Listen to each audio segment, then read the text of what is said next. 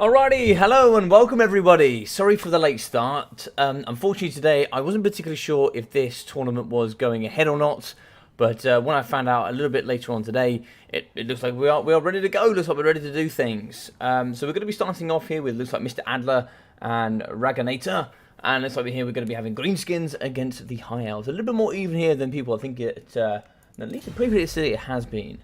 A very quick note for me. Welcome everybody. Hope you're all having a great time. Hi there, Mr. Scoots. So we have Ween as well, Steve M, Aldelmo, how we doing, buddy? Thankful as well, and Adler, and yes. So guys, I appreciate you saying when it's all going to start, etc. I only got a note of this 2 hours ago that we were actually doing this. To be honest, I wasn't sure this was actually happening.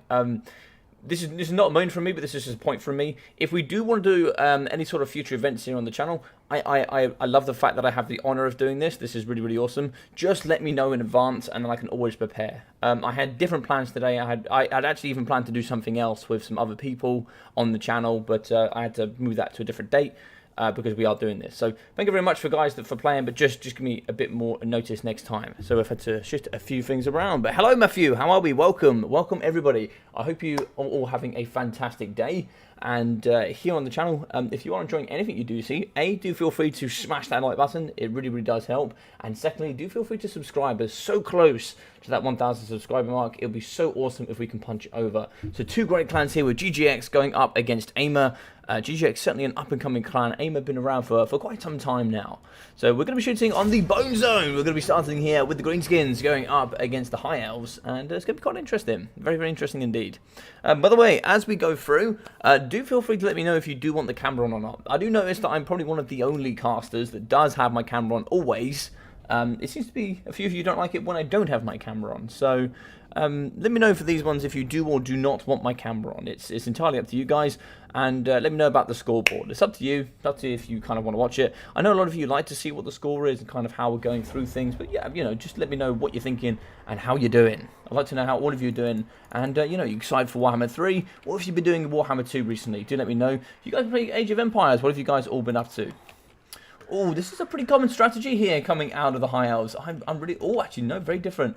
Very common strategy normally is the double Arcane Phoenix, but we also got to have the Sun Dragon as well. Now, all dragons do fire damage for their melee attacks, and AP here for the weapon strength. Breath attacks as well, mixing in as well with the Arcane Phoenix, so powerful. Emberstorm mixing in with the Fiery Rebirth, attuned to magic with terror, fire, and physical resistance. This thing is just so fast at 120 speed, great AP, and it just dominates. So for the skirmish, double Illyrian Reavers mixing in with the Heralds of the Wind, the fastest cavalry in the game, 140 range as well, will be outranging all of the skirmish there from the Greenskins. In this guy though, of course, we are going to have Alariel the Radiant, probably the most powerful character by a country mile there, probably for the High Elves.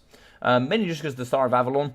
Star of Avalon mixing in with Earthblood, she's also going to have the Boon of Isha, the Arcane Conduit, and Life Bloom. I actually quite like Life Bloom. If you're going to go with Earthblood, you go with Life Bloom. If you're going to go with...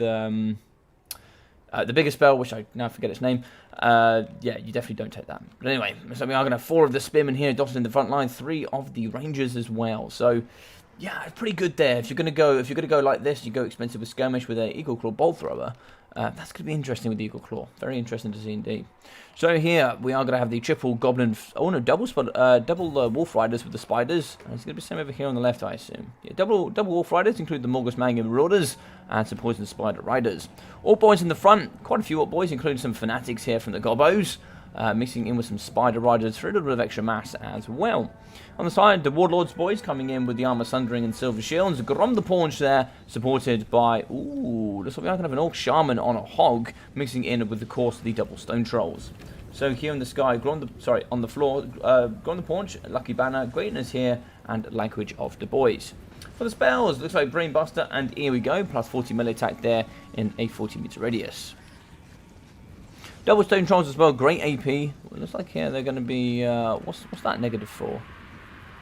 Damage sustained, oh, under artillery fire. Yeah, good artillery fire choices here going down on the Stone Trolls. So we need to get that breath attack immediately onto Grom the Paunch. That fire attack does, that breath attack does do fire damage, I'm pretty sure, so it should do lovely work there up against Grom, although the Sun Dragon certainly does better stuff up against infantry. And we've got to be careful, we are going to be punching here with the Stone Trolls. HP is not massive for the Sun Dragon, and it has a ginormous hitbox. So you've got to be very, very careful. And look at the damage coming out here, down to 3.2. That was an unfortunate engagement there, and that's going to be a lot of damage going down for the Sun Dragon. Brainbuster going down in the back there, smashing up against the Spearman, doing some really nice work, and now we get some Fanatics down the line. This is when I certainly pull out my units there. I certainly pull them down the line and pull out my infantry so I don't take any damage, and they walk straight into the nice loons. So we are going to get Star of Avalon moving in with the Sun Dragon, also going to be here with the Lariel, fighting up against the Stone Trolls with a bit of help here coming in for the Arcane Phoenix.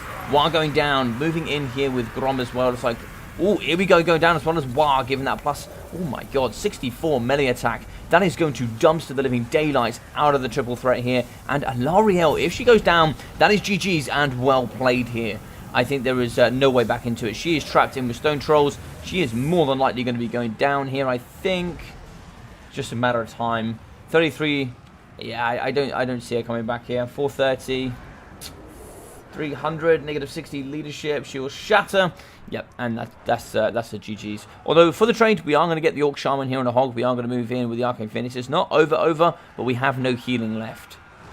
We are going to be beating back there on the left-hand side. It's like here we do beat the Warlord's Boys. Armored Thundering, not going to be quite enough there for the Rangers. And the middle Spearmen are going to get countered from behind with a bit of kite as they do fight up against the Orc Boys. They would eventually lose to Orc Boys, even with very high melee defense. On the floor here, we have beaten back the Eagle Claw Bolt Thrower. We've actually got the Stone Trolls in. They are a very, very powerful force, Stone Trolls, if they're not dealt with correctly. A really nice Ember Storm here in the middle. That is some lovely work. I would have liked to have seen the Ember Storm used when Alariel was trapped. Might have allowed Alariel to get out there. But other than that, I really don't know. We didn't have a Dwellers Below. We didn't have anything like that to kind of deal with blobs, which Greenskins are very good at. If Greenskins can blob you, the only ones that can kind of out-blob you are going to be Bretonnia. So a little bit like here, I do apologise, not too sure what's going on here from either side. But here we can see the shattered Alariel, a couple more shattered units of the High Elves. We still have the Skirmish Kite. Looks like we are going to be engaging in combat there. Looks like we are going to catch some of the Goblin Riders, kind of a little bit with their pants down there. I'd like to see the Arcane Phoenix kind of pressuring on the Spider Riders and some of the Skirmish. If we go in the Skirmish game, we could get back into this. It is possible.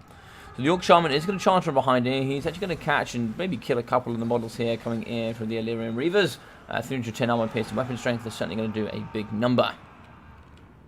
On the side there, Spider Riders and Goblin Wolf Riders moving over to the right hand side. We actually get these kind of round the pocket. We can certainly come round and then get into the back here against the Illyrian Reavers.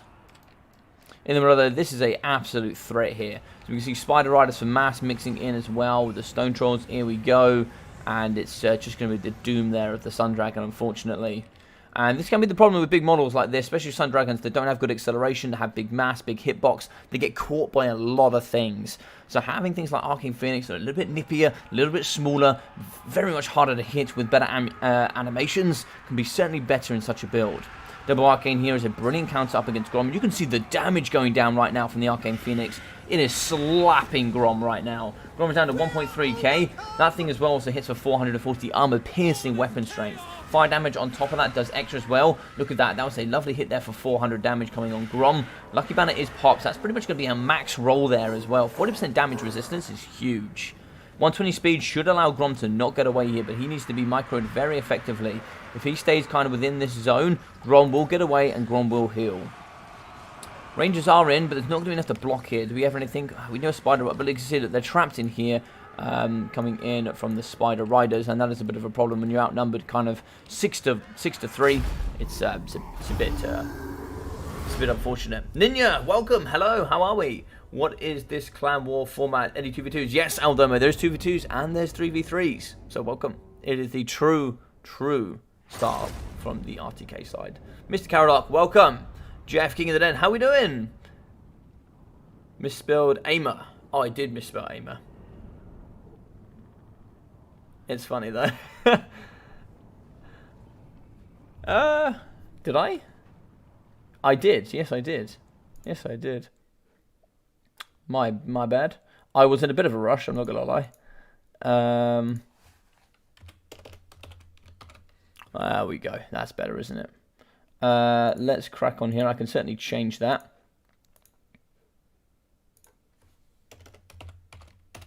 There we go. My apologies. My apologies. Oh, there's stuff everywhere. My other half is going home tomorrow, so sadly we had other plans today, and I'd booked something else a little bit later on for the YouTube channel, but that's okay. So let's have a look. 1.6k for Grom, 245 for the Orc Shaman, 500, 300, 360 with 500 and 470 there for the Night Goblins. Yeah, Night Goblins did pretty well there, and you see the front line here of the Orc boys they deal pretty well there up against Rangers and the rest. The Warlords boys, strange pick, but I kind of like it. We can see they're 316 with 630 there from the AP Gloonies for those Fanatics. The Unbreakable boys here certainly do very well, pretty commonly. Even if you just get one whirl off, they can do some nice work. So it's sort of 550, 400 there for the Forest Spider Riders. Very strong in my opinion still. Even with the increased cost, I think they're very strong. Golden Wolf Riders 335, 150, and 250 with Spider Riders in at 280 and 260. More Grubs always extremely strong. They're going to be at 470, 1050, and 1500. Stone Trolls are amazing. I actually think the main counter them is going to be Sisters of Avalon. I think if you can have a couple of Sisters of Avalon, I think you can dumpster these pretty quickly.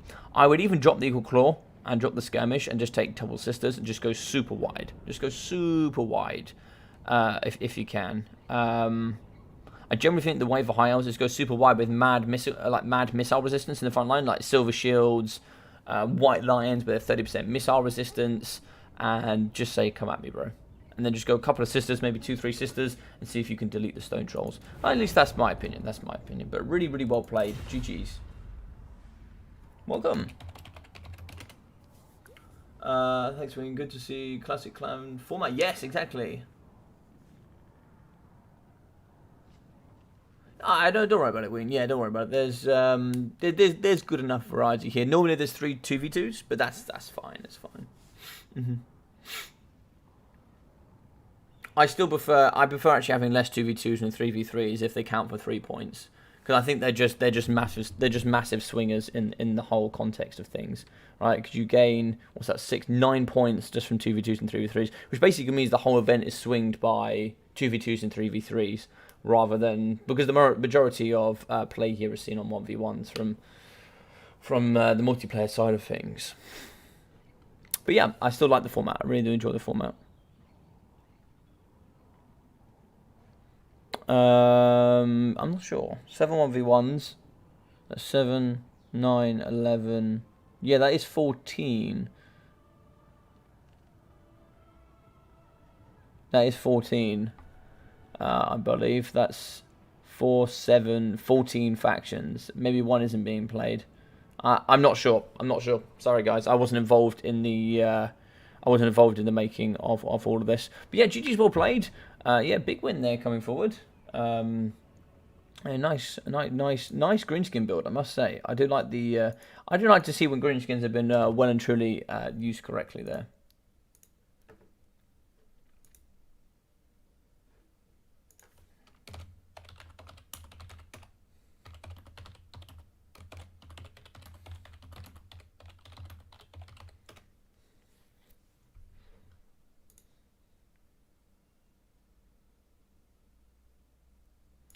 Alright, so now I've got my head screwed on. Let's crack on. So, what is the next map? Let's have a look here. Let's have a look. Sorry guys, I'm just trying to work out what all the stuff is. Okay, so Carrasco is the next one.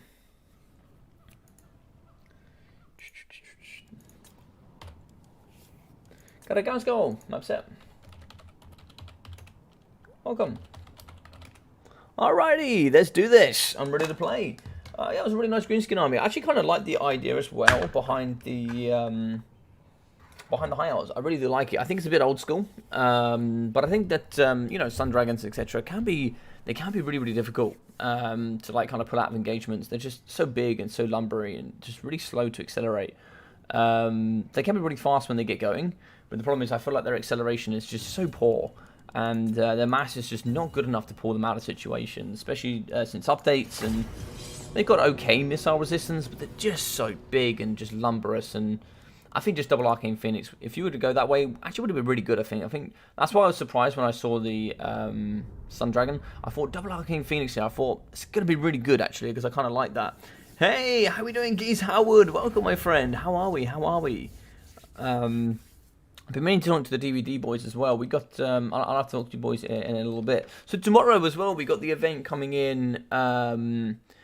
We got the Ents Ladder event. I currently have 4/5 people. I've been uber busy. I wish I'd had more time to kind of prepare this, but I know Ducky's been busy. We've all been busy, really. But it's a really, really cool event. So it's kind of myself, Humor Boy, Ducky, and Murph are getting together. And we're basically just getting teams of 5 and 6. It'll be 6 with yourself if you want to play, or just 6 players. So I've decided to go with 6 players because I'd rather just get more people playing than just watch. You know, people don't just want to watch me play. You know, it's easier for me to go cast everybody than just watch me play, really. Because otherwise, if I'm having to cast, I'll be either casting and not playing, or just playing and casting myself, which I think just seems boring for like 4 or 5 hours. So what I'm going to do is, between those 6 players, I'm going to just rotate and just try and cast as many people from my group as possible, and then try and get as many from other groups as well. Yeah, so it should be fun. So if anybody feels like they want to play, do feel free to put your name down. And then what I'll do is I put a couple of people in that, you know, do a lot on the channel. Yeah, they just asked, and I said, yeah, sure. I'm very happy with that. So I've got a couple of spots left if anybody wants to play. I'm kind of happy for anybody to play, really. Just those that are going to play a lot and have fun. Yeah, it should be a really good event. Should be really good.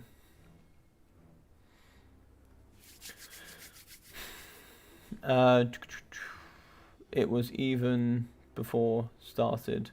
Oh, I'm good, thanks. How are you? I'm really good, thanks, man. I'm really good. Really good. Sadly, my partner's leaving tomorrow for about a week. She's going back home to see her family, so that'll be good for her.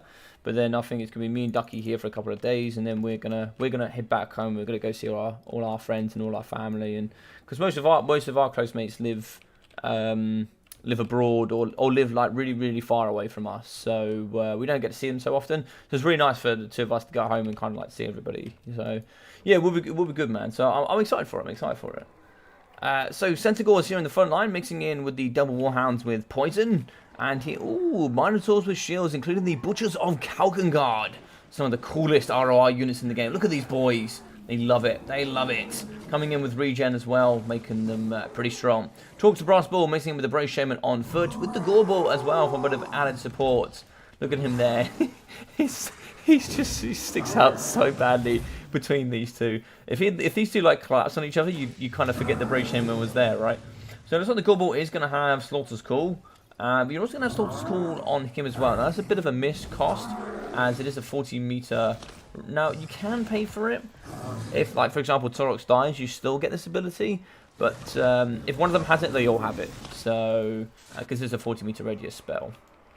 I assume just... oh, actually it's going to be the Beasts, not Wild. Okay, Transformation of Gadon, Curse of Venera, and then, of course, Wild Heart for the extra mana. These are 2 very expensive spells. Very expensive. I've actually got a video coming out soon about Arcane Conduit, basically talking about Winter Magic, to kind of break it down for you guys and showing like what sort of spells you should be bringing and why, and what items you need to kind of maximize those spells. But here we are going to be seeing in the front some Skaven Slaves dotted in with some Skaven Spears, and it looks like there we are going to have some Poison Wind Globes mixing with Plague Monks in the front. Oh, we never see the bad boys here. I love seeing them. They are very lightly armoured in at 10 armour, but they can certainly do work here. Anti-Immortality and Frenzy can be very strong. Chieftains in the back here are going to be on the big boys as well. They're going to move forward here for a bit of boxy box with the Shield of Distraction and Frenzy. It's a bit laggy. Mixing with Storm Vermin Halberd, 2 units. And all the globes. Looks like 3 globes mixing in with the triple Rats Ogres. Yeah, very nice build indeed. Lord Skrolk in the middle as well, the man of the Pestilence. The children of the Horned Rat here coming forward with the man of the Chaos Gods of Pestilence, which is quite nice. The Liber Barbonicus, the Blood of Corruption, Stand Your Ground, Vermintide, Pestilence Breath, and the Order of Pestilence. Nurgle would be proud indeed.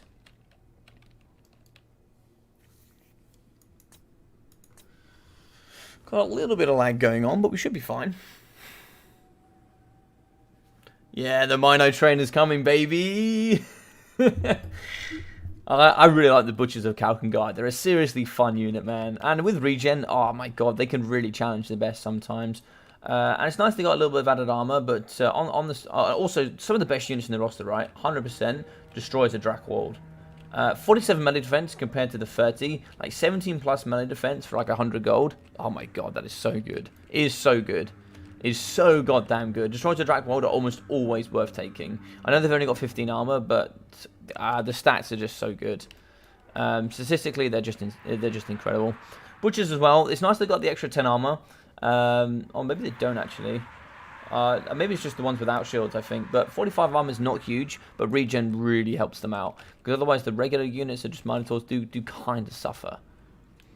The box is looking interesting here. We do have a couple of interesting issues. We have the stone there and we have the trees. That could become a little bit of a problem here for the Skaven. Line of sight, etc. can be a bit of an annoyance. So, Poison Winds over the top. They're going to be smashing here into the Ungol Spearmen. Spears are an interesting choice. They do kind of need to chew through the Skaven units. 18 melee defense on 12. We're going to be going up against 25 and 30. They will win, but looks like Plague Monks in the front are going to start challenging the Minotaurs. No real armor, and the one thing Plague Monks do suffer with is armor piercing. So the fact that they can kind of fight here up against Minotaurs, yes, they do count as large, so you won't get the anti-infantry bonuses, but they still have great melee stats. 36 on 33, fighting against 44 on 45. So they're going to uptrade so nicely here in the front. It's an absolute mess here. This is an absolute clusterfuck here in the middle. You can see that we have Chaos Warhounds mixing in with the Chieftains, smashing here. Shield of Distraction going down, -5 melee attack as well. In with Skrulk going down with the Rod of Corruption, doing some lovely damage here in the pocket. But the Gorbel and Torox will slap the living daylights out of old Skrulk. You have to be careful here. He is super glass cannon. 30 armor there, and only 45 melee defense is not huge, to say the least. On the side here, Poison Wind Gloams, they don't have good armor, but they're poor melee stats. So being that we're in the pocket here with the Minotaurs and the especially the Butchers of Kalkengard, they're going to be ripping pretty hard. So to counter, we are going to stand your ground, mixing in with Rat Ogres, trying to fight here up against the Butchers. And they should hold pretty strong. They have relatively decent leadership there as monstrous infantry, but not amazing. So we are going to get a Summon of the Manticore in. We haven't seen any of Curse of an Era. Curse of an Era will be, I think, 11 Winds of Magic and 20 Winds of Magic there for the Double Manticore. So the Butchers here in the middle, we're going to try to fight their absolute best. We are going to charge in here with the Manticore. He's going to be going after the Chieftain.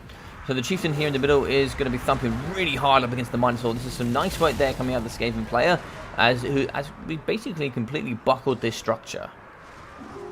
Storm Vermin, they're going to be fighting relatively well, actually. I'm surprised they're holding out quite so long. Normally they do suffer a little bit, but 41 melee defense and anti-armor is going to be holding here in the middle.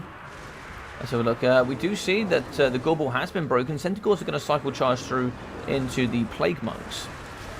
We've got one summon in the middle. That's going to be Clan Rats. We haven't seen any Plague Monk summons as of yet. Did we take the Plague Monk summon? I think we did. In the middle, Torox is going to be fighting very strong. He's going to be surrounded by faster and stronger enemies, I'm sure. Yeah, he's got so many negatives going on there. He's not a happy boy. He's going to be getting slapped around here by the Chieftains. Great armor piercing for both of those. We need a little bit more support in here. That's kind of what the Minotaurs were for. A little bit of the extra added mass. Do return with the Gorbel. We can see some more Butchers are returning. The Shaman of Beast certainly needs to get in there with a Curse of an Era. GGX, I'm going to be taking the lead here. Thankful is going to be doing quite nicely here in the pocket. You can see that Order of Pestilence just doing some great work here. Coming in with that Contaminated as well is super handy for the -10 leadership. Just really helps punch in that pocket, reduce the leadership, and break quite a few units. You know, if you have that there where you're losing in balance of power, you're taking loads of damage, and then you also got the -10, it is really, really tough. And the really nice thing about the Double Chieftain is it kind of counters Torox and the Gorbel. Great armor piercing, they just have bigger mass. Gorbel does... how much does Torox have, actually? Torox has about 4,000 mass, I believe. And he can push in pretty hard, but once he's kind of stayed in between the Double Chieftain, he kind of has nowhere to go. And, you know, he's got great splash attack animations, and he can do well against big single entity monsters, but he's not really what he's designed to do. But one there, 125 with 18 for the Skaven Slaves. 45 and kind of 56 there for the Skaven Slave Spears. GG's indeed. Makes sense. Still feels like 1v1s are kind of wasted. One of the aims of the strong scoring for team in Clan Wars is that there are plenty of places for 1v1 players to do well. Clan vs clan was to show off a clan's ability to play as a team. Yeah, that makes complete sense. That makes complete sense. Yeah, GG's well played. 112 kills there, 680 and 1,100. Really nice from the Plague Monks. Nice to see them kind of return here. I never see anybody bring them. And they certainly pay dividends here. I really like to see those. 1,100, I'm not sure how much they cost. With 680 there for the Plague Monks. I never really see those too often at all, but they did pretty well. You can see this one as well. 112 kills, still has lots of HP there. And it's really, really good at dealing with just kind of like Ungor Spearmen. But of course you can summon them. They do cost quite a fair bit. And you've got to wonder, is it worth bringing those over maybe some more Skaven slaves? Yeah, probably. They did pretty well. I was quite surprised. 445, 1,100 for the Storm Vermin. 330, 740, and 450 for the Pointed Wing Globes. Extremely strong units. 608, 415, and 570 for the Rat Ogres. So, only 700 for Taurox. You got bullied a little bit here. 1,000, 1,200. Yeah, pretty strong. With 19 there for the Brave Shaman. With 196 there for the Gorbel. 44, 65, 45 there for the Ungor Spearman. Destroys a Drakwall coming in at 240. Still had about half health left. So, probably would have expected that to be around the 300s, 400s. 400 and 330 there for the Centaurs. With 100, 180 for the Chaos Warhounds with Poison. There wasn't really too many places. And also, like, you'll find that... although Chaos Warhounds do relatively well, you can find the Rat Ogres, Rat Ogres mixing in with Skaven Dogs do relatively well actually in that kind of engagement. Got 860, 405, and 566 of the Butchers of Kalkengard. Yeah, I don't know. I feel like they should have done better than that.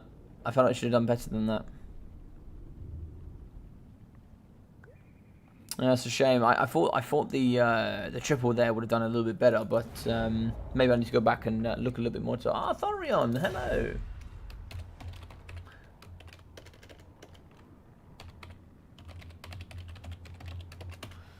It's one of my short beards for the tournament.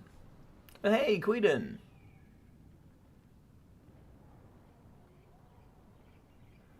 Got myself a beer, then going to watch Witcher Season 2 after this. Yes, sir, so we're gonna go watch it. It'll be awesome. Hey, Rusty, but how you doing, man? Hope you're doing well. How's it going, my friend?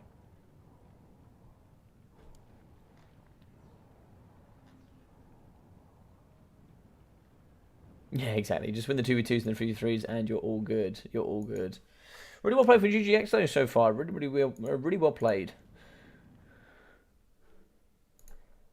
Let's have a look here. Let's just double check.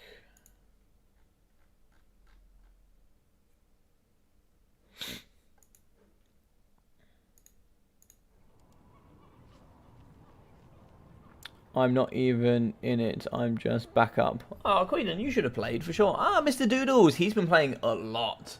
Aloha. Hola, skink.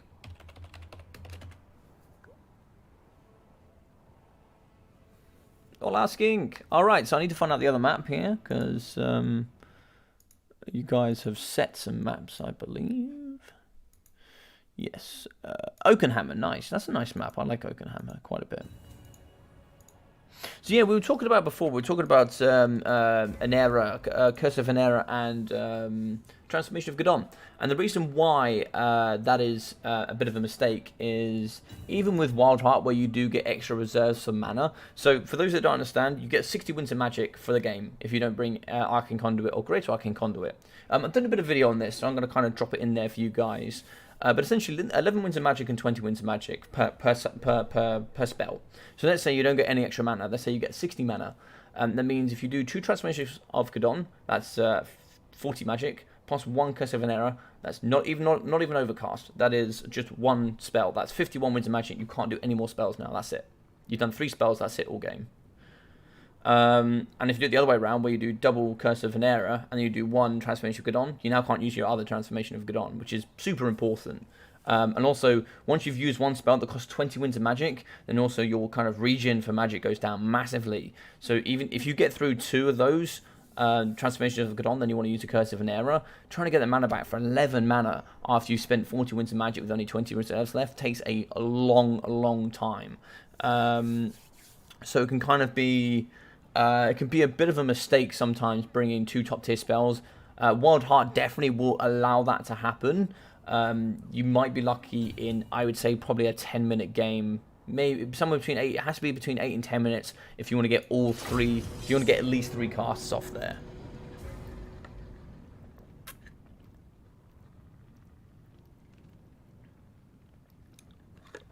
Thorin is a very good player.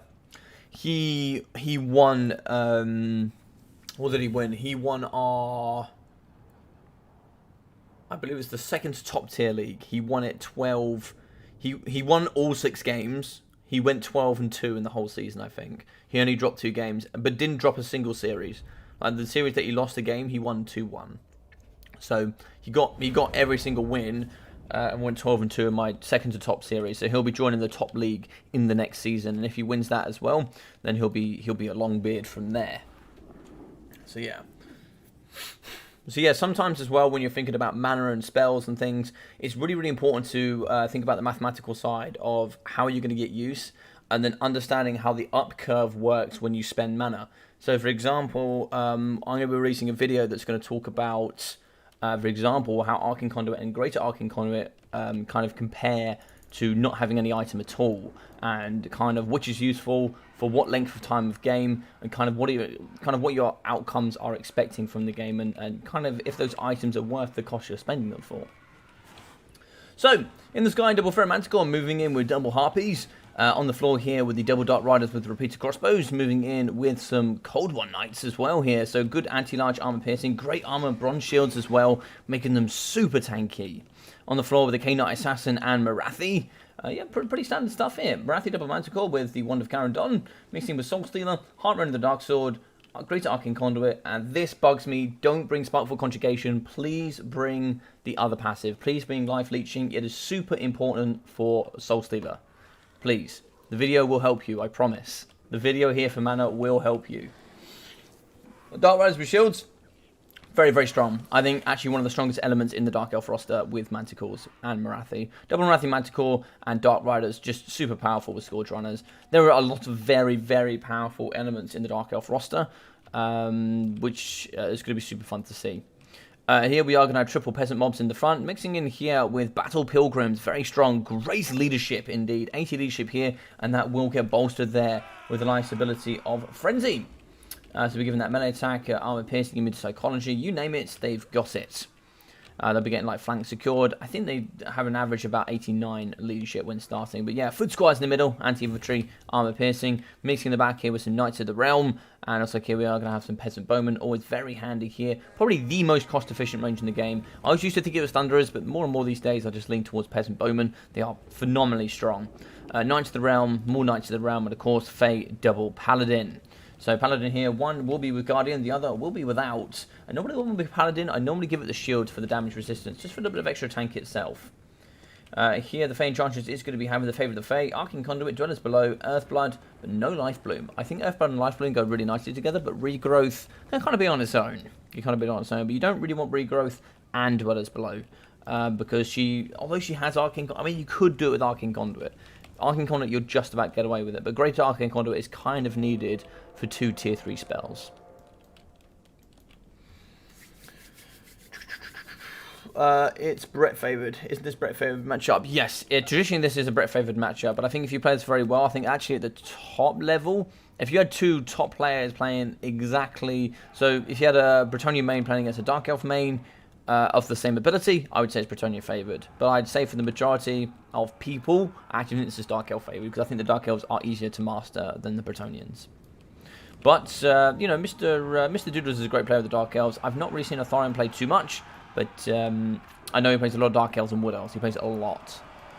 This is interesting early engagement here with the Peasant Bowmen. They're actually really important here. Very important from the side of the Bretonnians. You need to have, once this is in, you now need to start engaging with the cavalry. Because the thing is, once that's dealt with, your cycle charge and potential becomes so much lower. But great shots over the top here. Beyond shooting up against Dark Riders, these are really bunched, and this is a common mistake here you see from newer players, especially myself. You know, kind of getting units on top of each other. This is a nice work here in the back. Harpies on top. We need something to deal with that. Nice charge here with the cavalry. We should be able to clear that out. We can now pull these out through the cavalry, and we should be able to get our bowmen out of there. You can see the front already. The peasant bombs are already breaking, and this is already starting to wither down some of our cycle charging potential. In the middle, Dark Riders fighting up against Knights of the Realm. They don't have enough armor piercing to fight here. Taking that engagement probably wasn't smart from the Dark Elves. Certainly want to be at least baiting out with the Dark Elves and then charging here with the Cold One Knights. Moving in with the Double Paladin. Where is Faye? Faye is getting butchered in the middle. It looks like Faye got slammed on. She has 95 speed. She should be able to get away. Are these pox arrows? No, they're not. Yeah, okay, this could be... Maybe we can shoot, maybe rampage one of the manticores. Oh, I don't know, but Marathi's got 105 speed. She does return. She's going to get hit again from the manticore, and I think that's going to be the end of the Fae. And the thing is with the Fae, yeah, she goes down as well. Great work here coming out of GGX Mr. Doodles. He has jumped like leaps and bounds of improvement. I see him on Ensladder just honestly playing out of his skin. It's really, really nice to see. Really playing well. Marath is in the back here, charging up against the Knights of the Realm. Should be able to clear those off pretty nicely. Marathi, compared to the Fade certainly has better winds of magic, in my personal opinion. That's certainly better towards Bretonnia. But Marathi is just so tanky with all of her abilities. So we're in the middle here, and looks like we are going to be using a ability. It's going to be the Web of Shadows, super strong up against Paladins, single entities, and chariots. It does amazing damage too. Negative to speed as well. The K-Knight Assassin, 88 melee attack when we do have the Murderous Prowess popped. Mixing with also 800 missile strength with that poison. It's just super strong. In the middle there, we're going to be charging up against the Paladin. Does not have immune to psychology, so we will see he's terrified pretty quickly here. He's going to be wavering, which means he's very close to being terrified. That should be now. Oh my god, lovely rear charge. That was a gorgeous hit there coming in for the Manticores. They are just super strong here. When partnered up with Marathi. Give me another Soul Stealer on the Battle Pilgrims. Actually, a really nice target there. I quite like that. It's quite an elite unit of infantry there with very high leadership that can certainly hold for a long duration of time. The Wand of Carandon coming down on the Battle Pilgrims. Here with the charges from the rear and also the front charge coming in from the cavalry and the spearmen. That magic there should explode, should cause them to shatter. That'll be army losses. GG's and well played here for Mr. Doodles and the Dark Elves. Brilliant build. I can't fault either side, particularly on the builds there. I think I like the builds coming in from both sides. The one thing I would probably slightly question is maybe the Foot Squires. I don't think the Foot Squires have too much to trade into here. Maybe he was expecting some Blackguard of Nagaron, perhaps, with Atharion. I don't know if Foot Squires translate too greatly into this matchup. But you can see there, Faye unfortunately kind of... The turn in the tide was the fact that Faye kind of got caught in her own. And the thing that's so nice about Marathi is that she gives negative melee attack and also negative melee defense, which indirectly translates to an increase in melee attack for the Ferromanticores, as you would think about it. If you reduce your melee defense, it's a higher chance to hit there for your Ferromanticores to hit. And you can see 1,000 there and 708. And they just came in up against her as well, and they don't do magic damage. So Faye pays for 60% magic resistance, missile resistance, and all of that healing, and a very fast steed as well. So she needs to be able to get in and out, whip around, and she pays a lot as well for the favour of the Fae.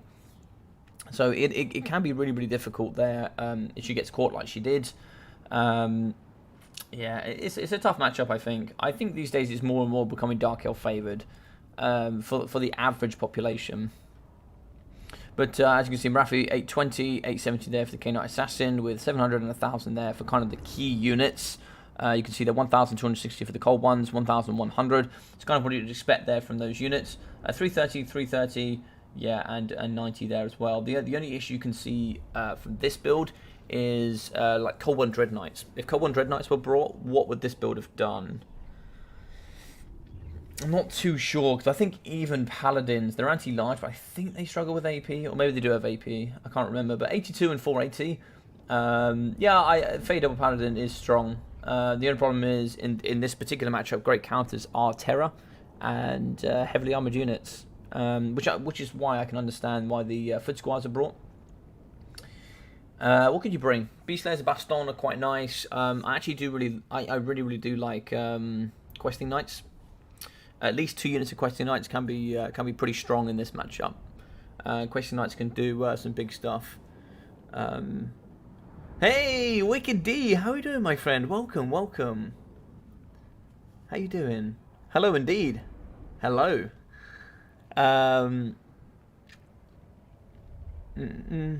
We with my 8 out of 12 in the organisation. Yeah, you did well, Hank. You did very well indeed. You did very well. But yeah, I think Beast Layers of Bastion could have been quite nice. Anti-large armor piercing, although I don't really think they perform very well. Or at least I've never particularly seen them like shine in a matchup. I think if you went maybe some questing knights, maybe just 2 units of questing knights, maybe downtrade the foot squires, maybe just bring in 1 extra battle pilgrim, because they just hold so much longer than foot squires, which is kind of what you need them to do. You need them to deal with that front line, while you can cycle charge and use your nice expensive cavalry to kind of win the day. 2 units of just the armor piercing questing knights could have done quite nicely here, I think, just to deal with cold ones and deal with cold one dread knights. Yeah, it's a tough matchup. It's a tough matchup for sure. And even then, you've got the great AP here. So you've got 570 for the Dark Riders. Or maybe even then, if you wanted to get a little bit more ability to deal, you know, for example, to counter the Dark Riders, you maybe could have brought maybe the Wardens of Montfront, some stuff like that, perhaps. Yeah, it's a difficult one. It's a difficult one. But yeah, for sure, I think actually going double Assassin, you can even go double K-Knight Assassin in this matchup. Like Marathi, double K-Knight Assassin, double Manticore, is disgusting. It is vile watching that. And Harpies, I think, are really underrated. 650 there for them, 200 for the others. Just their mobility, the ability to shut down other units is super strong. It is super strong. And you can see 750 for the Dark Riders. I never see cavalry consistently pay for themselves as much as the Dark Riders. Hello, Logic. Doing well, just waiting for the inevitable work day. Yeah, of course, man, of course. Oh, it's Wicked D's birthday! Hey! Happy birthday, Wicked D.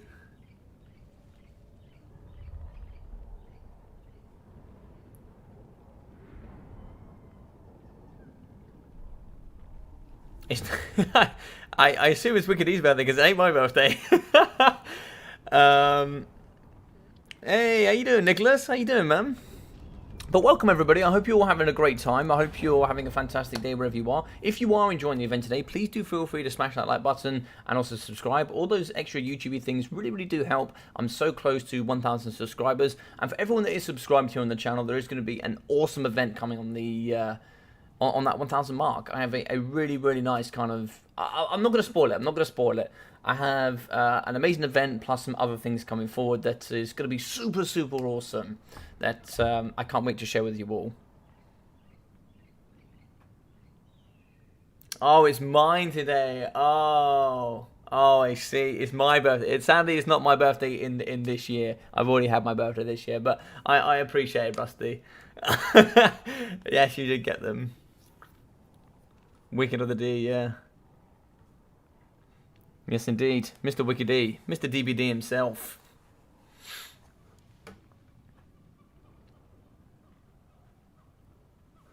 But alright, so it looks like we're now going to be having Ward Sturbine up against Raganator again. We've already had High Elves, I'm pretty sure. 2v2 next. Cool. Alright, so we'll open up the brackets there and get done. We'll get to the next guys in. So we are going to be on... Let's have a look. Alpine Ridge. Ooh, I do like Alpine Ridge. It's a really nice map that kind of really shakes up the meta here, which is really good. It's going to be under multiplayer Alpine Ridge. There we go.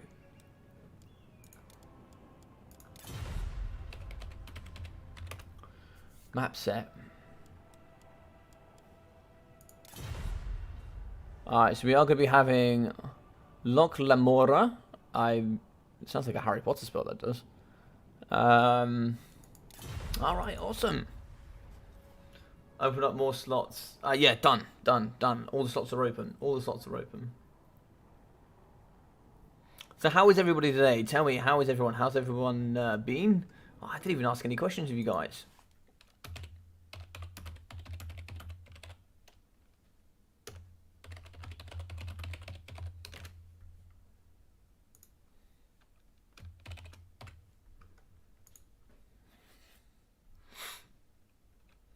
Oh, something on my computer.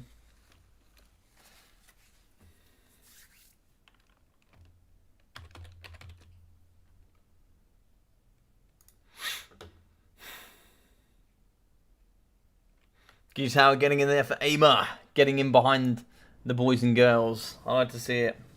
Hello there.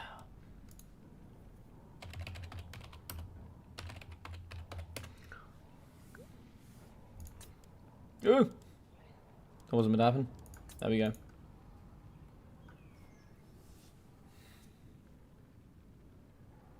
How's my favourite Bulgarian child? I've been alive. I don't know if I agree with that King of the Dead. I don't know if King of the Dead would really be alive. You have to be alive to say you're alive. Do you though? Do you though, Geese Howard?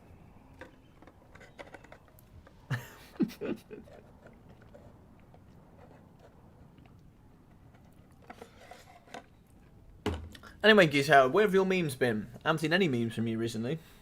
I haven't seen any games. You normally post the odd picture in the DVD chat of you throwing an absolute weapon up. Where have you been? Where have you been?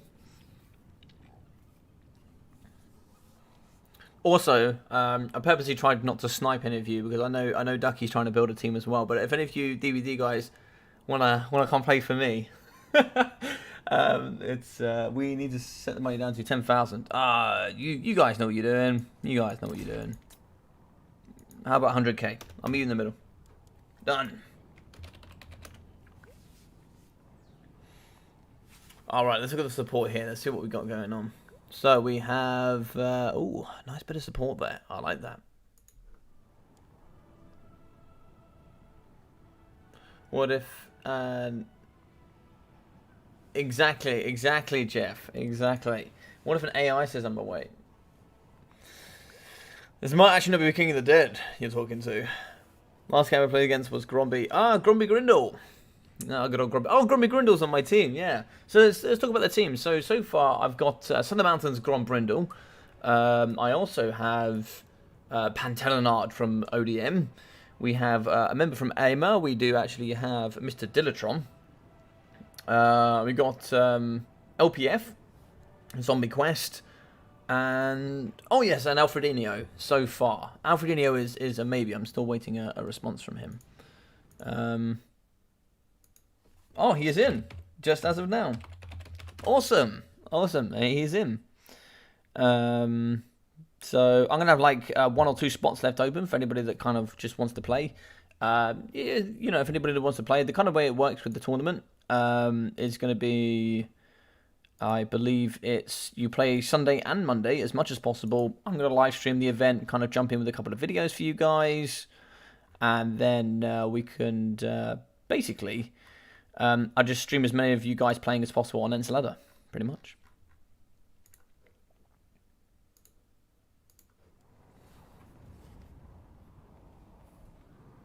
No, go full fund, 12,400. What?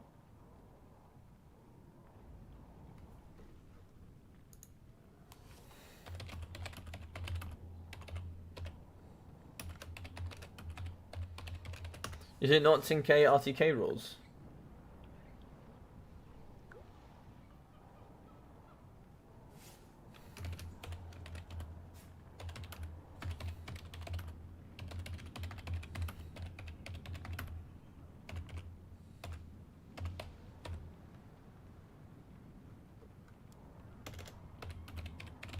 I think Winter Magic has a massive effect. What if AI was programmed by you being alive? Well, this is true. This is getting deep, Geese Howard. This is getting deep, mate.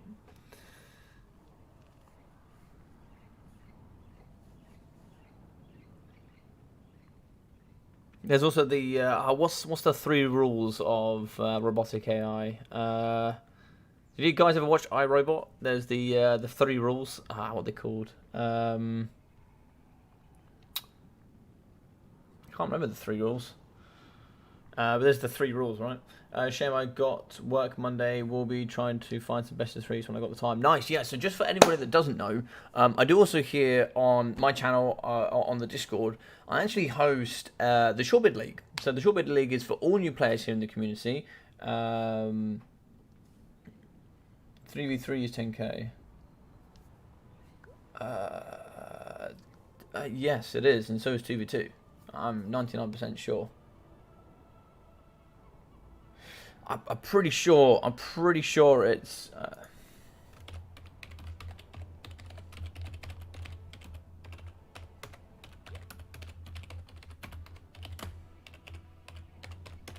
pretty sure...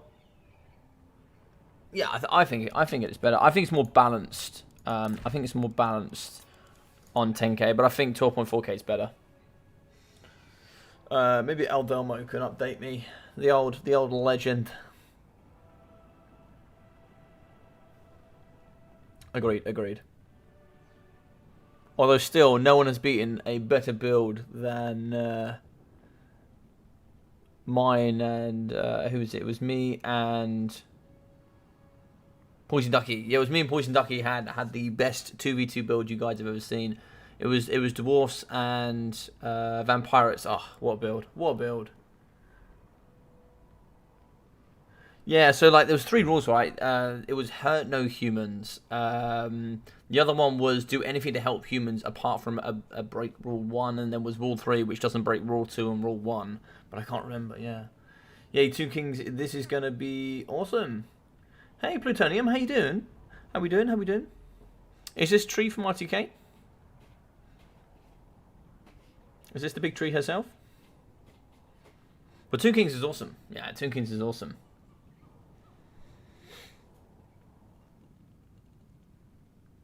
Unless it's funny, then it's fine. Well, you can hurt all humans just as long as it's hilarious.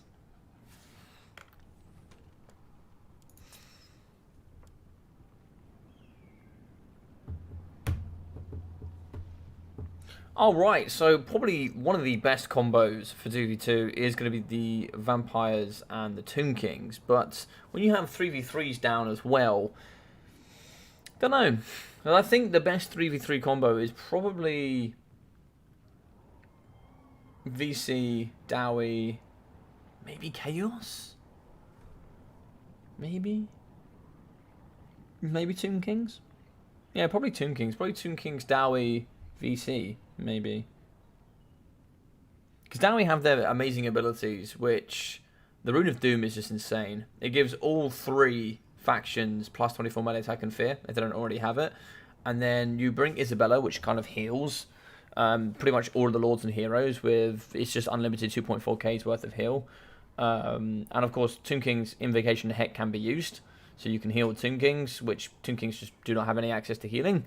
Because unfortunately WAR doesn't count, it only counts with the Greenskins. So, you know, having Greenskins in the 1v1 is a lot better. Yes, you're correct, it is 3-0. My apologies.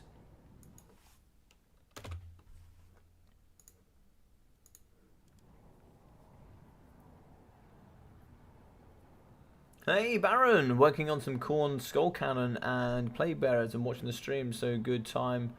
Hope you're all doing great. I'm doing great, thank you very much, Baron. Hope you're ready for the 4th season of the Shortbeard League.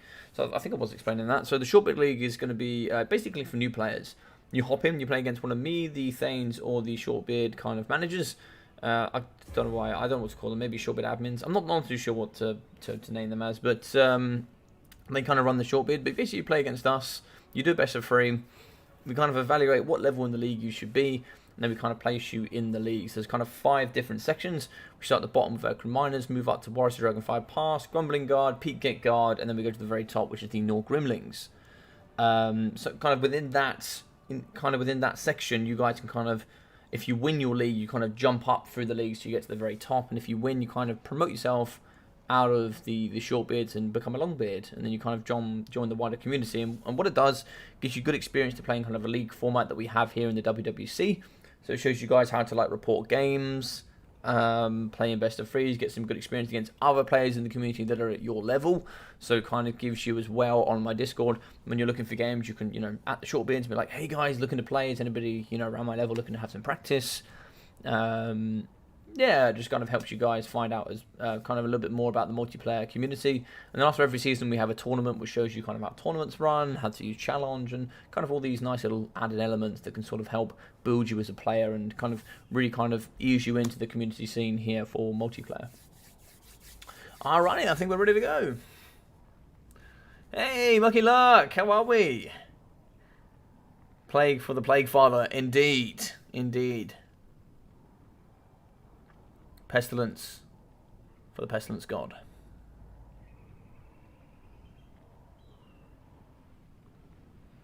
Muckluck, yes, for the best daddy. Oh, God. Time for AIMA comeback. Indeed, it's time for the AIMA comeback. Yeah, we've had some good games here from GGX so far. So just to recap on the games we currently have. Oh, I've got a few messages.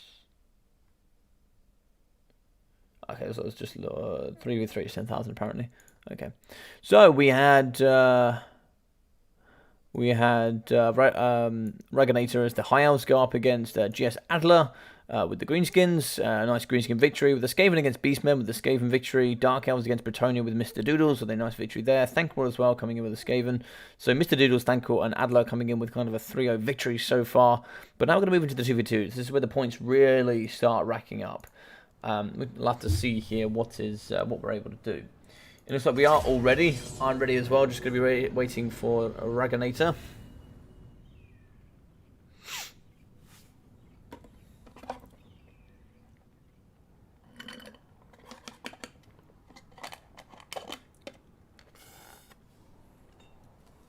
So that's one coffee down the drain. That's what I like to see.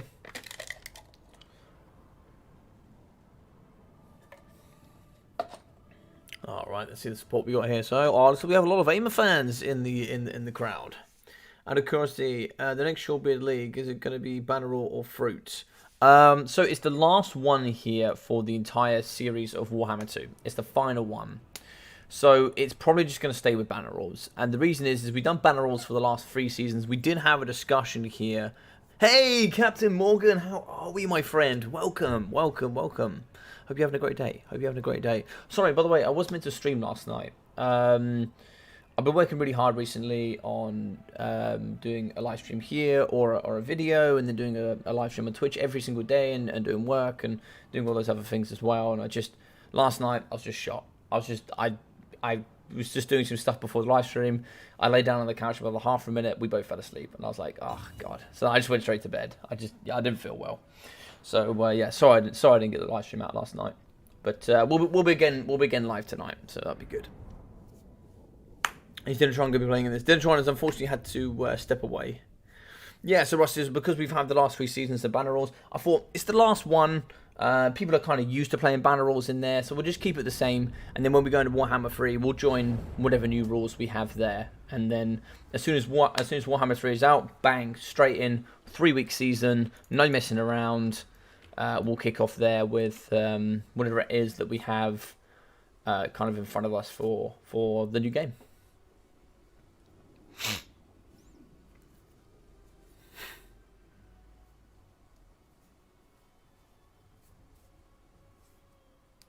What up, Greasy?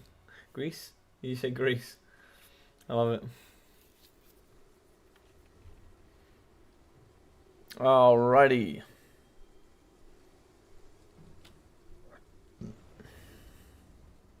Alright, let's do this. Come on, computers. Ah, Mr. DVD Cadane. You guys can't see that, but I can. But I see Cadane coming back to play a couple of games.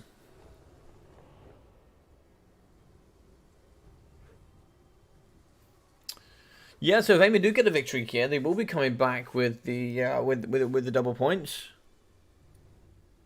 Wrong map, apparently. Not according to what I was sent. I don't think. No.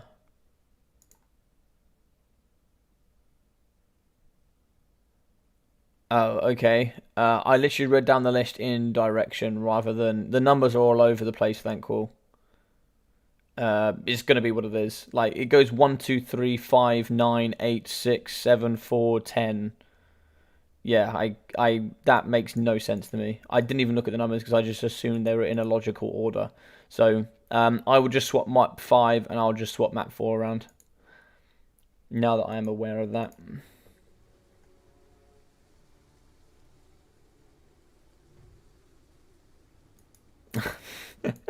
I love the enthusiasm in Aldelmo, but sadly no. All right, so in the front line here, we are going to be having some zombies mixing in with the Tithe as well. Okay, the Tithe actually pretty good. They actually have physical resistance. I think 15%, I believe. Yeah, 15% physical resistance mixing in with just a bucket of 150 troops there of just pure meat sack ready to get slapped upon. In the middle here, Skeleton Warriors mixing in with some more zombies. Looks like some more Skeleton Warriors here in the front. What's here in the front as well? Looks like Ushupti Great Bows here in the trees. A bucket load of Ushupti. Moving in with 1, 2, 3, 4. 4 units of the Carrion. Double of the Skeleton Chariots. Moving in with Skeleton Horsemen. The Blessed Legion of Attack, as well as the Skeleton Archers. And the Double Spearmen. Here in the back, we are going to have double Blood Knights. And in the middle, we are going to be having, double White Kings and the lady herself, Isabella von Carstein. Isabella here with the Blood Chalice of Bathory, with also Raised Dead, Invocation, the Hunger, and Curse of the Undeath. Searching the Perishable on the Kitty Cat, trying to see if we get as much healing as possible. The Blessed Braid of Betra, Wrath of Betra, Incantation of Desiccation, Incantation of Protection, Restless Dead, and the Curse. Really nice undead kind of faction going on here as well. In the back, Graveguard going to be dishing out the paint for sure.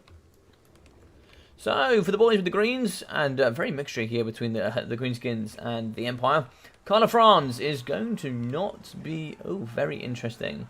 Karl of France is going to be on an Imperial Pegasus. I don't think I've ever seen that. But an Imperial Pegasus there with the Gambaraz, Reckling Brunefang, Stand Your Ground, Foe Seeker, and Hold the Line. He's going to have 105 speed, but we're not going to see my boy. We're not going to see my boy. In the front, we are going to have Gobbos mixing in here with Savage Orc Biggins. Savage Orcs mixing in with Black Orcs as well. The Blorks can do pretty well here. They are uber tanky. Uber tanky. Here with the Ritrohag and Grom the Paunch. Ritrohag here with Spirit Leech, Soul Blight, Mither, and Overwhelming Odor. Grom the Paunch with Lucky Banner, Greaton is here, and Language of the Boys. Savage Orcs mixing with some more Biggins. Night Goblins here, that's the Fanatics. So we have 8 Peak Loonies over here in the trees with some Spider Riders. Actually very close to some Carrion as well. Carrion in the back corner as well, in either corner here. In the back we are going to have, it looks like double Knights of the Blazing Sun here. Yeah, it looks like one Knight of the Blazing Sun. They look super uber cool. Look at those shields, man. They are so goddamn cool. They kind of just punch like right guard into the floor. It's going to be another unit here of the Knights of the Blazing Sun as well. They do actually have magic resistance of 25% with that... I think it's 110 armor. No, 100 armor, bronze shield. Yeah, they're uber tanky. In the back here, double Free Company Militia by the looks mixing in. Is that going to be the Stern's Revenge, or is this going to be the Silver Bullets? Silver Bullets. So we are going to come with the Silver Bullet handgunners. These bad boys do magic damage, and also here they do come with some pretty good AP as well. Free Company Militia. That seems to be it. And this guy, Karl of France, is going to be very interesting. Not too sure why he's been brought on an Imperial Pegasus. I don't know about you guys, but to me that just feels a bit dirty. It feels like you're just doing France dirty here. We're in the front, the Morgoths, Magi Marauders. They're going to be ready to do some of that AP punch here, but definitely don't want to be shooting into those zombies.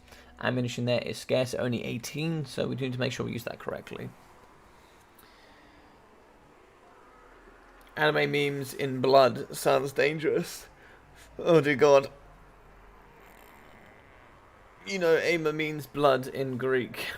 Oh, I don't know that. But we also meme in blood, so Geese is technically right. Amazing. Amazing. Alright, let's have a look.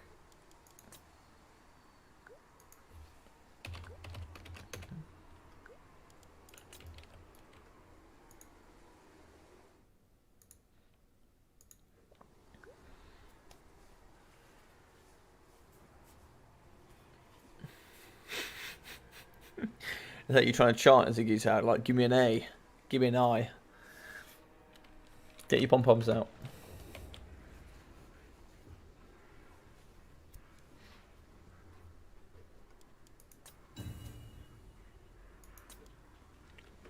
Let's do this.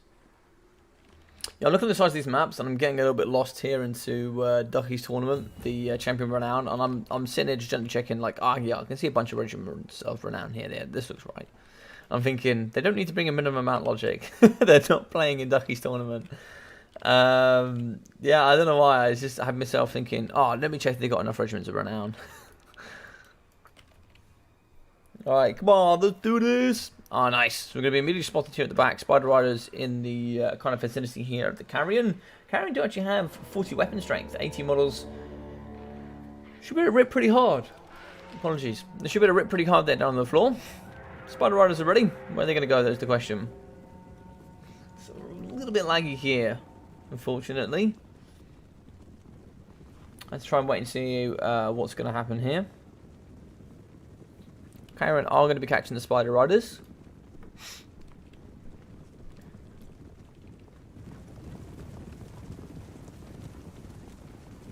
So Skaven and Horsemen are approaching out of the forest, trying to see maybe they can get kind of in around the back here and shut down some of this skirmish, and maybe just try and get them back and kind of compromise some of the guns there with the silver bullets. This is incredibly slow.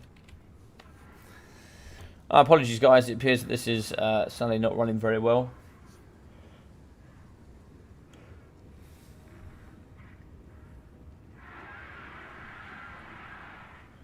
We'll have to see how this goes. This is really not running very well at all. You see double demogriffs as well in the back. I didn't see those before, but it looks like we do have double demogriffs and mortars are shooting in. We're trying to hit here into the front line, trying to get a bit more of a defensive position here from the Empire.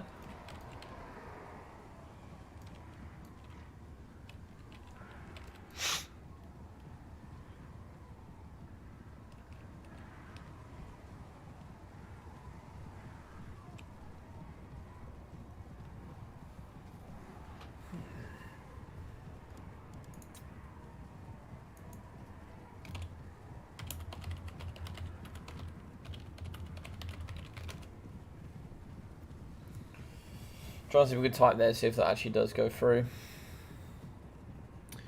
Sorry guys, sadly it's like this is just not playable.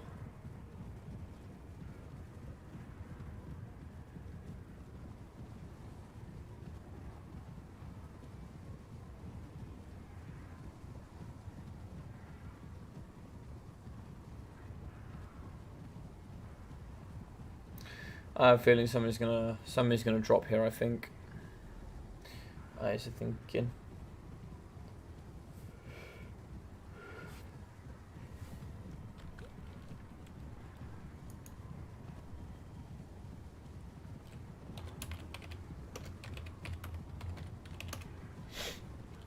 I can't even type, so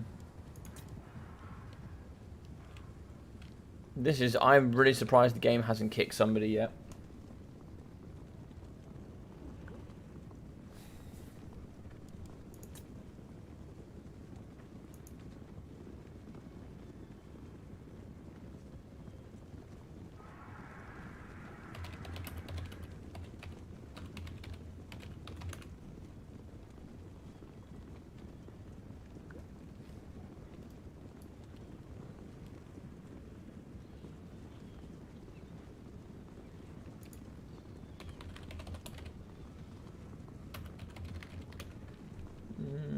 It's looking better.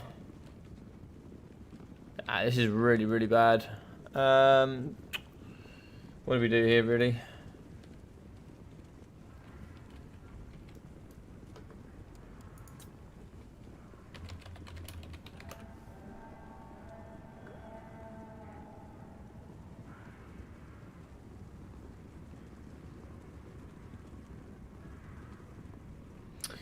Yeah, sorry guys, this is not castable. Don't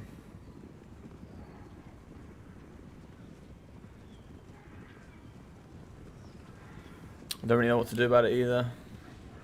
No idea. Someone here is not connecting very well to somebody else.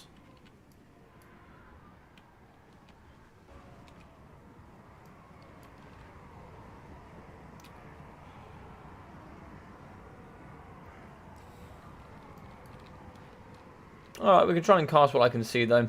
So we are going to Morgos Ranking Marauders over here on the left. We have Carrion mixing with Horsemen, trying to get a bit of left-hand side pressure. A bit of an overflank as well coming in for Cetra the Imperishable with the double Blood Knights. Moving over with the Chariots.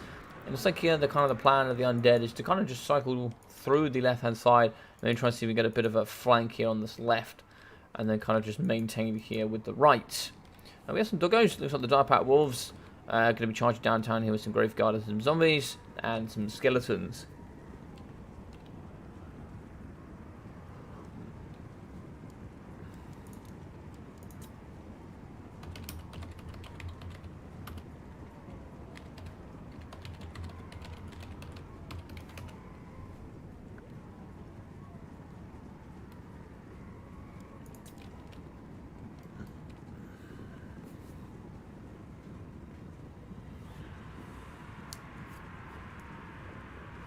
Yeah.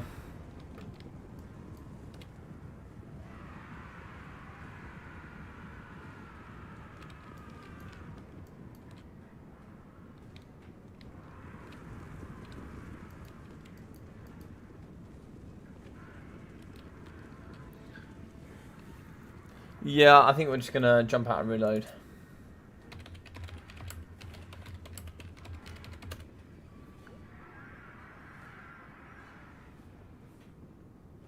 Yeah, this just needs to be restarted.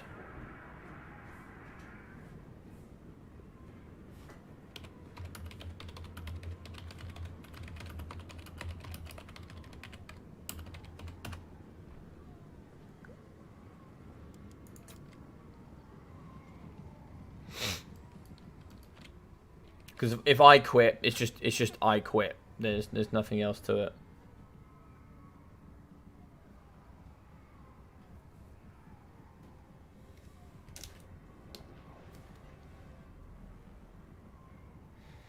An hour ago we had Demirios subscribed. Thank you very much for subscribing to the channel, dude. I really appreciate it. Have the person who's central to everyone a host. Yeah, so Wolverstein left the game.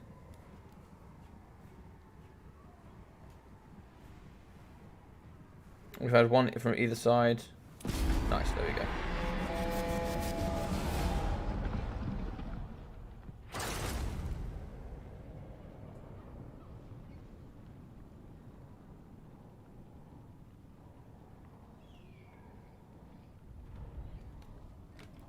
Alright, there we go.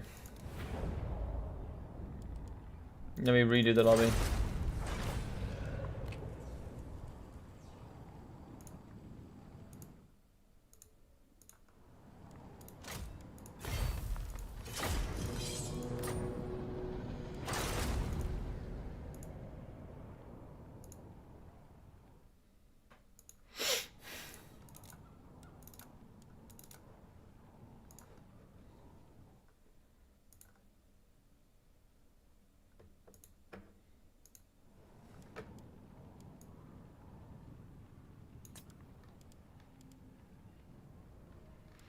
Let's begin playing on LL Grill. I'm not a fan of this map. I don't think it's a particularly good competitive map, but we will be playing on it.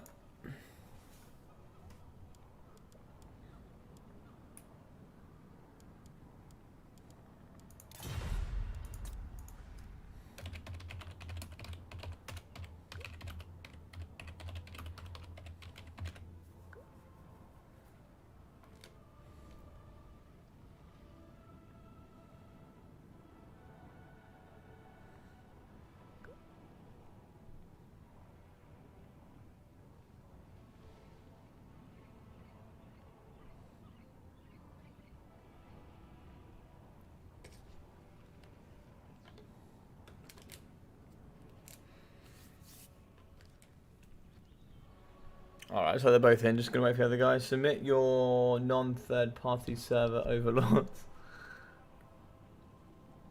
I'd love to go to a party. Have the person who sent you everybody host. I don't know where everybody's from, if I'm honest. I believe most of the GGX guys are... I'm not sure where. I think quite a lot of them are from sort of Europe, I believe. I don't know about AIMA. I'm not too sure about AIMA.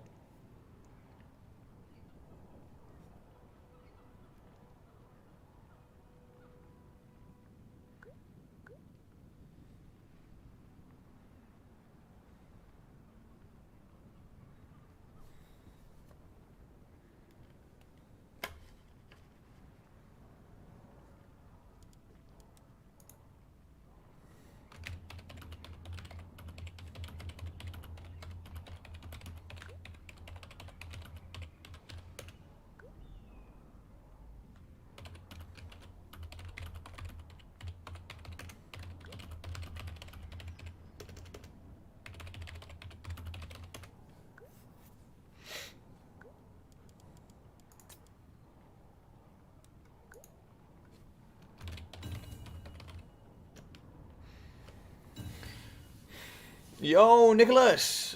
We are German. Yeah, I thought so. I didn't want to say it. They quit first, so win for us. 100%. 100%.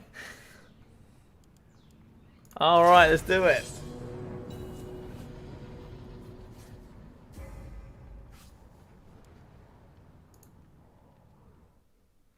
Let's just double check. Got a couple of things going on here. I've been pinged by quite a few things.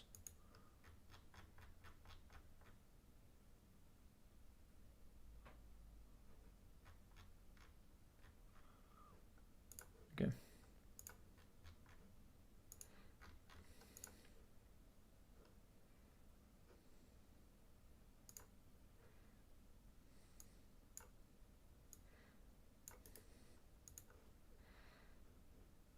Let me message this person very, very quickly. Sorry, guys. Where is it? Here we go.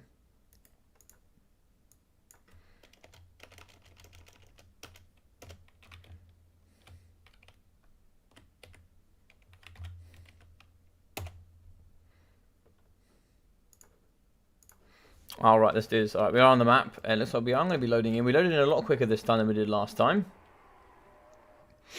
Looks like it should be exactly the same forces. Alright, so we're on El Alguil here with the Morgrubs. Mixing with double Spider Riders, looks like double of the Goblin Archers. Black Orcs mixing in with 1, 2, 3, 4, 5 units of the Savage Orc Begin. Yeah, you can have that. As well here with the Night Gobos. Here with Giant Refractorial Hag and Grom the Paunch. So Demigryph Knights, 2 units, mixing in with the double Knights of the Blazing Sun. Silver Bullets, mixing with double Free Company Militia. Sigma Sun Swordsman, mixing with double Swordsman. The Jade Wizard for healing and Dwellers Below. As well as Kylafrons on an Imperial Pegasus. Yeah, pretty good, pretty good, pretty good. 4 units of the Carrion, mixing in with the double Skeleton Horseman. I think Nekahara Horsemen are a little bit more up my street. I think they're a little bit better in my personal opinion. Blitz Legion of Attack, mixing with Skeleton Archers. 4 units of the Skeleton Warriors, as well as the Imperishable. Mixing in with the double Spearmen, and looks like over here we are going to have the double Skeleton Chariots. Over on the right hand side, double here of the Ushofty Greatbows, mixing in with the double Spearmen. And in the front line we are going to have, I think it's 3 inches zombies plus the Tithe, mixing in here with, it's really laggy, White King, Isabella von Carstein, and another White King. So yeah, that's pretty much the forces and like 4 or 5 units of Graveguard. So yeah, should be interesting. I don't know if this undead build has enough punch. We'll have to see.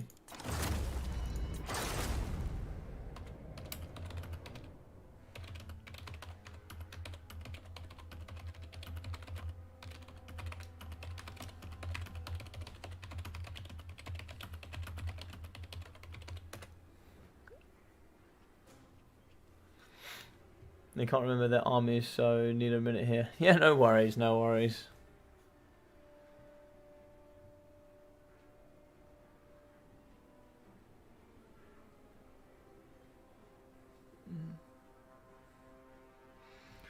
Yeah, I got a bit of a problem there with my neck. There we go. My neck gets super tight when I'm sat in the computer for too long. Alright, so just waiting here for these guys. Do you know, there's one thing I'd like to get into is a bit more, do a bit more, like, I try and do, I'm trying to finish off doing my physiotherapy, and I'd really have to do some chiropractic, some chiropractor work. Because I've heard a lot of people say it's really, really beneficial.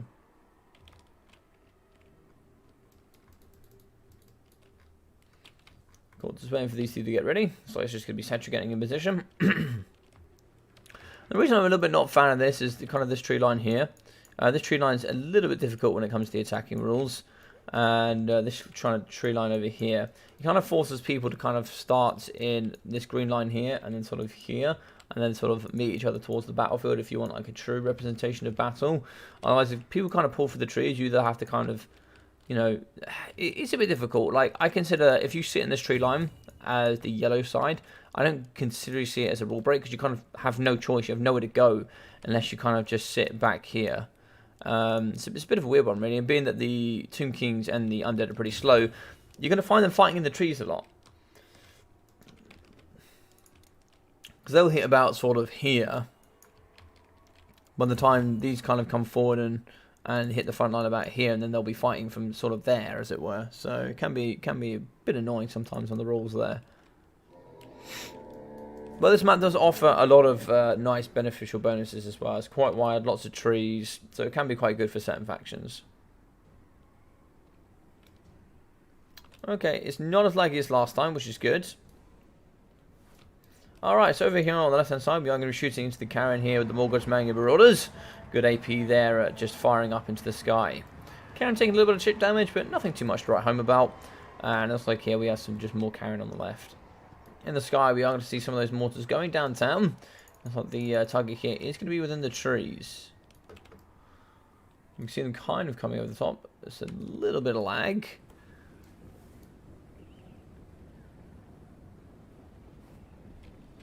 Maybe sort of aiming for here. Looks like we're coming after these zombie units.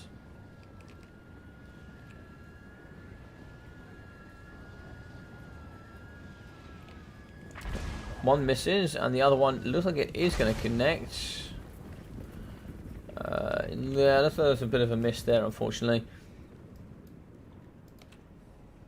A little more kiting here coming from the Greenskins. I think we're going to have to replay this, sadly.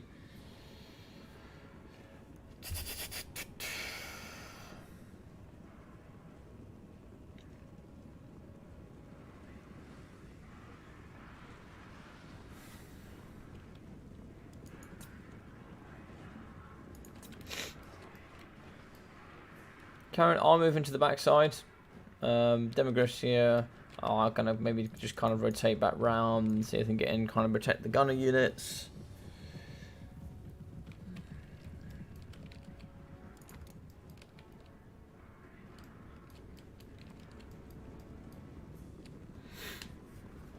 I think we're probably going to have to call this, I think.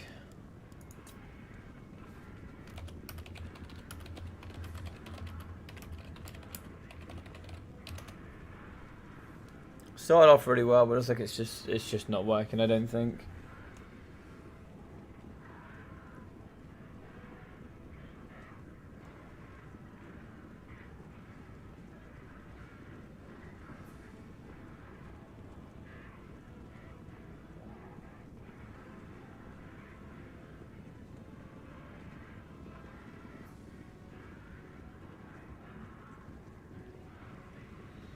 I'm really surprised that no one's disconnected so far.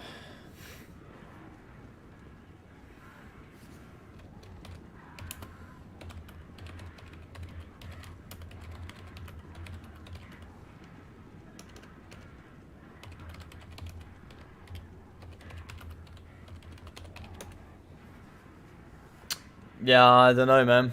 I don't know, Ninja.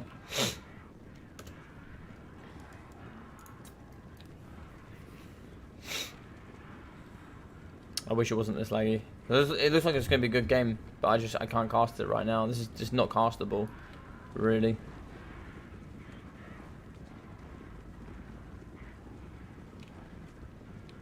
It's getting a little bit better. So the Blood Knights moving over onto the right hand side. They are going to want to get round into this pocket, but it's really going to favour the defensive team here of the Empire. It's really going to favour the defensive team because they just have so much more time to react to all the threats coming. It's a little bit unfair. Shots going out here, shooting into the Isabella von Karstein. Looks like we are going to get here in the middle. Some Carrion. They're going to be chasing here in the backside. Carrion are coming after the... I love the way they move. Coming to the backside here up against the Morgoth's Marauders. Oh, now they're going to get shut down here by the Spider Riders. That means the Carrion here are going to be breaking.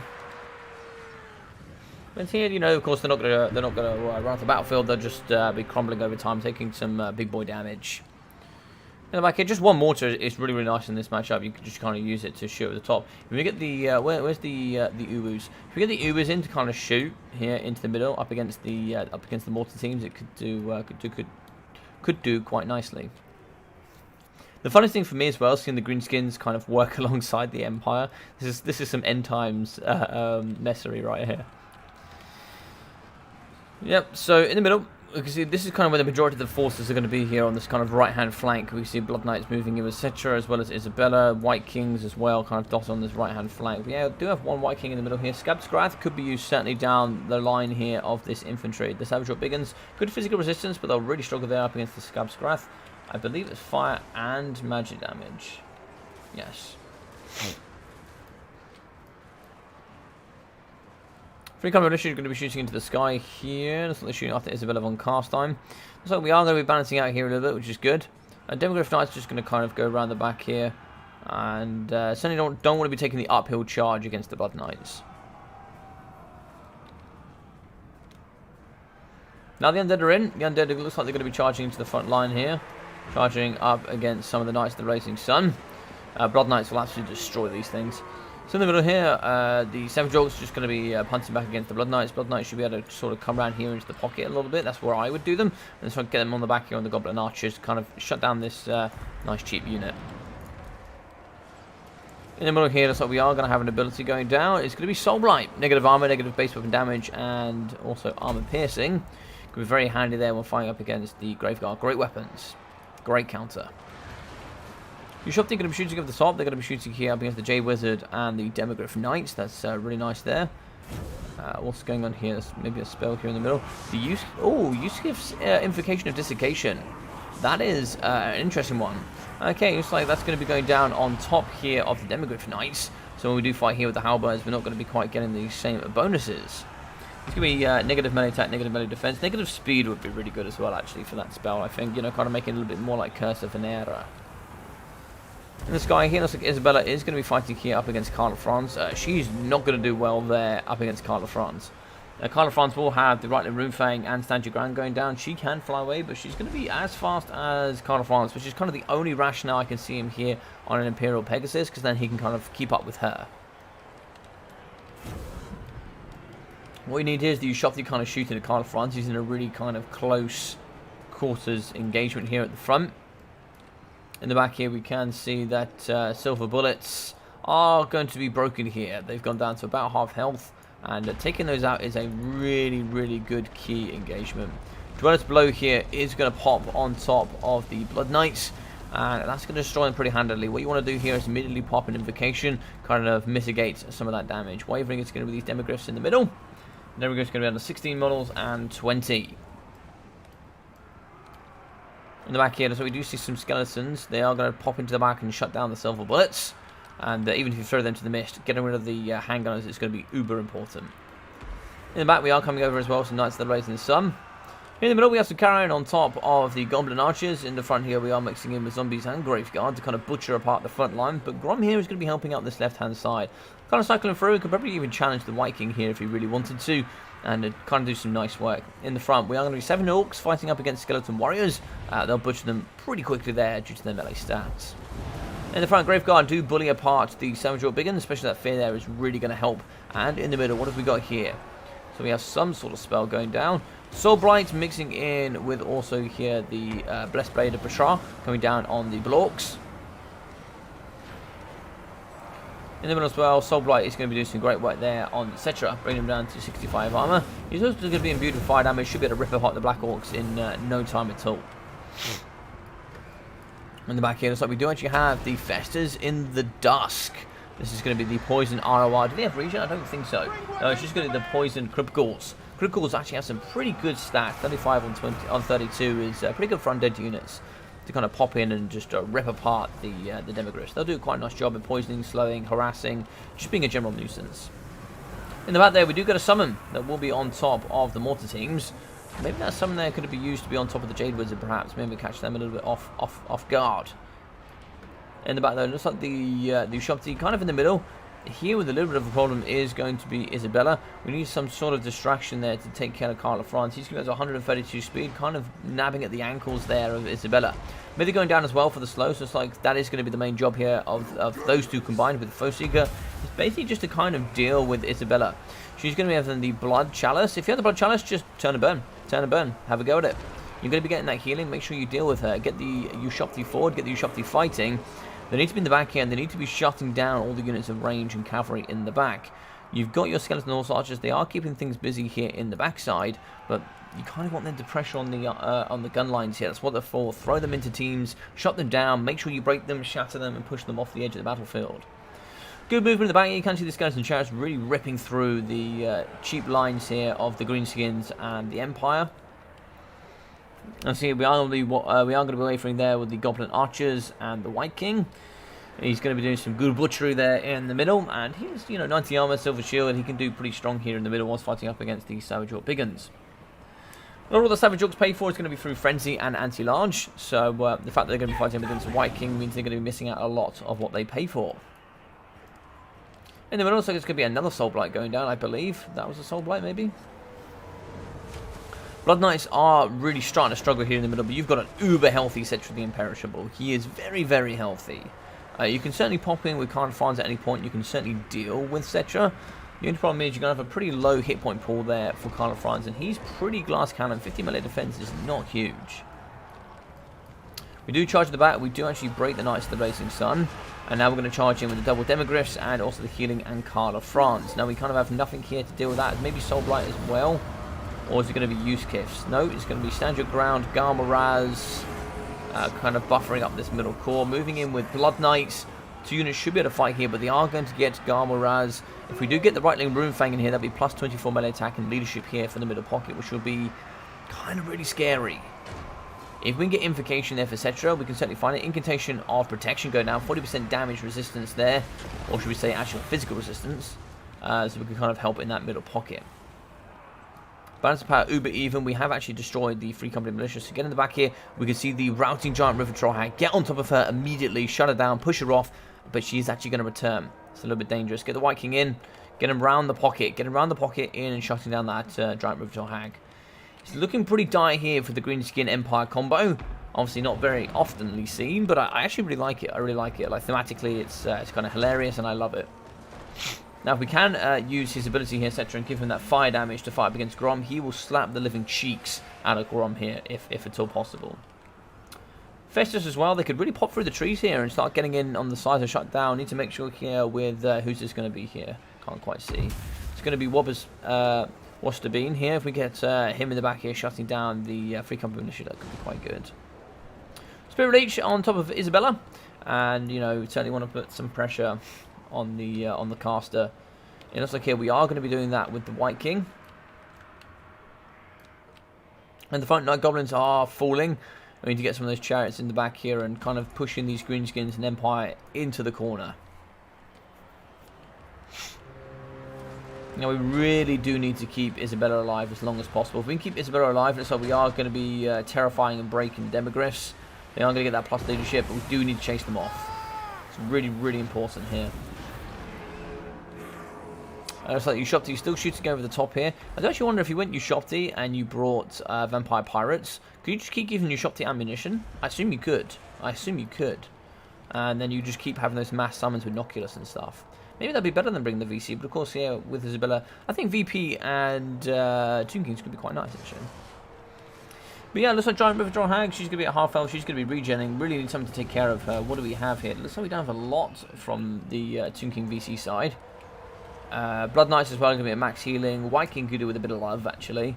Could do with a bit of a chalice there. So we are going to be shattering. I think that's one of the Knights of the Blazing Sun. That's not going to do it yet. So there's the Demogryphs. They're not shattered, but they are done for.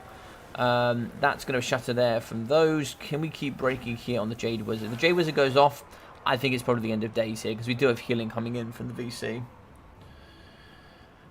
Sorry, I missed what you guys. Maybe better you stream the rest of the 1v1. 2v2 and 3v3, we send you as replays in this time. Yeah, I think that might be good. Thankful. All it's going to be in this matchup, the reason we're struggling here with connection is the fact that somebody doesn't connect well to somebody else. That's all it is. Now, we can see Demogryphs here just fighting up against the big man himself. He's going to be having the fire damage. That'd be really good there to kind of slap the cheeks. Oh, lovely chase. We have a chase here on Carla Franz. We are chasing in the sky. Isabella, 50 on 65. Up against 65 on 50. So, yeah, it could be pretty even rolls here. It's going to definitely favour the side there of Isabella if she can turn and fight. Don't get rear charged. If you fight there, I think you win. Now, Central Gun goes down. Now it's too late. She's now going to hit the floor. Can Cetera fight with Blood Knights? Maybe. Right, so he doesn't want any of that. He has the potential to get healed now by the caster. Yeah, you need to push him away from the caster here, unfortunately. In the middle there, we can see the White King going down. We can't really afford to lose the White King, I don't think. We certainly want to get a heal here if we can. So we are going to come over the snipe with Carla Franz. Going to cycle here as well with Grom the Paunch. Can we get a heal here from Isabella, maybe? It's interesting here to see what's still happening in the middle. Cetra is ready to go. He's ready to scrap. We now kind of need to take this fight. We need to take this fight if we can with Isabella. Because she'll win this. She'll win this. Of course, she's going to take lots of damage, but she will win it. She's just way too healthy not to win this.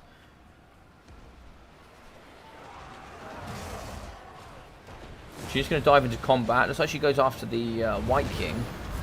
Sorry, after the White King. Goes after the River Troll Hag, but the White King is... Can we heal the White King is the question. If we can heal the White King now, we might be able to get him back into the fight. It looks like that's not going to be the case. Looks like the White King isn't going to get healed, which means we're going to lose a nice hero here in the middle pocket. Spears are going to push off, but we are going to meet them here with Night Goblin Archers and the Mortar team. Grom is super healthy here. One White King will be falling. I don't know if we've used all 6 Scabscraths. 16, he is going to stabilize, actually. He is going to stabilize, but we could seriously do with a heal there for him. Isabella is uber weak. She just needs to get out of here and make sure we save her Chalice. The Blood Chalice is going to be super important here. Yeah, she can't afford to be flying near these arrows. She cannot afford to be flying near them. Because she starts crumbling, it's game over. Looks like the Festers and the Dust are going to be fighting here in the back. They're actually going to be breaking the Night Goblin Archers. Balance of Power is going to be pulling into the favour of GGX and the Undead. She's wavering. One White King does fall. Let's see. Isabella in the back. I'm pretty sure Isabella has Arcane Conduit. I'm pretty sure she should have Arcane Conduit. Grom is getting smashed apart here by the Yashopti Great Bows. All ammunition has been used, so they need to get in here and fight. Setri is going to be in charging in behind from Grom the Paunch. Grom is now going to cycle through the skeletons here. Yeah, he's just going to make easy work of that. He's going to cycle through and do lots of damage. Keep the skeleton warriors moving forward. We do actually shatter the Jade Wizard. That's really, really good. A little bit late, but we do manage to get it done. We are going to be wavering here with the Giant River Troll Hag. If we can finish that off with Isabella. One charge there, and it's done. One charge, and it's done. And I think the Greenskins are out of this. Apart from just, of course, Grom. She's going to be charging in the back here to deal. You've got the horses. Cycle charge the River Troll Hag, I would say.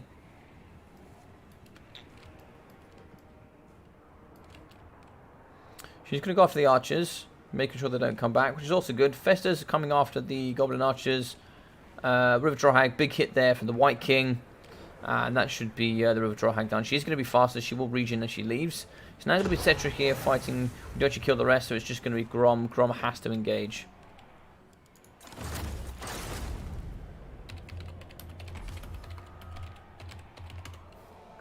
Grom is the only single entity monster. Oh no, we do have Black Ox, sorry.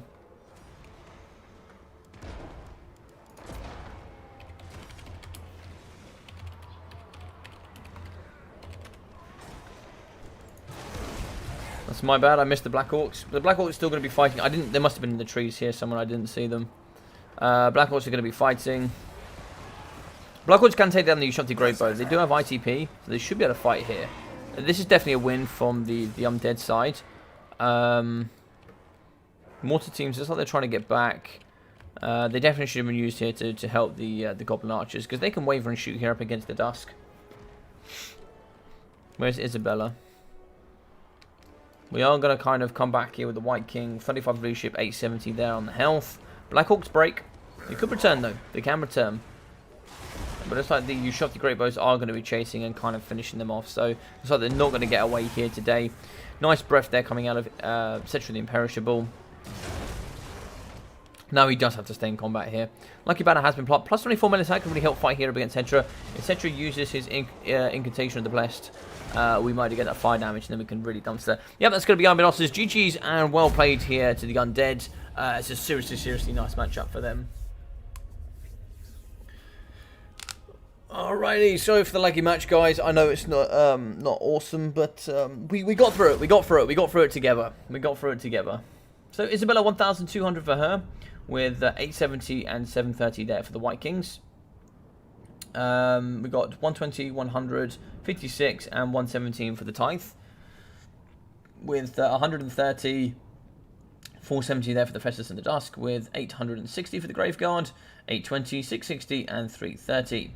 1,400 and 1,370 there for the Blood Knights, with 225 for the Direpack Wolves.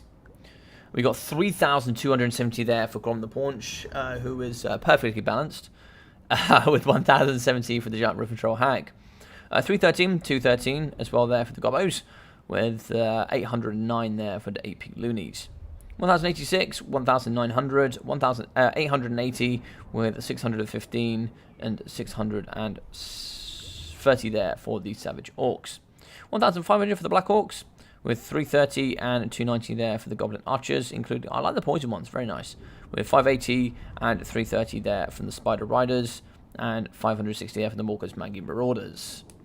Yeah, pretty good build indeed. These deal with all the large constructs. We didn't really have anything to kind of poke up in the back here against kind of the Tomb Kings. The Tomb Kings moved in with 2,060, 2,555 there for the Ushopti Greatbow, so good work there. Carrying 83, 25, 68, and 111. They got shut down very well. Yeah, very nice stuff. 1,700, 1,600 for the Skeleton Chariots, with 51 and 542 there for the Skeleton Horsemen.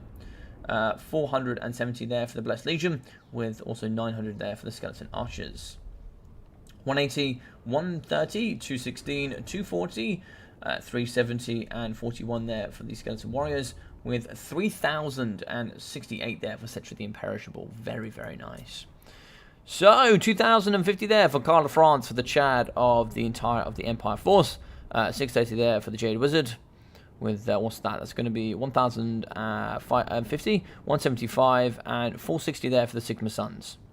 590, 544, with 616 there for the Silver Bullets, with 990, 780 there for the Knights of the Blazing Sun, 1.3, 700 for the Demograph Knights, with 640 for the Mortars. Alright, so we're going to go, oh, hello there.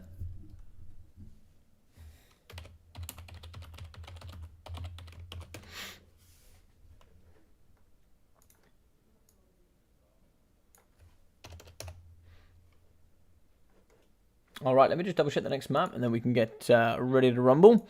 So the next one is, sorry, this is not all in the right order. So game 4 was, meant to be 2v2.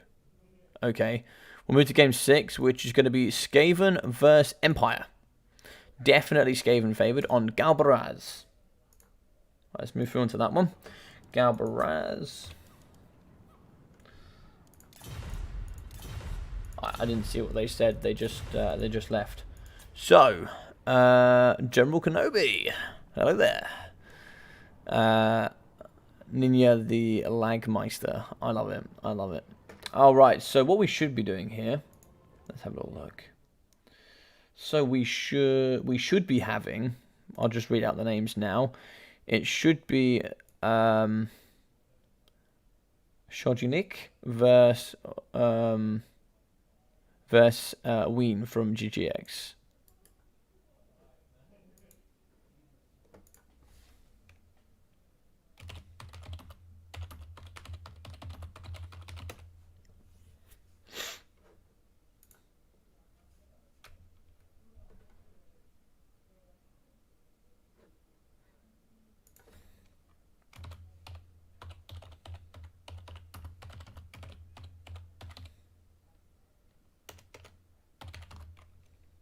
I don't know how to spell that.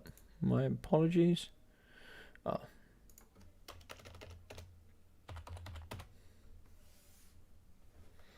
Alright, let's go on to Galvaraz. Nice. Yo! Oh, it looks like King of the Dead is taking over.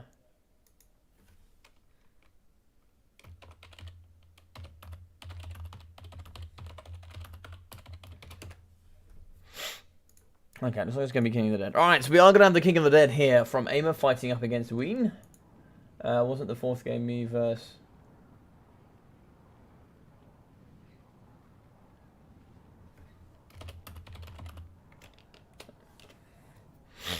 I think.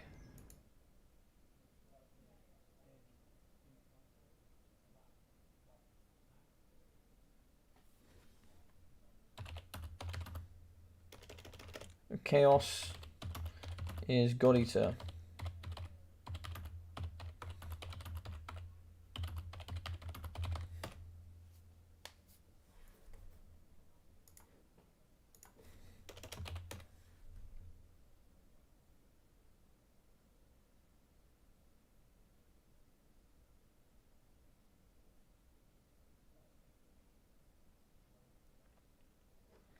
I do apologise, guys. This has not been well organised.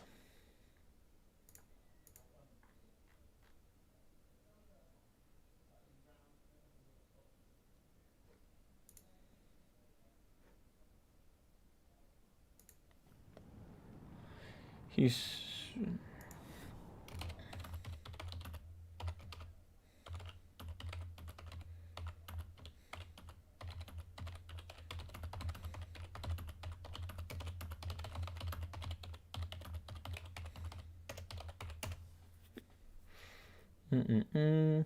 Do apologise, guys. I'm waiting to see what's going on here. So, just to give a little bit of context today, and I'm sorry, this is not the way that I planned it to be.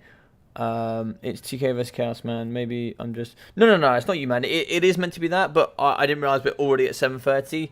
God Eater couldn't get home till 7:30, so he said he couldn't play till 7:30. So he hasn't. He said he'd message me when he got home.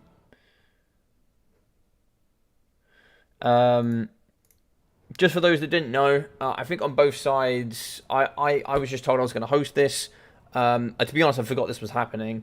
I got messaged at basically, I think it was about 3:15, and we were meant to kick off at 4:45 to say, oh, by the way, we're doing this. And I was like, oh, I planned something else. But then we got this all together, and I'm not really sure who knows what's going on right now, so I'm trying to organise it.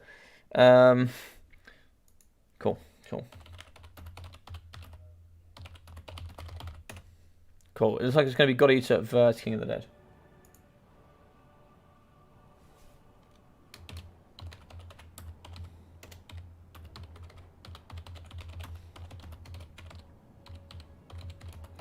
God Eater vs King of the Dead. Now, you are up next.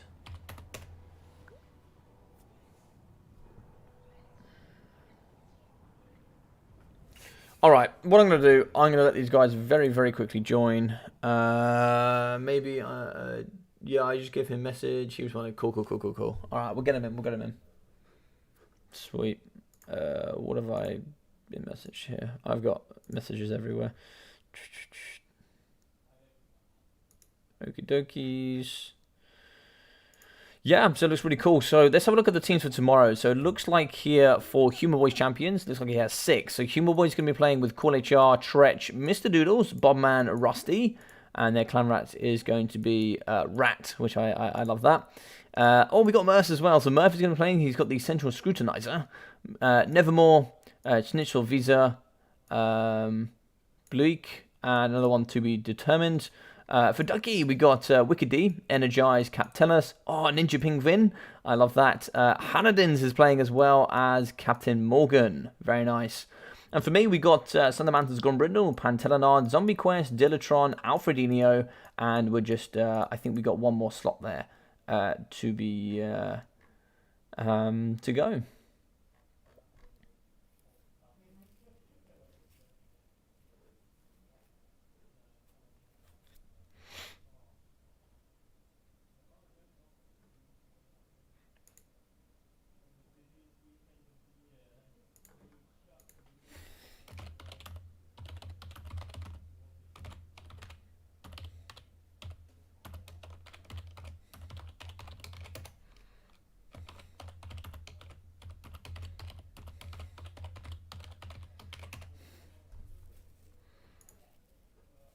Alright, I think our clan tag might be KOTM, which would be King of the Mountains, which would be pretty hilarious.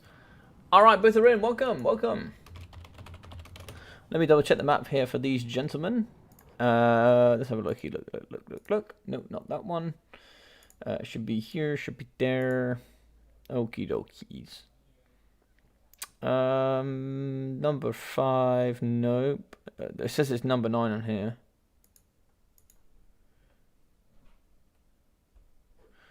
Tower of Hoeth.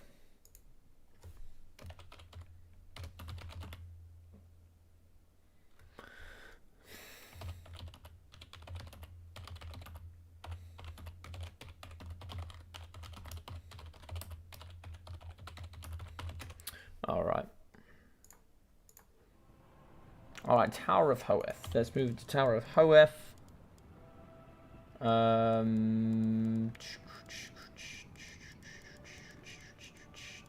Tower of Hoeth. There we go, Tower of Hoeth. Very, very nice.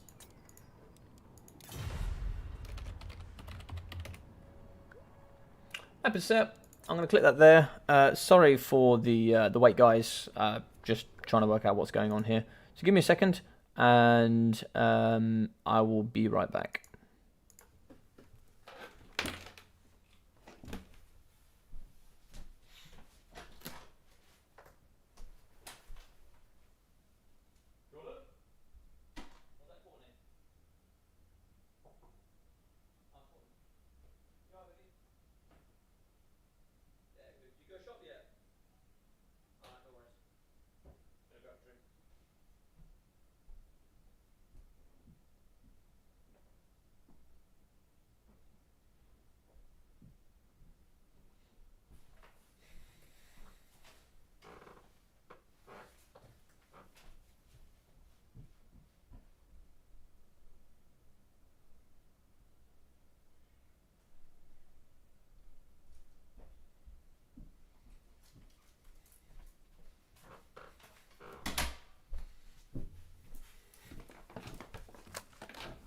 Alrighty, sorry everybody, I just had to grab a drink.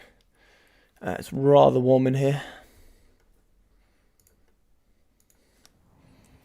Alrighty, let's do this. Alright, so they're both ready. So we're going to be 5-0 to the GGX side, which is really, really good. They've played very well so far, very well.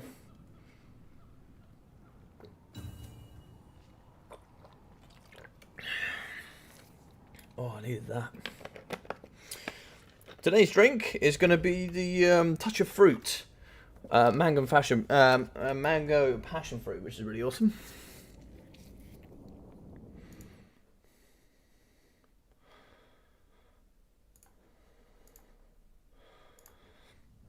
All right, so I didn't even see the matchup. I think it's Tomb Kings versus Chaos, I believe.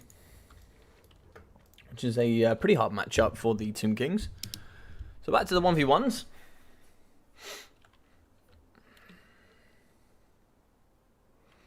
Yeah, it is. It's going to be Tomb Kings versus Chaos. Alright, so the King of the Dead.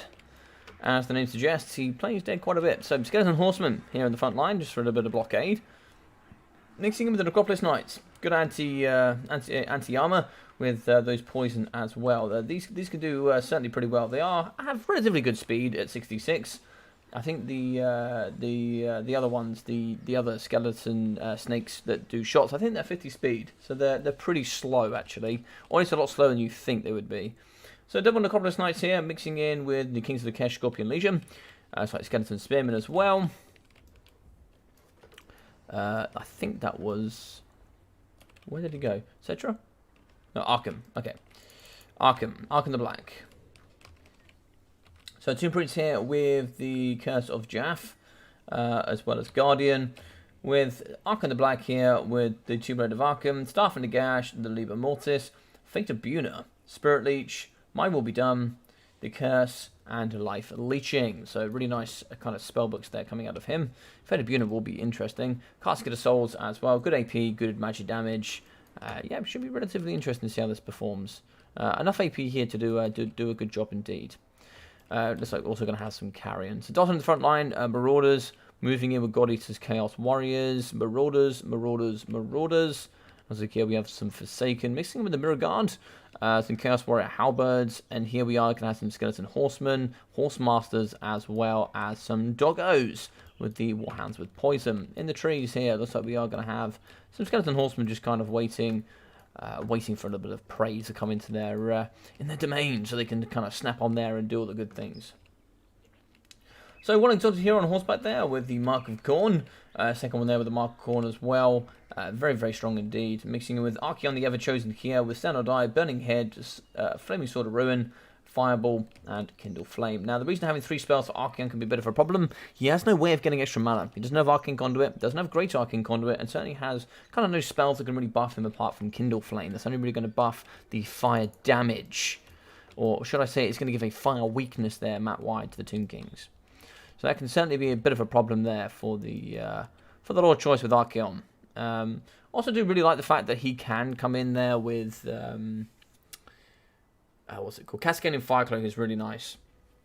24 melee defense plus extra AP for himself. Not that he really needs it in this matchup, but you know, just someone who can't kind of heal himself. It is really, really handy. It is really, really handy indeed. Alright, so we got a 5 on the door here for GGX. AIMA really need to pull themselves back in, and this is a little bit of an unfavourable matchup for them to do it. But it should be interesting to see what's going to happen. I think the big threats here from the Tomb Kings, we're going to have a couple. One of them are going to be the just major Spirit Leeches coming in from him. We definitely want to be getting Spirit Leech immediately on top of Archaon. He can't heal himself, and if you can shut him down early doors, that's really good. Just get Archaon the Black, move him forward, overcast Spirit Leech, and then overcast Spirit Leech again if you have to. Just absolutely smash on the front door of Archaon the Ever-Chosen. Just get that tick damage in, really rip him down a new one, and then try and see if you can win that front line if at all possible. You've got a couple of slight halberds, they're going to be some big threats as well here in the back. Great AP and poison, and this big juicy boy here, the Casket of Souls. You're going to have to just throw tools forward here. You've got a couple of Tomb Guard as well mixing in the front. They could really hold, but they do struggle with AP output. Really, really do struggle. Luckily here, not too many large tools were brought by the Boys of Chaos. Alrighty. Wow, Ninja, you say it's laggy means a lot. I love that. Logic, can game be started or wait for you? Wait for me, please, if it is a best of one. Sorry, if it's a 1v1, please wait. Ideally, I'd like to live cast all of them if it's all possible. Yeah, maybe just test your connections. If your connections are good with each other, then come play again. Then come try and play with me. Just give me a minute whilst I cast this. So we are going to be having here Carrion mixing in here with the Skeleton Horseman. Getting a bit of a chase here from some kite in the trees coming from the Broader Horse Masters and Horsemen. And to try and get over here in the middle. So it's not going to be too much else going on. Lovely shots coming downtown on the Mirror Guard. That's some lovely targeting there coming from King of the Dead. In the back, got to be careful here of some of the Warhounds. A little bit of kite as well coming in the back here from the Broader Horse Masters, etc. So we're going to be charging out there with Archaon the Black. It looks like maybe Staff and a Gash going down. Or is that going to be... He doesn't have Arcane Conduit, I don't believe. I don't think he does. Yeah, what I would say, sorry if I pronounce this wrong, Shog Unique, if you've got a 2v2 or 3v3, give it a practice run. Oh, lovely charge there at the top up against the Marauders with the Necropolis Knights. Very, very good stuff. Try it, see how it goes. If it works well between like the 3 or the 4 of you and you can kind of move and it's not too laggy, then come try it with me. Okay, looks like the Carrion here going to be kind of getting under fire here by the Broader Horse Masters, but they're doing the job. They're chasing off. They're doing the good stuff here that the undead gods do require of them. The Gods of Chaos, they're going to be cackling as they move forward here with the triple threat, coming in with the Exalted Heroes and Archaon. He certainly wants to be popping through in the middle here, getting in and getting into those juicy, juicy targets they certainly can do. You can see no damage really going downtown here on Archaon. We are going to have a Burning Head through the front here on the Tomb Guard. Tomb Guard aren't going to be able to go anywhere here, and they are going to get wrecked downtown, and they're going to get destroyed pretty handedly there. Cycle charge there into the middle pocket here up against the Tomb Guard. Interesting choice of target there. So you want to get onto the back here and start shutting down this Casket of Souls. That's going to hold a lot more balance of power. This gives them the option here to be kind of pinned in and get damaged here by the Necropolis Knights. Archaon moves away from... Archaon charges in and we move away here from Archaon the Ever-Chosen. We are going to get Spirit Leech there on Archaon, and that's really, really needed. That tick damage. You can see that tick damage there is a 50% chance. It does a lot of hurting. And there's nothing you can do to protect yourself there as Archaon. You need to get in the back. You need to shut down there with the big man. But it's like here, we are going to be trapped a little bit here with the Exalted Heroes. Archaon is in, but he's now going to be fighting up against the Tomb Prince as well. Tomb Prince does have some good anti-argent armor piercing stats. Arcan's not the same, but Staff Nagash does get popped, so we are going to get a summon here in the middle. It's going to be some of the skeletons here, just kind of buffer out some of the Chaos Warrior Halberds and the Exalted Heroes. In the middle there, kind of getting his bread buttered, is going to be Archaon. So he's going to be using the Flame Sword of Ruin, giving that extra base weapon damage. And now we're going to charge in here with the boys. Get the boys in, get them shut down, and kind of push out the Necropolis Knights. Finding himself in a bit of a sticky situation, we are going to find Archaon and God Eater not finding the best of places to engage. And that's where you can definitely see the Flaming Sword of Ruin coming through, the extra melee defense to really help Archaon. It really makes him one of the best duelists in the game. In the middle there, so we are going to have Archon fighting with the Tomb Prince here, up against the Exalted Heroes. They can certainly do some good slash and dash, but they certainly do need some infantry support. Chaos Warrior Halberds do fall here under the might and the pressure of the Tomb Prince and Archon. The men of the Undead there, certainly going to do the words of Nagash. In the back here, though, we do see Archaon, the undivided man himself. The Ever-Chosen is going to be struggling. You didn't quite foresee the Spirit Leeches dooming on his doorstep here in the middle. And, yeah, he's going to be getting some big tick damage. And we're still going to be fighting in the front with this Casting of Souls. This needs to get shut down early doors, really. Allowing this thing to shoot is rather painful. Certainly want to be getting these Marauder Horsemen in and around the corner and shutting that big bad boy down. It has 982 weapon strength. This thing will destroy any army if it's allowed to. It's still got 9 ammunition left, so it's used way over half. And it will certainly finish off the Chaos Warriors here if at all possible. And so we are going to be charging the back here with the Warhounds. Warhounds really need to get around. They'll actually rip this thing to shreds if given the opportunity. The Necropolis Knights are going to move in, but I don't think you worry here. You need to put some pressure on this thing. You really need to put some pressure on it. In the middle here, we are going to be having one Exalted Hero fighting. He just needs to cycle out of there. He doesn't really want to be fighting up against the Tomb Prince. He will lose in combat. He's kind of not designed to fight in this kind of engagement. One Exalted Hero returns, need to get him and rounded in the pocket. Use his mobility wisely. You can see here Archon the Ever-Chosen is ready to go. Could really do with some burning heads here in the middle. Then we're coming down the line here with the Skeletons and the Tomb Guard. We don't really have anything to challenge the Necropolis Knights. The Chaos Warrior Halberds did fall. We do actually have some Chaos Warriors, but they kind of lack the AP necessary to do the damage. In the back here, we need to shut down this thing. If we don't shut that down, I think it's going to be the end here for the Chaos. I think the Chaos are going to be falling here. I think there's not enough left here for them to do the damage kind of necessary to finish off the battlefield. This thing as well, 105 kills. Yeah, 1.5k damage value. I mean, that's kind of expected. Spirit as well, down on the door there for Archaon. That could actually finish him off. That is going to be Army losses. GG's, and well played here for King of the Dead and the Tomb Kings. No, he meant they are ready to start in-game. What do you mean they're ready to start in-game? Queden, sorry, that's not really making any sense. I'm a little bit confused. Alright, so we are going to have 1,100 for Archaon the Ever-Chosen with 300 and 300 there for the Exalted Heroes. 250, 230 there with 200 and 350 for the Chaos Marauders. 250 for the Chaos Warriors with 180 there for the Forsaken, with 180 as well for the Chaos Warrior Halberds. 260 there for the Mirror Guard. And that entire infantry front line, I think one person got 350. Some really great shutdown there from King of the Dead, just deleting this kind of front line. It's really, really good work. Yeah, very, very strong. We outnumbered this front line hugely. We've got 1, 2, 3, 4, 5 units of infantry. 5 units of infantry. We have 1, 2, 3, 4, 5, 6, 7, 8. 8 units of infantry here from God Eater. Yeah, certainly needed to get around the flanks there and start shutting those down. Throwing axes were possibly needed, I think.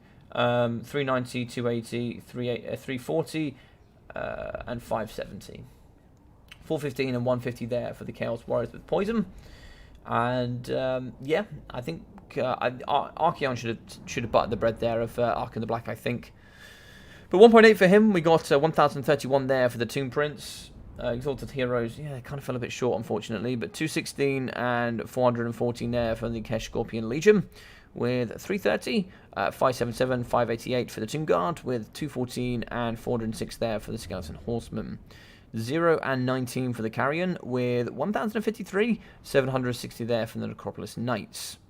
1,450 for the Casket of Souls, and just some great damage. 105 kills, just really ripped apart that front line then of the infantry. And you can see just all of them very, very well damaged. Shutting down, especially the key target of the Mirror Guard. They're a very, very strong unit here in the middle. Yeah, indeed, they're very strong. Skeleton Horsemen are also great as well. You know, Nekahara Horsemen, I think, are also uber strong. Maybe not in this particular matchup, but they are very, very strong for sure. Chaos Knights as well. Chaos Knights with Lancers can be really tricky without the Necropolis Knights to kind of shut down. Necropolis Knights aren't very often seen, but I really like the pick here from King of the Dead in this matchup. That is a really, really smart army for sure. I'm taking Tien's place. Tien has dropped.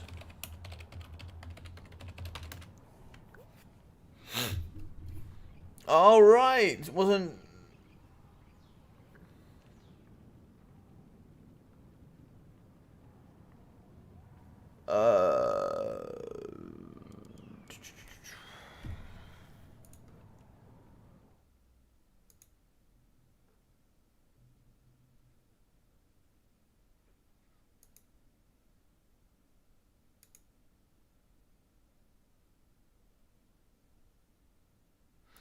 I can't remember, if I'm honest. I'm sorry, guys. I just got... this is just beyond confusing at this point. There's been so many changes, and it's not very well organised at all, and I'm a little bit disappointed, if I'm honest.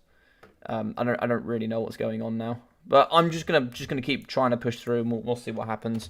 People are dropping out, people are jumping in, things have changed. I'm not too sure. But it's 5-1 here to GGX. They're playing very strong at the moment.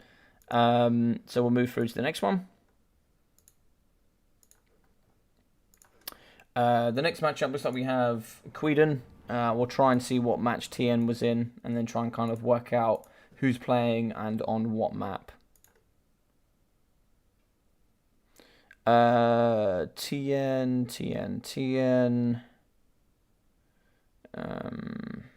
No, because Sugar Eunuch was meant to be playing Skaven against Empire.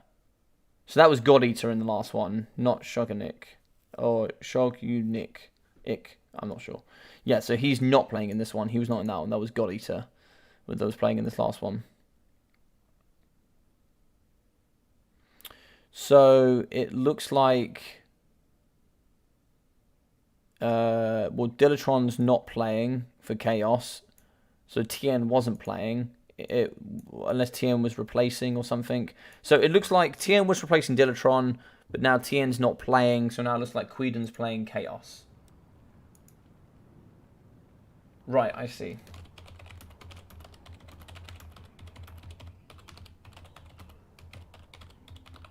Right, so it looks like it's Dilatron against Aaron Dealer. Okay, so it's Aaron Dealer on River and Maxon.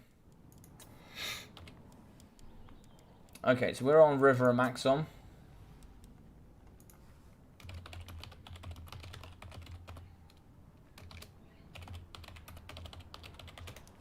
You're against Aaron Dealer. So if Aaron Dealer is in... Aha! Welcome. Alright, it looks like we're ready. So it looks like we're doing... Okay, Chaos vs. What else?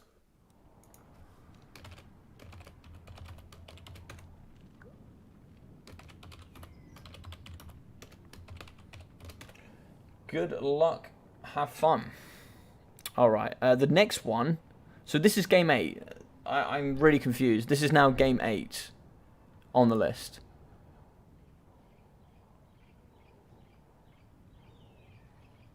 I don't understand.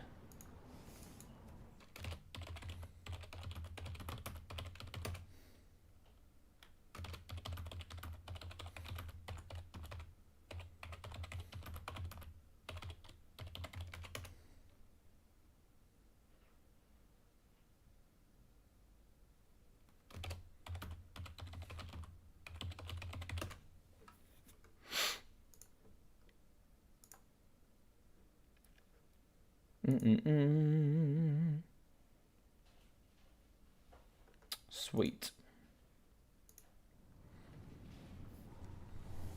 Yeah, I'm trying to go with the flow, but I don't really know. I'm trying to host this, but I don't actually know what's happening. Download, you got stacked team on Ent challenge. Was there some shady deals involved with this? It's not that. It's not that stacked, to be fair. There's a few strong players for sure, but like a lot of those guys that are in my team, are sort of they're in and around my content a lot. Like Pantelanard, some of them, Grombrindle, all of those guys on there offer a lot to the content that I do. So I wanted to kind of like show a bit of a payback there, so the guys can come on and kind of represent me, because I feel that's the whole idea, right? Obviously, Ducky made DBD and all those kind of things, so I want him to be represented by the DBD guys. That was kind of his thing that, I've become a part of, so it's nice to have them representing Ducky, because he's kind of the one that brought them all together. And I kind of want to put together the kind of the guys that helped me formulate my kind of like my side of things on YouTube. So I brought a bunch of the guys in there that play for me very regularly and are very helpful in and around the scene and behind closed doors. So it's nice to have those guys kind of helping me. And this is, I guess, my way of showing and saying thanks. Come join me, come play, come be involved with this awesome event, which is nice.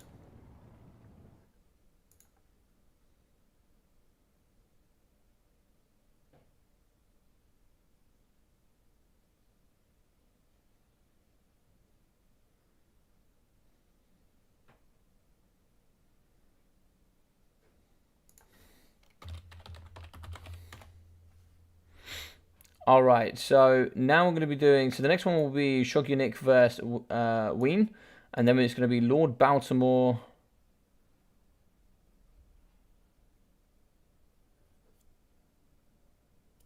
Yeah, so it looks like... so I think where most of the problem is it looks like AIMA has a different order than GGX. And a bunch of people have dropped in and out, and nobody's told me who's actually playing. So I'm a little bit confused as to who's going where, but we should be able to work this out. All right, so both of these guys are ready. So traditionally, at the top level of the game, you'll certainly find that this is actually more even than people give it justification for.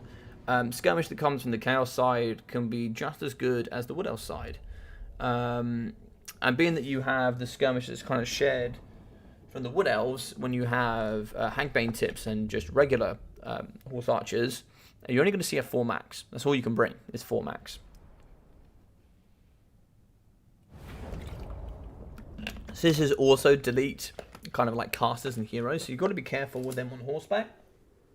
A lot of people bring them on foot, but I don't know if that's any better, really. You can kind of juke better. I mean, it's really hard to juke the sisters' shots. They are very, very strong. Especially in the air, I find it's really difficult to juke shots, because they home really, really well. I expect sisters is what we're going to see here with a nice healing caster, maybe. So, ooh, bold. Lost Silver and Knights here. Frenzy, Ethereal, and all the good stats here with Terra. Mixing of the Glade Riders with Hagbane tips. More Hagbane tips. Yeah, just a bucket load of Hagbane tips. That's too many Hagbane tips.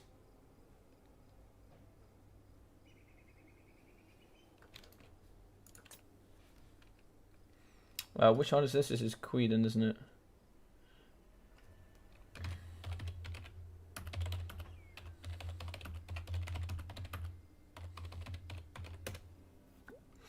It might be illegal. I'll have to double check.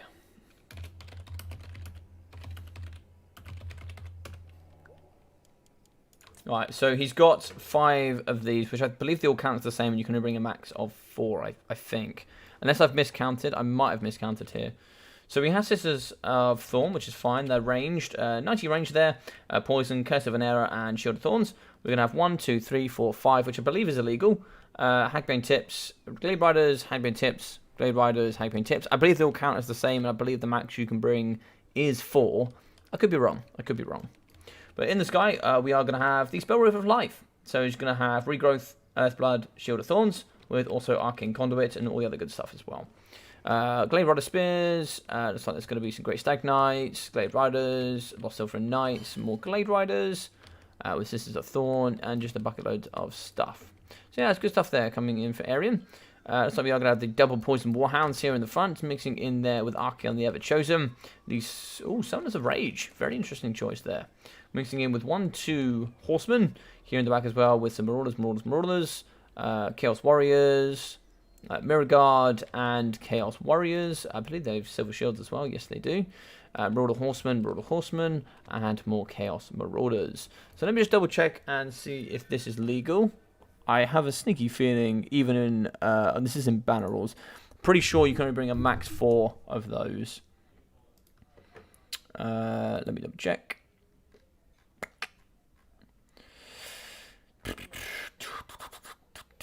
Yes. Oh, you can actually bring max 8. Didn't realise that. Okay, cool. His thing is fine then, I guess. You can bring maximum 4 of each. Oh, okay, that's very interesting. Technically, then you can actually bring 8 Glade Riders. Okay. That's sounds like quite a lot actually. I don't know if it's. I guess you're going to bring 6 max really, because then obviously you're fine.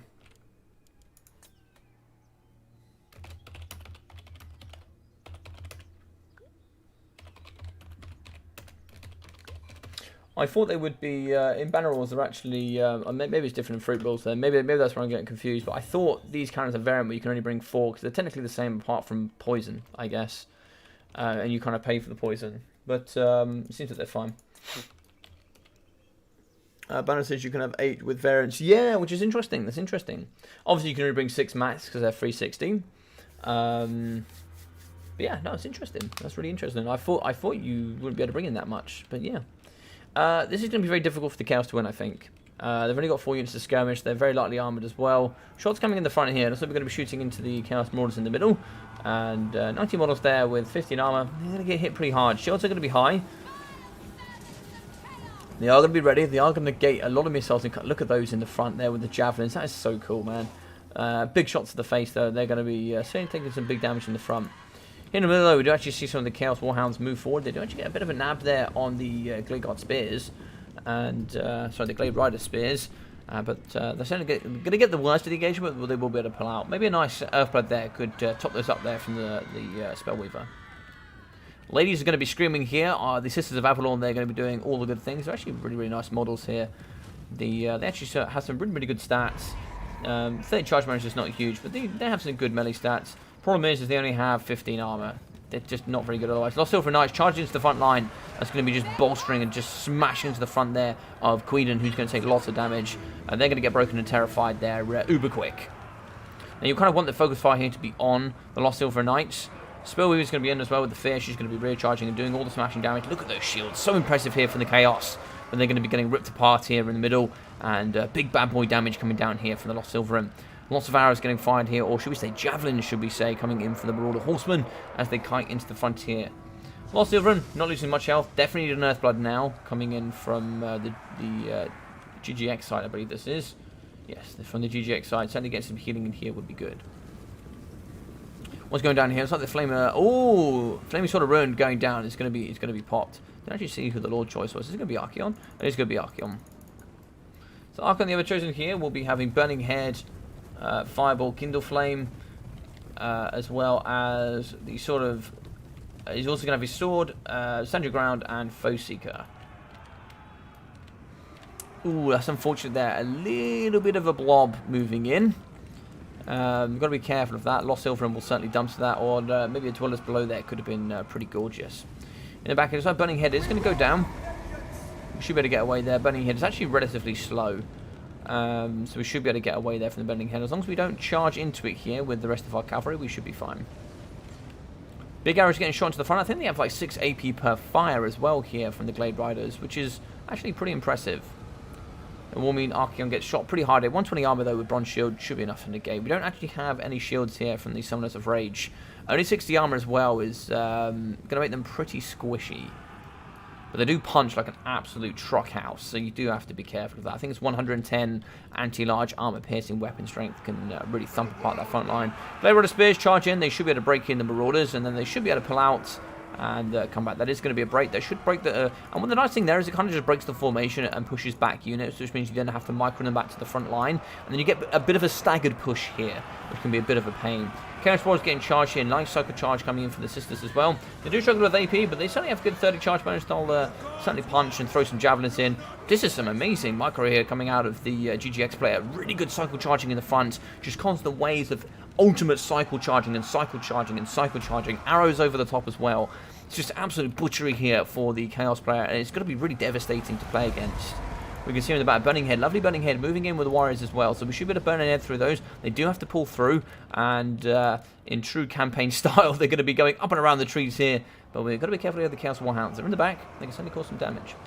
They're going to move through. They should be able to get into the trees. They should be able to nab onto the ankles here. And the Glade Riders, no, they're going to get caught. And here they do actually get caught, so there's going to be some pretty big damage going downtown, so they are going to fight, but they do instantly get terrified, moving in with the Lost Silver and Knights.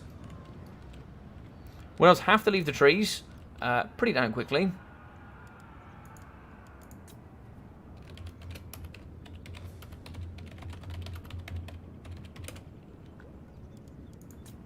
Wood Elves must leave the trees and come back towards the middle of the map. Chaos does not have to engage, is what I'm going to say.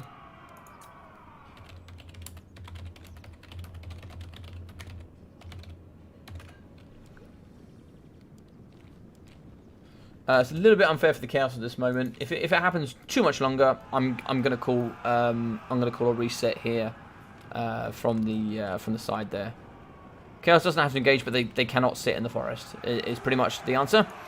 And as long as he engages, that's fine. If he got pushed off to this corner of the map, that's the Wood Elf problem. That's not the Chaos problem. They played very well there. Flaming Sword of Ruin is going to go downtown.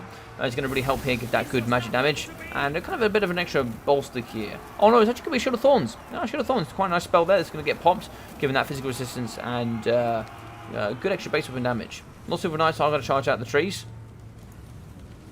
Archaon's very healthy though, you've got to be very wary of that. If Archaon gets left towards the end and you've just got the Spellweaver certainly can't duel Archaon. Archaon is a phenomenally powerful force that you do have to deal with at some point.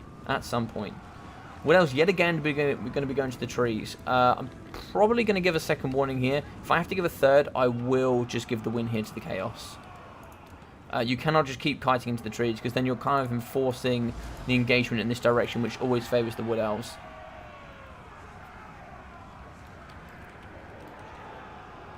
So it looks like here we are going to be pushing through with the Chaos Warhounds, trying to get on top of the Hagbane Tips. They are going to get caught.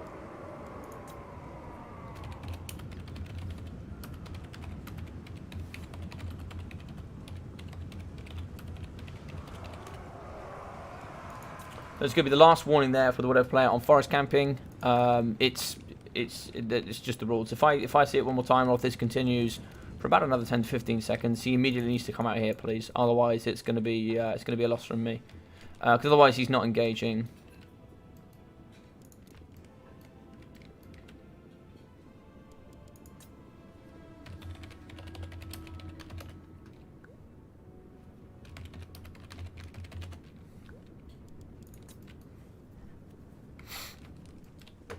I don't know. I feel like 3 or 4 rules have been broken here.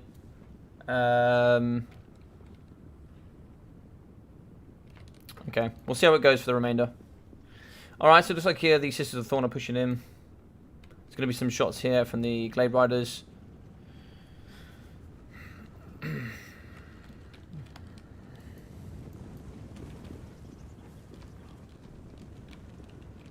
So there's still quite a few units here in the trees that I'm not particularly happy about. So we've got quite a significant portion of the force of the army in the trees. We have some here, but there's no missiles, there's no shooting, there's no real engagement. We can certainly keep picking apart the Chaos here, but so we are going to be shooting into the front now. I will just have to review this again, I'm afraid. But we'll come back to that later. We'll just try and cast it as if it's going to be finishing the way it is. The Chaos Warhounds are going to charge in, but they're going to lose here, I think, and they're going to get broken off right next to the white line. And they're pretty close to the white line as well, actually.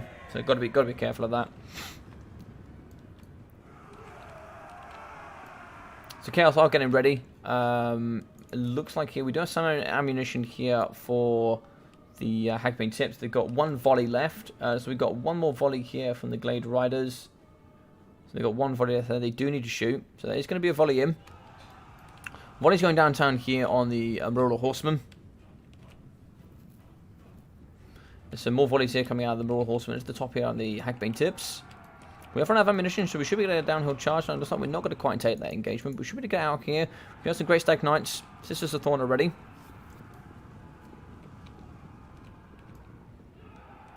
Also, this forest is also an extension of the white line as well, so you shouldn't really be traveling past this point. Or at least maintaining engagement in that point, right? It's fine if you did a quick U in the trees and came back out. It's fine as long as you're engaging, but it's a difficult one, really. Spillweaver High. It's just going to be just kind of hanging around. There's nothing really too much that can kind of duel her. There's just more breaking of the attacking rule here. You can maneuver, but there is no... I mean, I guess it's a force around. I don't know. The rules are so flaky sometimes. So there's going to be a charge in the front then. The Glade Riders going to get attacked here by the Summoners of Rage. They are going to get pushed off here by Archaon the Everchosen. We are going to get a nice big full fat charge here in the front from the Wood Elves. They're going to get thumped here up against the Chaos Warriors. It's going to look like it's going to be a rear charge here from the Glade Riders. Looks like they're not going to engage that, but they are going to engage on the other side. That's going to be one unit in there. Once that's broken, we do have to immediately engage. We're now going to engage on the top here. It does look like the Mirror Guard are going to engage. They're going to get a nice big fat juicy charge there. Curse of an Error goes down, and that's a bit of a misplay there because these need to be in already if you're going to be popping that Curse of an Error. Over here, looks like the Hadbane Tips are going to get ready. A bit of a volley here into the front could be quite nice. Burning Head does go through. Looks like you do catch some of those units. Maybe a Burning Head actually in this direction might have been better because that might have followed there into the forces. We are going to get a charge onto this side. Okay, looks like these are going to fight at the top rather than this lot.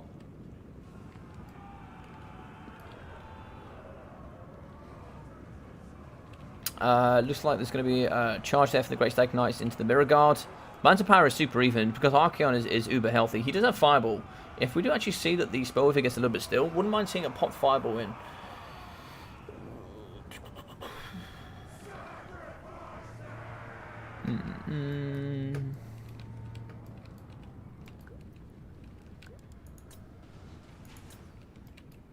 So there is a volley there from the Glade Riders. Cycle charging here from the remainder. What's going down here? I don't know what that is. Shield of Thorns has been popped. Trying to see if we can fight. It is a cycle charge through. Burning Head was not cast there. We still get the fire weakness, so a bit of a prop there. You've got to be careful of that, Queden. Make sure I don't see you doing that too much. Looks like there is going to be a charge here in the back. We are going to see... Was that a healing? There's an Arcane Conduit popped. So we are going to be engaging with the Wood Elves here on the right-hand side. And then it's going to be an immediate counter charge here from the left. Now, this is fine. This is a bit of a pendulum play. It's absolutely fine. So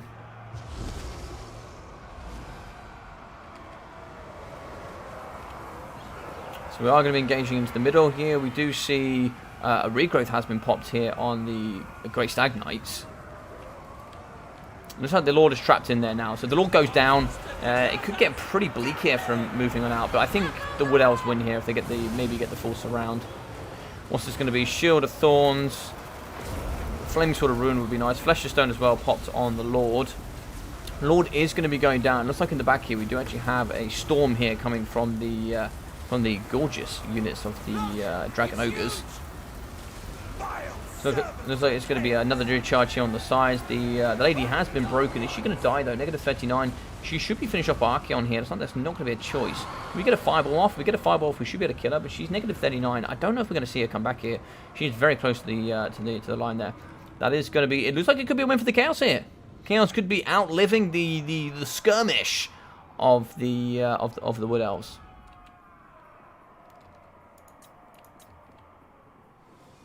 So it looks like here, an Aryan Dealer is going to get pushed to the outside of the map.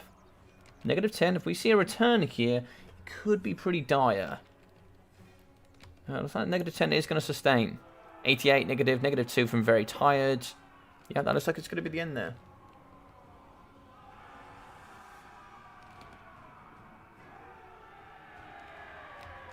Alright, so we are going to see some more charges here coming out of the Wood Elves. Balance of Power does favour the Chaos. Actually, no, it doesn't actually. It favours the Wood Elves, I do beg your pardon, I believe. No, I'm pretty sure it favours the Chaos, actually. I believe Queden did come in from the wrong side. So I think it does favour the Chaos here. And that's going to be mostly just due to Archaon. Has the Lord gone off? It looks like she has. Not yet. Oh, no, she returned. Oh, no. How does she return on 95 health? That shouldn't be possible. But she looks like she is going to return on 95 health. A fireball is needed to see if we can finish her off. Maybe here from Archaon. Do we have a fireball in the pocket? Oh, she immediately breaks. She immediately breaks. just under the sheer pressure. She probably should have just stayed in the forest and maybe try to see if we can get an Earthblood here.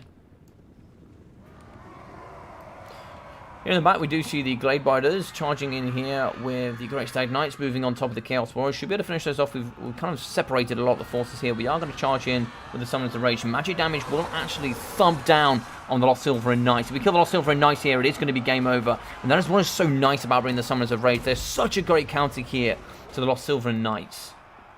Lost Silverin Knights, though, they do need the Spellweaver of Life back. Looks like they're going to be breaking. They are going to get moved off. We can see here as well, Glade Rider, Hagbane Tips. They're not going to stay for long. If they break, this could be GG's well played. They are going to break. We are going to be charging in with the Glade Rider Spears. We do have some Hagbane Tips on the side. That is going to be army losses. GG's! And well played for the Chaos. Let's go. Big stuff coming back from AIMA. Big stuff.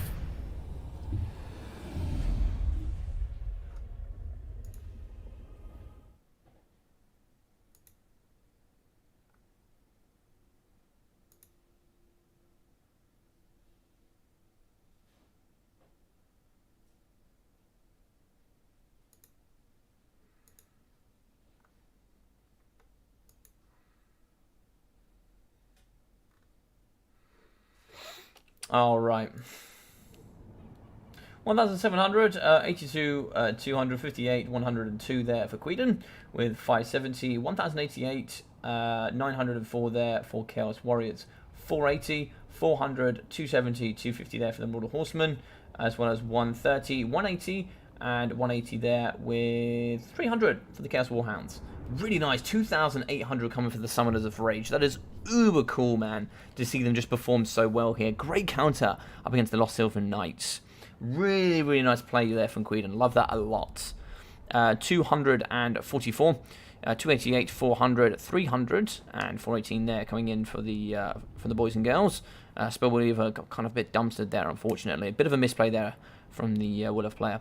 But 560, 970 for the Lost Silver Knights was 675, 550, 640, 690, and 950 with, 930 there for the Sisters. So you can see there's some of them doing pretty well. Target prioritization, and there was some good micro there in the beginning. A couple of rule breaks, but you know, we'll have to talk about that afterwards.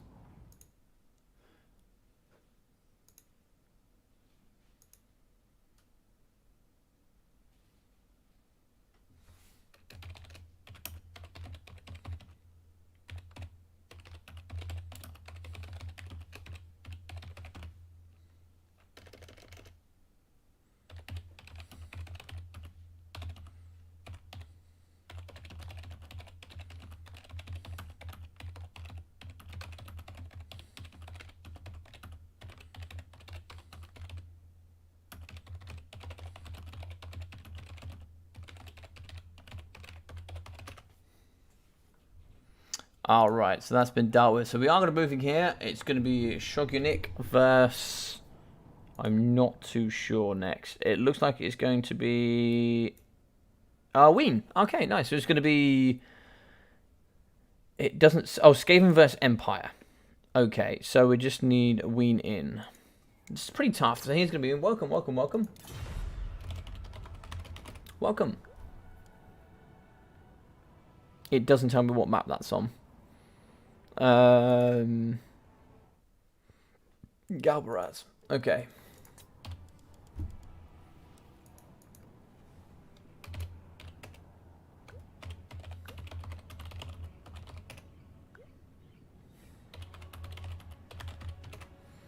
Oh, GG's well played. So let's have a look here. So we are going to be going there with another point coming in from AIMA, which is really, really nice there to see. So it's now going to be 5-2 in the series. AIMA really putting it back here with two 1v1 victories, which is really, really good to see.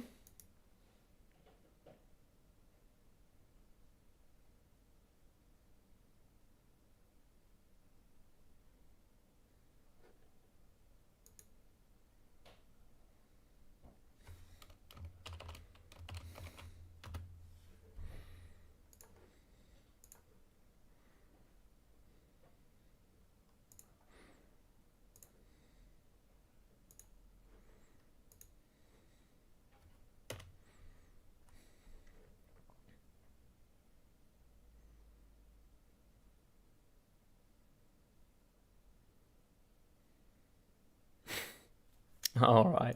Looks like we're coming up with some things for the logic. His build was illegal. That's not correct, Queen. He actually had some Hagbin tips and some regular as well. You're allowed a mixture. You're allowed a mixture. He had 4 Hagbin tips and 1 regular, so it wasn't illegal.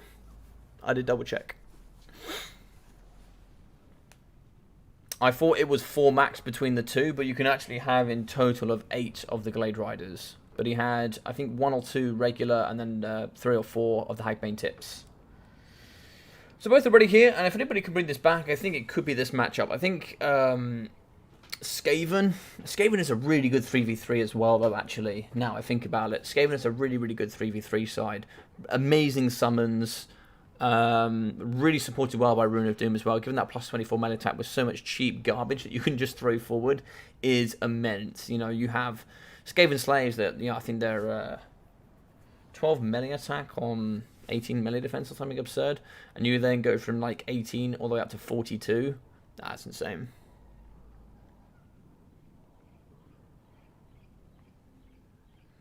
Yo, Mantis, how we doing, man? Welcome, welcome, welcome, welcome, welcome.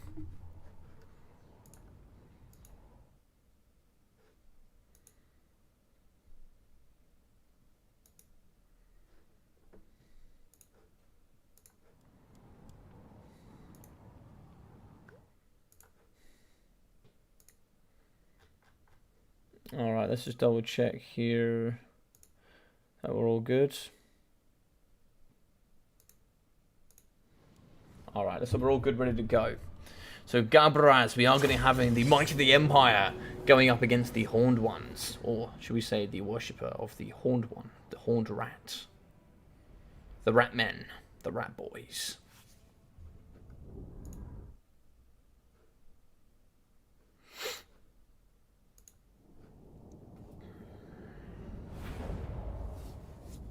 Alright, so I'm going to be here on Galbaraz. We do have a little bit of a dip here on the left-hand side, a little bit of a reservoir there for water. What's that going to be? Is it just a rock? Or I have a little weird, I'm not sure what they're called, actually. Looks like it's going to be having some steam coming from it. But here we go. We are going to be having in the front line. This is a pretty tough matchup for the Empire, for sure. So double Pistoliers, moving in here with Empire Knights, 2 units. Double Flagellants, mixing in with Swordsman, Buckler the Swordsman, Spearman as well, with the Amber Wizard and Volkmar the Grim. Terror here for the man, the myth, the legends, Grand Soulfire, Grand Shield of Faith, the Grand Hammer of Sigmar, Banishment, and the Jade Griffin. Of course, the man is unbreakable, 40% magic resistance, missile resistance, and all the other good juicy stuff as well. So, the Amber Wizard in the front, probably going to have 2 pretty strong spells. Here are going to be the Transformation of Gadon, Flock of Doom, Wild Heart, and Power Stone. Flock of Doom, not really so great, I don't think. I believe it's going to be... does it pick 18 models and do 5 damage in total? Something like that. It's something like that. It does like 5 damage over a couple of seconds. Yeah, I think Power Stone and Wild Heart is a lot of investment for Transformation of Gadon, and unless you pop that one immediately and then you just immediately use Power Stone to try and boost your way straight up to a second one, it's a lot of Winds of Magic. It's a lot of Winds of Magic to do that. So big investment there on the Amber Wizard. I would have expected like kind of that sort of makeup to come in for Transformation, and maybe something like an Amber Spear.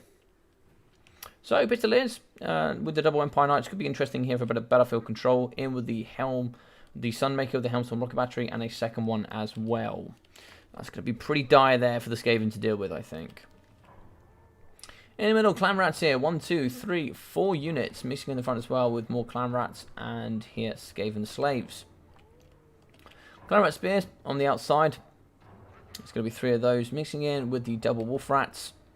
Rat Ogres as well, 2 units. Mixing in with the Chieftain and the Assassin. Chieftain here on a big boy. He's going to be here with Guardian, the Shield of Distraction, and Frenzy. Here with the... Oh, imagine an Assassin with physical resistance. Oh, that's up to 30% as well. That's vile. Rival High Talisman, Assassin's Trophy, and Concealment Bombs. Now, Gracier Plague is going to be here with Arcane Conduit and Vermintide, the dreaded 13th spell, Unholy Clamour, Scorch, the Potent of Venomous Doom, and also the Wall of Unholy Sound. Very interesting. And yeah, physical resistance is just so goddamn good compared to armor. Like, most people look at the assassin and go, oh, you know, he's only got 20 armor, he's pretty squishy. He's not that squishy with 30% physical resistance. Fine, he's not very good against magic, but you know, things that you would be targeting, like Spirit Leech, etc. Like magic, you know, only magic resistance is going to help him there. Armor's not going to help him. So the fact that he's got 30% physical resistance that doesn't down trade with exhaustion, it's really, really strong. It's really, really strong. Physical resistance is actually better than armor. Because armor does down trade through the fatigue boundaries. So Warlock Giselles, and more Warlock Giselles. They're going to retreat here after they do see the Helmstorm rocket batteries. They're going to be firing downtown for sure. Now we're going to move forward here with the Gracia.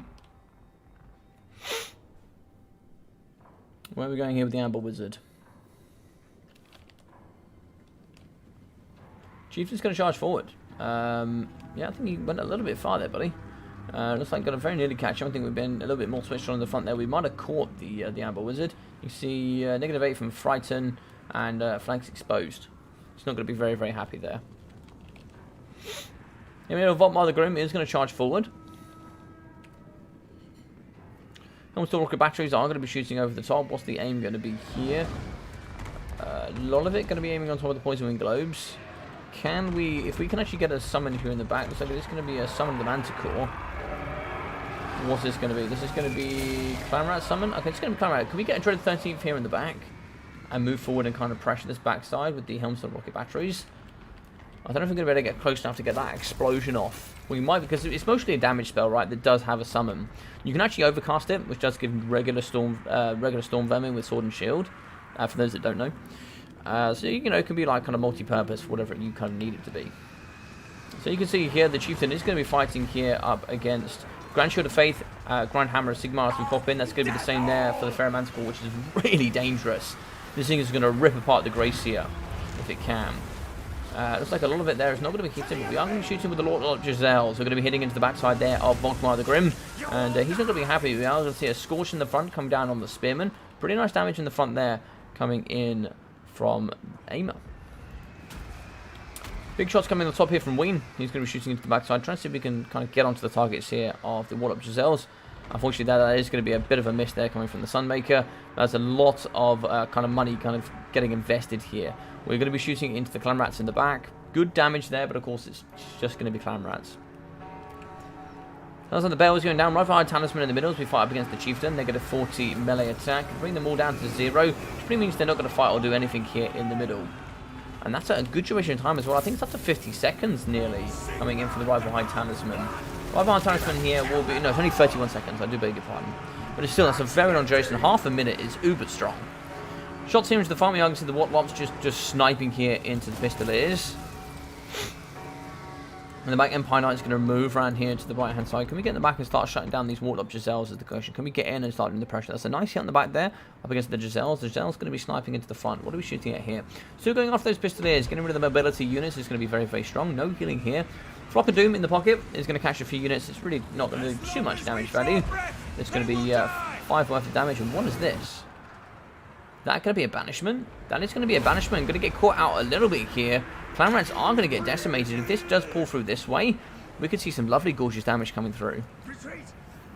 Looks like we're not going to be able to catch that quite, but we are actually going to retreat right back into it. No, the Skaven, the cleverest of all the factions, are going to walk straight back into the banishment and do more damage to themselves. I absolutely love it. And I really like the Chieftain here. He's going to be putting some really nice pressure on Volkmar and the rest, but Volkmar will regen. But big pressure coming downtown for him. We are going to be sniping there with the Warlock Giselles, trying to get in and do some good damage there on him. In the back, so we do get a return here. The Wolf Rats with poison. More sniping at the front here, shooting in with the Empire Knights. Great AP come from these models. And Shieldbreaker as well, so you can really negate those shields that do come through from most of the heavily armoured horsemen. Yet again, another block of Doom going down. I haven't seen the second transformation of Godon. That's certainly more important. Flock of Doom will do damage up against models, but I think it's about 5 damage per model per tick, which is... It's not huge over seconds. I believe it's just a couple of ticks. It's not very much. Pistoliers moving over to the left-hand side. Maybe we can get a bit of pressure here on the Wolf Rats. Wolf Rats going to just turn and burn here, I think. I think if they hop onto the Pistoliers, it's kind of ended days for them. I don't think they can really challenge the Wolf Rats. sniping shots over here on the left onto the Empire Knights. Looks like we are going to move forward with the Clan Rats. Here we go. We are going to charge forward. We should be able to get... We should also get, like, negative here, like, faster units nearby. Getting attacked from the rear. That's actually going to break them with fire coming in here from the Warlock Giselle teams. Well, look at all those negatives. So many negatives. They do break, and they should be able to get chased off here. Wolf Rat's now going to just kind of apply a little bit of pressure to the left-hand side on the Pistoliers. And that's going to be the skirmish game done here, pretty much. In the front, Clan Rats here with shields fighting up against some of the Empire Spearmen with a bit of help here from Volkmar the Grim. Terror is always pretty nice there. You can see that complete turn there from negative 21 there. Just tipping over the terror boundary there for the Clan Rats. In the middle, we are going to get a summon. We are going to start pushing here up against the Swordsman. Maybe a bit of a charge here from the Chieftain. Coming in from both sides with the rear charge here from the Rat Ogres. Should do some really nice damage to the leadership. Look at that, just smashing straight through the Force. Jesus, so much damage there. Splash damage coming out of the Chieftain. Sniping damage coming up against Volkmar the Grim. It looks like here that is going to be an overcast Flock of Doom there from the Amber Wizard. Overcast Flock of Doom is going to be extended duration and cast radius. In the middle, Scorch is going to go right down the line up against the Flagellants. We are going to be seeing here the Grand Shield of Faith. 20% damage resistance is huge, yeah, especially in the pocket just like this. Volkmar is getting dumped on by the Gracier and the Chieftain. Bit of sniping pressure as well from the Warlock Giselles. They do some brilliant damage over time. In the back here, we are going to be seeing, looks like some Empire Knights trying to see if they can fight up against the Warlock Giselles. We are going to be countering here with the Wolf Rats. No, it's not. It's just going to be Pistoliers. Pistoliers will comfortably get moved there. Plus 16 leadership. Unholy Clamour. You've never seen Wolf Rats with 70 leadership. You've never seen it. You've never seen it, people. So in the middle here, I think Volkmar could be done here, unfortunately. I think the triple of the Warlock Giselles from AIMA was just too much here for the forces of the Empire. It looks like Wien is going to pull out. That is going to be GG's, well played, and a great victory there for the Skaven. So 1.2k in for the Gracier Plague, 350 and 1,100 for the Chieftain. 0 there for the Skaven Slaves, 144, 280, 170, 45 and 29 there for the Spears, with 590 there for the Shields. Yeah, we do have enough there. 22 and 260. I was wondering if that was too many, but it's not. 0 there for the Poisonwind Globes with 250, 1.3, and 1.2. 650, 300 there for the Wolf Rats with Poison, 0, and 900 for the Rat Ogres. 970 there for Volkmar the Grim. We've got 210 there for the Amber Wizard. What did we get here? Looks like 85, 170, 170, with 210, 204, and 114 there for kind of the Empire State troops. Flagellants in the 405 and 350 for the Flagellants. I think if you went mass infantry force it, could you take this on? Maybe. We got 370, 160 there for the Empire Knights. We got 214 and 580 for the Pistoliers, with 505 for the Helmstone rocket batteries, and 175 kills for 1.6 for the Sunmaker. Still not quite paying for itself, but 175 kills is a strong way towards paying back for itself, considering how expensive these units are. Getting 175 kills is really important up against the Skaven. Artillery, negative damage, all that, etc. is quite nice. Yes, GG's indeed. Hey, Shellen, how are we? I feel like not having Outrider grenades means you hate fun. I agree.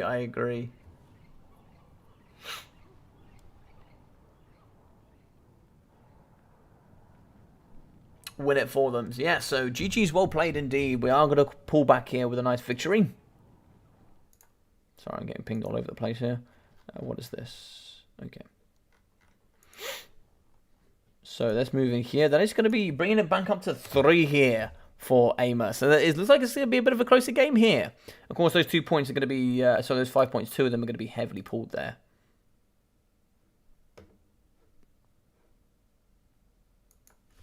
Alright, looks like it's going to be a 2v2. Let's get it on.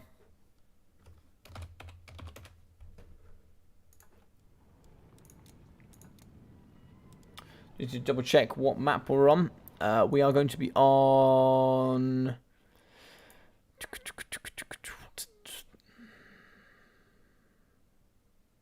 Is it MP Alpine Ridge? Yes. This is going to be the one for Alpine Ridge.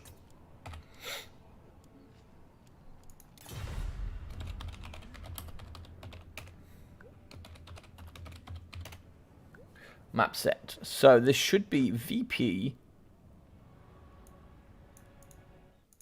and Lizardmen against VP and High Elves. Interesting. Interesting.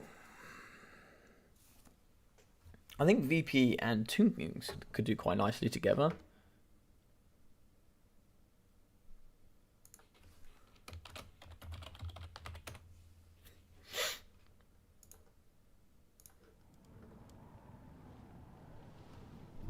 But no, I agree, Shetland. I agree. Not having grenade launchers is almightily... I definitely pressed plus there. Almightily boring. Hey, Sylvan! How we doing? But no, I think Pistoliers are good as well. Like, Pistoliers are great. Just think of them as dogs that can shoot, right? 90 speed, pretty good clear up. Missile strength is actually pretty good as well, like 38. It's pretty good. Even though they lack AP, they do some great weapon strength damage for sure. So, if AIMA can pull this out of the bag, with VP and Lizardmen up against, I think it's VP and High Elves, we could see ourselves with the tied game. And with the tied game, it all comes down to the best of 3. The other best of 1 doesn't particularly matter. That's just going to be honor rights to see who pulls ahead. But we did go up to 5-0 here. We have pulled back with 3 individual wins coming in from AIMA, which is really, really strong. Really, really strong indeed. 2 vs 2 and 3 vs 3 will be very exciting for sure. Will be very, very exciting.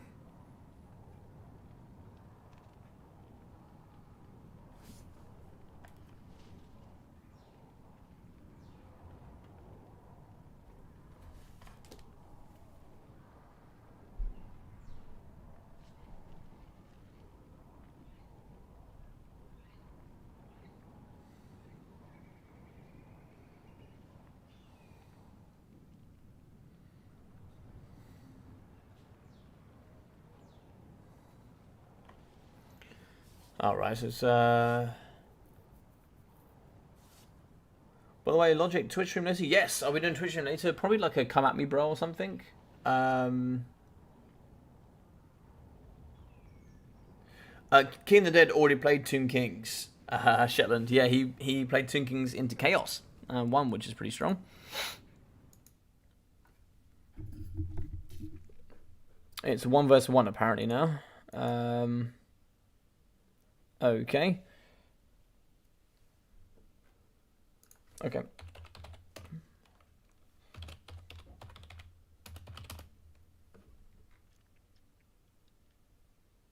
Sylvan vs Lord Baltimore.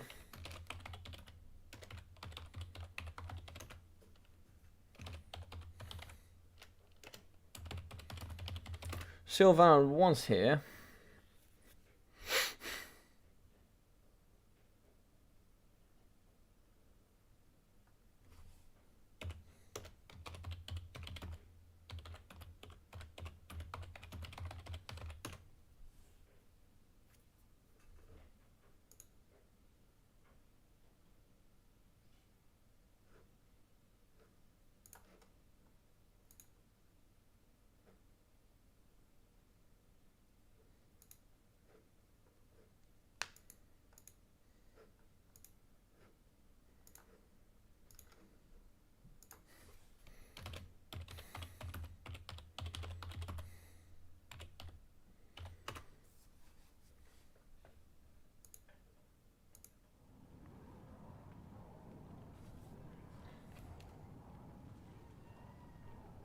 Alright, it looks like no one's here now. What's going on here, gents?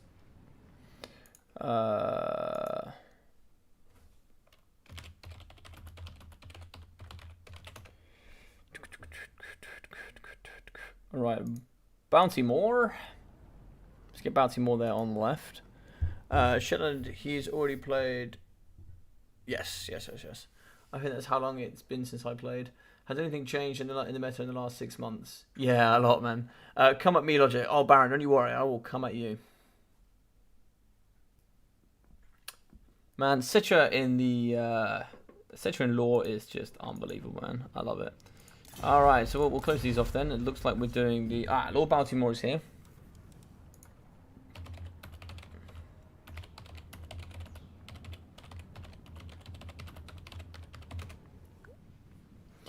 Alright, so it looks like we're going to be doing a different map now. So we're going to be doing Balsamore against Sylvan.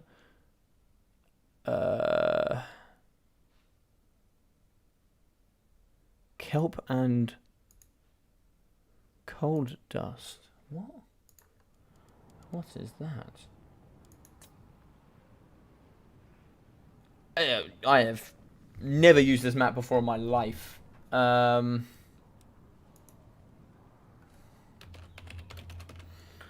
Okay, interesting map. Never used this one.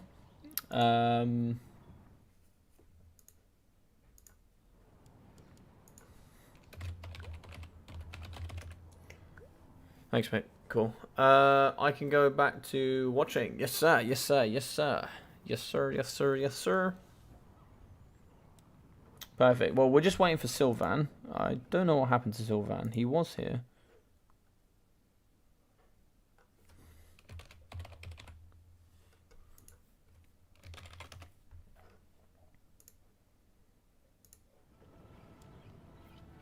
Just wait for him to come in.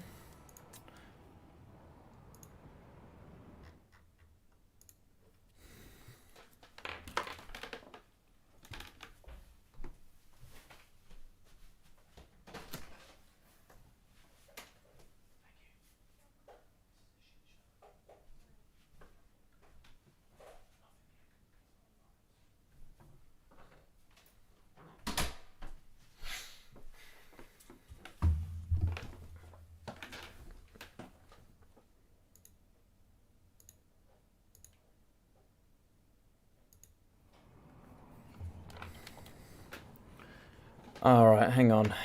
I think these guys are a little bit confused.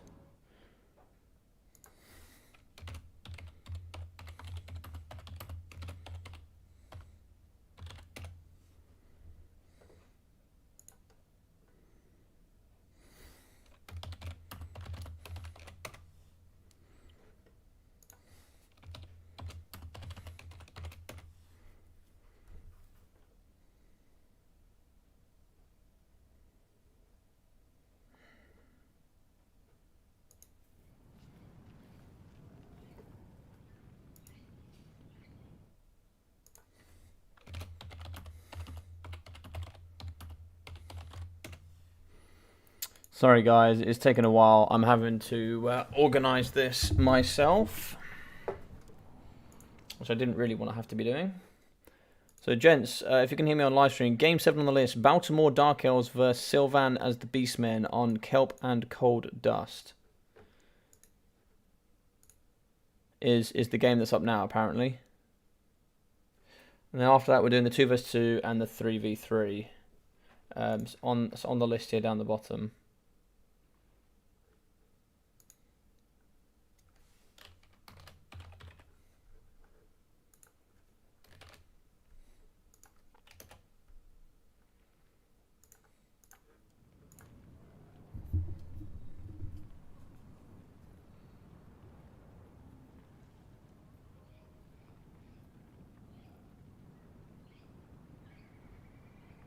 Take care, guys. Trying out the bat signal if there's a Dowie game. There should be a Dowie game. Well, Dowie's been left for the 2 final best of 3s, I think. That should be interesting. I'm gonna crack open another coffee, because your boy loves his coffee.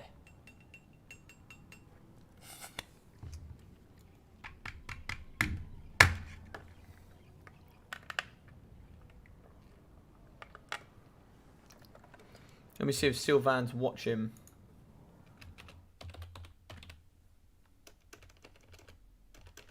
Doesn't appear so. But the logic, when is it the Longbeard's first Shortbeard tournament going to take place? I didn't know there was going to be one.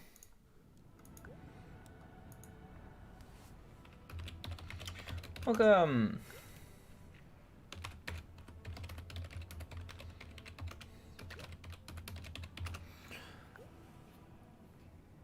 Oh, I didn't know there was going to be one, but I think what we decided, we had a meeting with the the mods and myself had a meeting about Shortbeards and how we're going to take it forward for the last kind of season, and essentially the last element of Warhammer 2. And how we're going to move it into Warhammer 3 and how it's going to change and stuff. Yo, baby!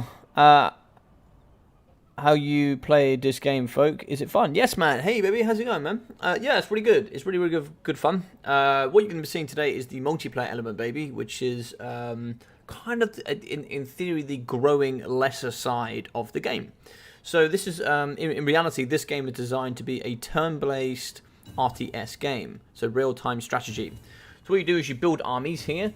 You'll be seeing in just a moment.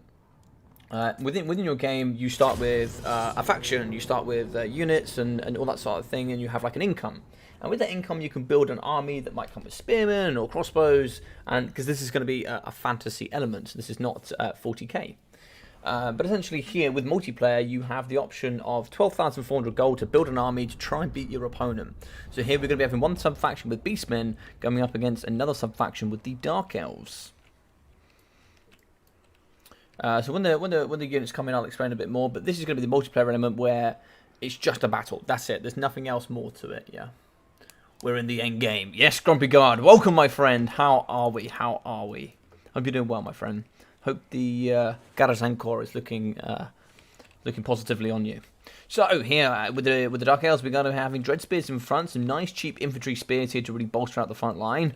4 units of the Scourge Runner chariots, so anti-large armor-piercing shots, great kind of armor as well at 80. I can really cycle through the match there up against all that infantry. In the skies, we are going to have the double manticore for the terror, mixing with the nice big monsters that can really charge into the front line and cause terror. With, of course, Marathi as the Lord choice here. She's going to be pretty strong.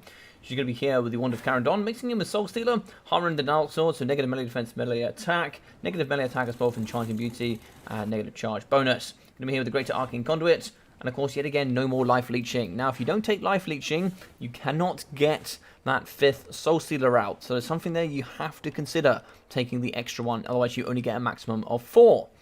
Double Dark Riders in the back.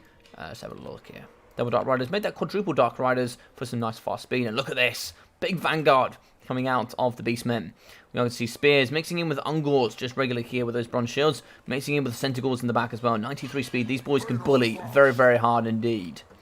In the back, we are going to have more triple throwing axes, mixing in with the double great weapons for more armor piercing. And here we are going to have the destroyers of Drakwold. Now, where is the Lord Choice? Aha! Over here in the Vanguard. So, we're going to be having Cataract with one eye on foot. No way. Cataract with one eye on foot here with Scourge, Apocalyptic Vision, Dark Mail, and of course that Primal Fury. Shadows here coming in with a Jagged Dagger and Penumbral Pendulum. Very, very interesting. Of course, Traderkin absolutely decimates the entirety of the Scourge Runner teams. So hopefully that explains a little bit there to you, baby. Look at that. Balance of power. Yeah, balance of power. I mean, I'd auto-resolve this, to be honest. So would I. And that is mainly on this force. It's going to be down to Rowdy and Primal Fury. Primal Fury pays 150 gold, and so does Rowdy. So it's 300 gold extra for Centaurs. And Gorehead's paying an extra 150 per model, just for the Primal Fury. Kind of tips it over the balance of power there. Yeah, it's pretty OP, and it kind of just takes that into consideration when actually it should be built into the base cost, which CP is a bit weird. CP is a bit weird. Actually, the worst units in the game, I believe, on CP are Skaven dogs. Skaven dogs are the worst by a country mile. I believe they come in at about 900 gold cost, even though they cost about 550. They're absolutely absurd. They're absolutely absurd on their value. Immediate charge downtown. So we can see these have been debuffed to 7 melee attack, 14 melee defense. Getting charged here by the infantry. Should be getting a terror out pretty soon. You see, going down to 21. We should tick down as well. Get down to 13, and these will terror out just due to terror. Ungers in the front. They will lose to Dread Spears here. 42 melee defense. And of course only 27 melee attack here. And they have pretty good attack there at 26 as well. Charging in with the Centaurs. Actually going to catch in the Dark Rider repeated crossbows. Getting caught with the pants down here. Lord Baltimore is going to get thumped upon. We are going to be getting the Penumbral Pendulum coming downtown. We should be able to cut and carve straight through the Dread Spears here. Really ripping apart that infantry. Nice recharge. Negative 14 leadership there. Charging into the front line. Over the back, we are going to break 2 units of the Dark Riders. And this is going to be a great force swinging in the back here. Now we do see here, we do have the double Scourge Runner chariots. Now, with no double K-Knight Assassin, we're not going to be seeing any Web of Shadows, no control, no missile strength, no poison. could be pretty hard. Now, what I do really like to see is the Hellebron Bro. The Bro's coming in with all of those amazing stats. 52 melee defense is something to definitely smile upon. In the back, Scourge Runners. They're going to be shooting here into the backside of the Ungor herds. Don't need them in here. Need them in, charging down and shooting up against the Centaurs with great weapons. In the middle, we see a really nice Soul Stealer popping down. The Wand of Carandon should be coming down onto the face of the Brave Shaman of Shadows. That's exactly why he's on foot, because we do get hit here. That should hit pretty hard here. Oh, that is disgusting value. That is disgusting value coming out of there. And not only that, that actually makes the Soul Stealers cheaper by 2 Winter Magic there from Marathi as well. Look at the damage. That is flipping vile. In the middle, we are going to see Kashrek One Eye moving in with Apocalyptic Vision, coming in with that plus melee attack, giving him 79 as he thumps up against the Feral Manticore. Enchanting Beauty kind of clicking in and clicking out here, but we can see Feral Manticore kind of not getting hit here by Kashrek. This thing's only got 34 melee defense. I don't know how Kasrek's not hitting here. He has 100 melee attack compared to 34 melee defense. That's a 66% chance to hit, and he's not hitting. Very, very interesting. Maybe there's something squishy there. Maybe there's something wrong about those boxes. Not too sure. Big shots kind of filing into the front line here, coming in from the Dark Elves for sure. GGX is going to be pulling in the front here. And it looks like Sylvan's going to be trying best. Looks like we are going to get Scourge downtown. Getting more anti-infantry and more tools in the middle. But this is a problem. Wrathy is going to be caught in. Now, she can use a Soul Stealer. That is going to be a gorgeous Soul Stealer. That'll be lots of damage and big healing here for the lady herself. She may be naked, but she can certainly reap those souls in from all of the oncoming members of the cow herds. But we are going to move in here with Big Kasrak. Scourge is in for the extra AP. Bonus to his inventory as well and damage. He could really rip a new one here, but Marathi is going to get out. Kasrak is really, really struggling to hit here. He does get the debuff down to 45 melee attack. Of course, Marathi does have to be engaged in combat to get, I believe it's Enchanting Beauty. Is it Enchanting Beauty or the Heart Render? That's constant, so it's Enchanting Beauty you have to get. You have to be in physical combat to get those extra stats. So just like here, Scourge Runners are going to be shooting into the backside here of the Centaurs. We need to get them in and start cycle charging up against some of the chaff here. Wand of Carandon is going to pop down here on the Brave Shaman. This could finish it off. 1.1k. It certainly did about 1.5 before. If this thing hits square on, it's dead. Oof. That was 1.1. That's at least 700 damage. That's going to break it. Though we are still going to get a Penumbral Pendulum here in the back. And that Penumbral Pendulum actually smashed right into the flank there of the Centaurs.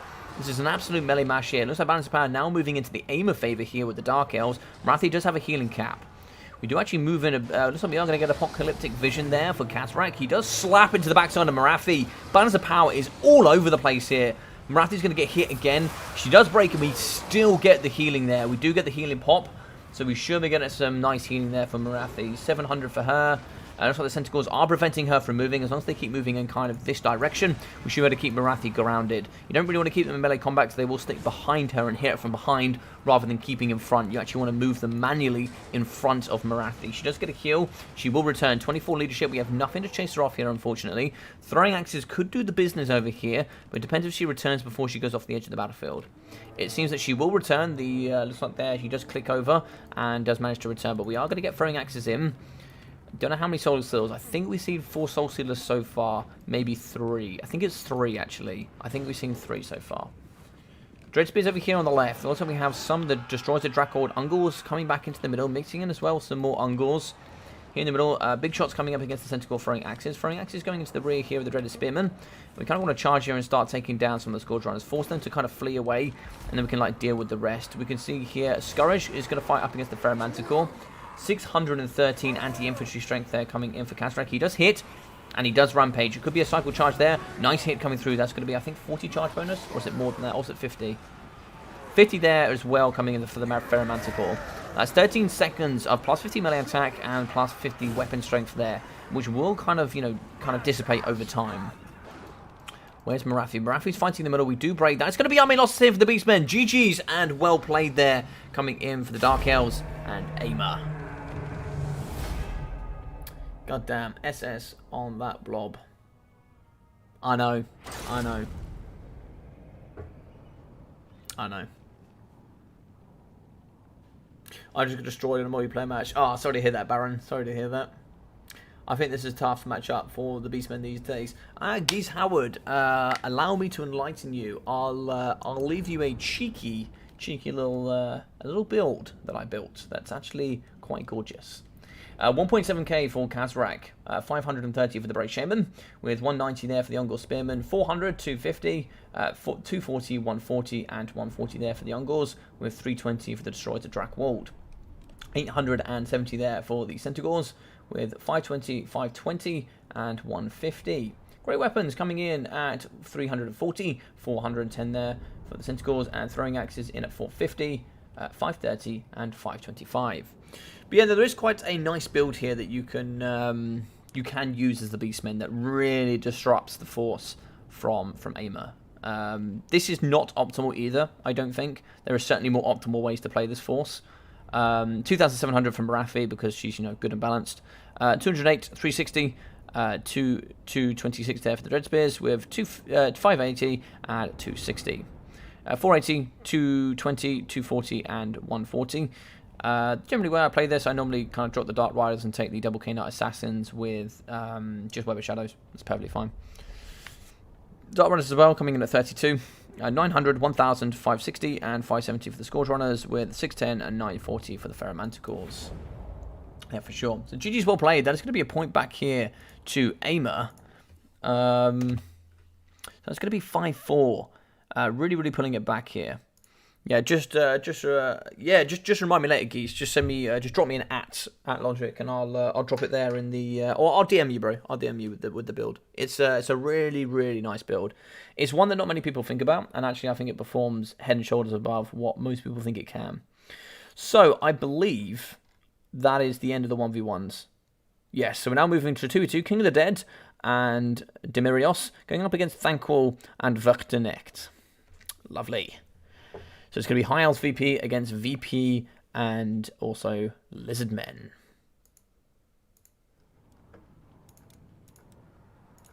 I don't know if I'm friends with King of the Dead on here, or I should be friends with Thanquol.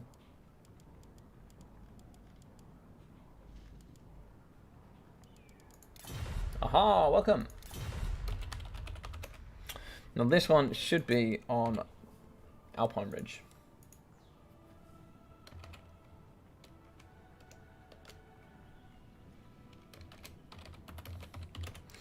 Map set. Alrighty, so 5-4 here to AIMA. They are going to claw it back here towards the later stages. They did lose 3 best of 1s, but we've now pulled back with 4 best of 1s with AIMA, but we did get the 2v2 victory with GGX. They did use probably the strongest combo you get for 2v2, which is probably going to be Vampire Counts and Tomb Kings. But here, this should be Pirates, I believe.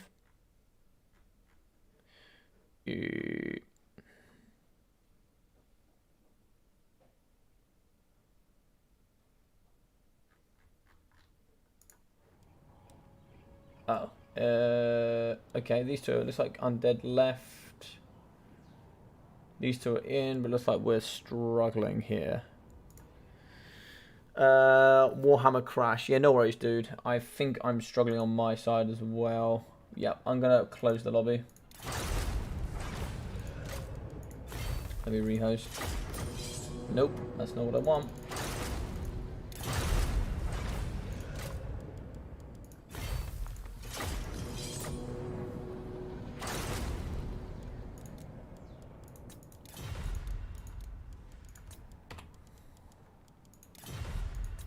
Cool, I've reset the lobby, guys. You should be able to join up. Yeah, no worries. No worries, big boy. No worries. We're back. We're ready. We're ready to rumble. So it says that you are... So it's going to be VP and Lizardmen. So VP and Lizardmen... So basically the differentiation is going to be High Elves and Lizardmen. I think I've got to give it to the... I've got to give it to Lizardmen. The main thing you're going to be bringing High Elves for is kind of the healing, really. Yeah, it's a tough one there.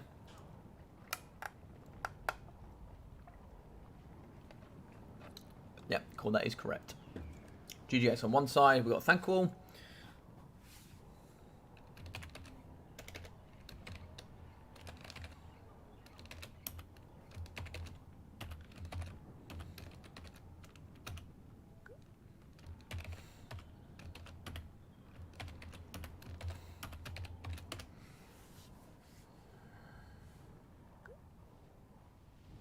Cool. All right, let me throw a couple of things your way about some stuff that I'm thinking about.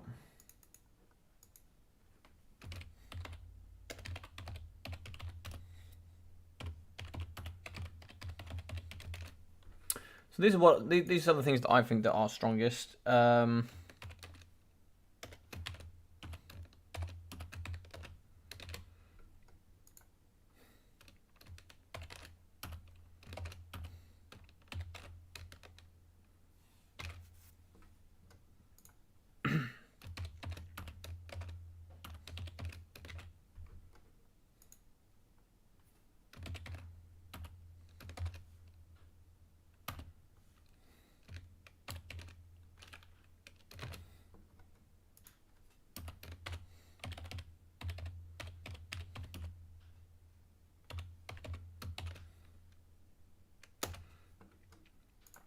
Yeah, so these are kind of some of the ones that I consider that are pretty strong. So we got VP and Tomb Kings, VC and Tomb Kings.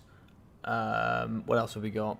Dwarfs and Wood Elves and Dwarfs and High Elves. I think are pretty strong. I think these four are like pretty strong. Maybe not even the strongest in the current scene, but they're pretty strong. I think. This is disregarding 3v3s in a tournament.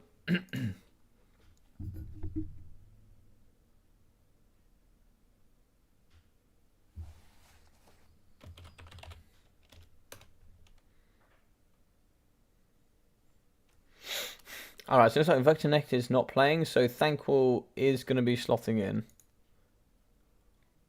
I think. I'm getting a little bit confused.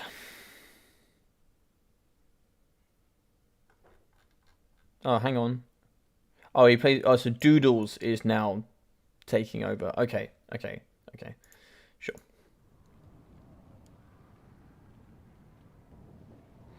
Skaven accounts are very, very good together. The problem is they are really, really good. The problem with Skaven accounts is there's no healing. You think dwarves with healing? Dwarves with healing? I don't know. I'm not convinced. I mean, at least from what I've seen.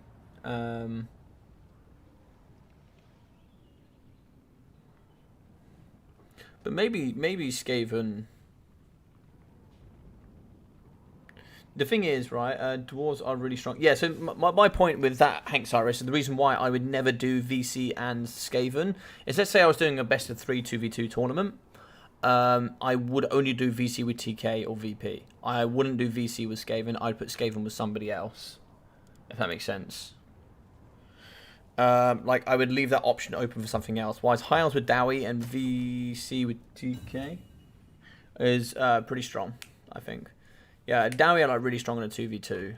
I mean, like Dowie and like High Elves with like Star of Avalon and stuff like that, especially with Thoric Ironbrow, it's just uber strong.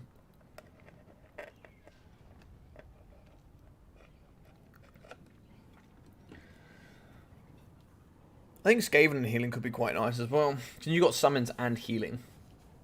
And then, you know, you've got infinite chaff to cycle charge. Maybe Bretonnia could be up there.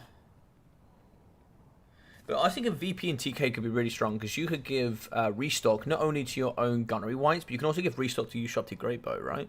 So you could just give Ushopti Greatbow more ammunition. I mean, how disgusting is that? I mean, that really is vile. Really is vile. Yeah, I don't know. It's a good point, though. It's a good point, for sure. It's a good point. And so I've got a couple of subscriptions, so thank you very much, everybody that did subscribe to the channel. Just hit the 950 mark, so thank you very much. I really appreciate you guys. For anybody that hasn't subscribed, do feel free to. It really, really does help on the channel, guys. I'm uber close to 1,000. I would love it that I could clock over to 1,000, coming in for the new game. That would mean a lot. That would mean a lot. Ironbrow and Imric for the war. Yeah, man. So I'm pretty sure Imric's one also. Even though he gets 3, the horn to blow over. You've already seen how much more powerful dwarves get with extra melee attack. Imagine Rune of Doom. You've also got Rune of Speed. Plus you've got the horn as well from Imric. Although I think Ilariel might be quite good there for healing. But yeah, Mini wilds with heals. Yeah, 100%, 100%. I mean, you could drop out the star, and you could just take regrowth and Earthblood with Life Bloom, and then you could, you know, kind of if you use Earthblood, like pretty consistently. Mummy and Fae. That is a disgusting combo. That is a disgusting combo. I don't know. Say Skaven has to be included if we're talking about 2v2. Skaven does. Skaven does have to be included. I just don't think... Like, for example, if you got VC, there's no way you're taking VC away from TK and VP. You're just not doing that. And I don't think you're taking High Elves or... Like, I think Skaven would fit in with something else. But I think if you're going, like, pure optimization, like a best of 3, I think, like, which is the true way you play kind of 2v2s, right? You do, like, a best of 3. You do sort of... You know, if you were going in matchups, I just wouldn't put Skaven as my first selection because although they're exceptionally good, I don't think they meld as well as the undead factions. And I just don't think you can pull the elves away from dwarves because the elves really synergize well and fix what Dowie don't have, which is mobility, cavalry, healing. And then with VC, they give TK healing. No, they are exceptionally good. So what you could do is, in that way, is you could go TK VP, so TK VP, and then you could go VC Skaven, and then you could go High Elves Dwarfs. That would be, I think, 3 really, really optimal lines. That's what you could do, which is why I was thinking, could VP be better, in my brain, could VP be better than going with TK that actually Vampire counts in a 2v2 tournament?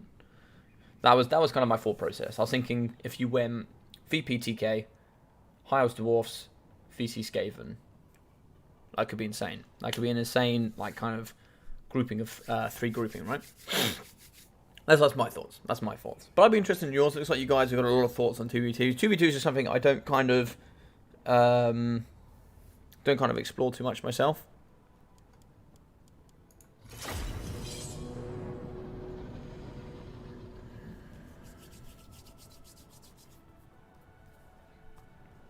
But then I was thinking about hosting a 2v2 tournament in the new year. Sadly, we are running out of time here for the remainder of this year. I find they do well with Norska. Javelins destroy flies, especially with Howling Warp. Yeah, I bet.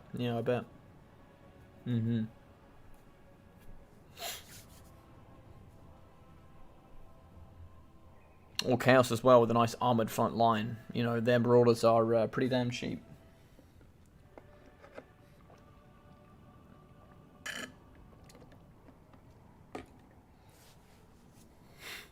Biggest advantage of counts over others is undead are good chaff. They have zombies and skellies are great. Yep, 100%.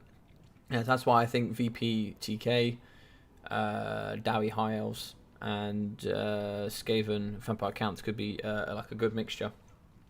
But I wondered if you thought that VCTK... The problem is I think VCTK is really strong. VCTK is very, very strong.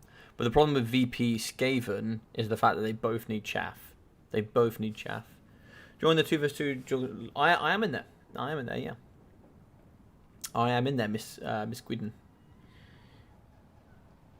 Yes. Me and Geese were playing some 2v2s against, I think, Poison Duck and... Who were we playing against, Geese? I can't remember who we were playing against. We were playing against quite a few, weren't we? We were getting ready for the Clan Cup tournament.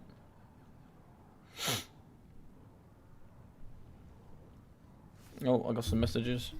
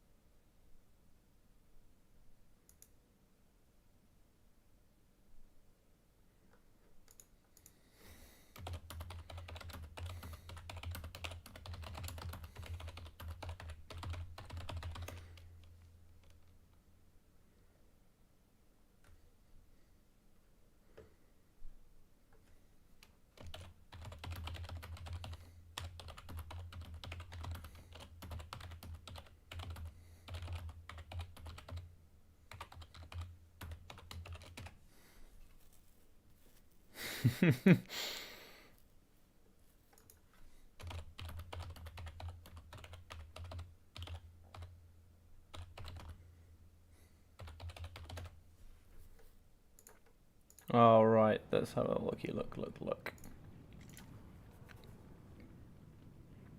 Imagine Chaos High Elves. Oh, yeah, that could be good. Yeah, I think Chaos High Elves could be really strong. Yeah, I guess. Yeah, because you got healing, which is really good for someone, for example, like Sarthorio, who's unbreakable. Or you could also bring it on the Everchad. Everchad there with a bit of... with the Cascading Fire Cloak would also be really nice. I've got to go to the toilet really quick. Cool, man.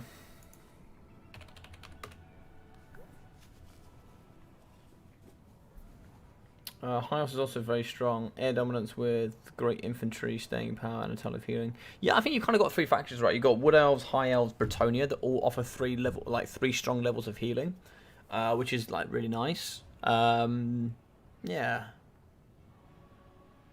Chaos needs light, cav, and healing most. Yeah, I think so too. So I think something like Wood Elves could be a really nice support as well, actually. So maybe Wood Elves could be a nice support for Chaos, maybe. You know, coming with some really fast Glade Riders and to kind of, you know, mix in with the front line and really help out the skirmish cavalry side of things, and then Chaos just really bring that front line and bring the meat between the sandwich between the bread, you know, make that nice thick sandwich.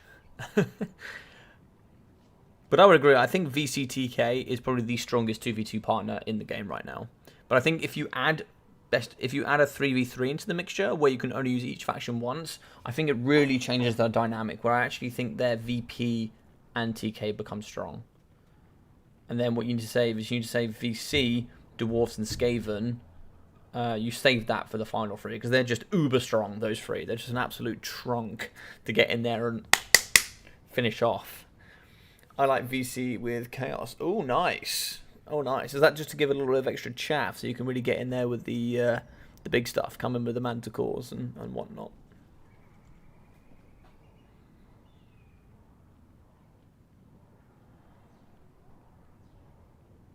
Yeah, Chaos High Elves would be good, especially with like Star of Avalon and stuff. You can go in with all those single entities. It's quite nice though the way they balanced it for the RTK rules, where you can only have like sort of 5 heroes, because otherwise you'd just be hero spam. Yeah, for sure.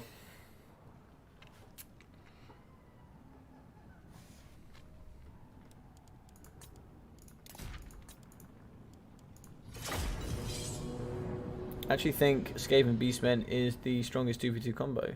Oh, okay. Okay. That's interesting. Fair enough.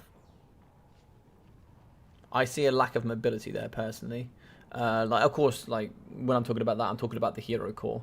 I see the hero core with a lack of mobility. And healing. I fear Skaven Poison will win and kill the expensive Dowie. Depends.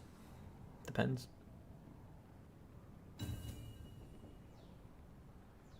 Skaven and Beastmen is an interesting one. I don't personally see it, but that's interesting. That's interesting. But of course, like I'm not a 2v2 master. I'm not a 2v2 master, so you know, all ideas are interesting. And I'm sure, you know, there's lots of things that, you know, people certainly can do that certainly shakes up the meta. No healing is a bit of a problem.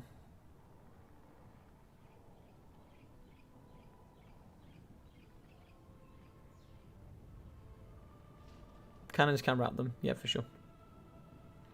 Dwarven cannons are very, very strong. But if they get into range with warlocks, elves, etc., yeah, it can be tough. Can be tough. Also, you do have, you know, Lyrian Reavers from the side of the High Elves if they come in with the Dowie.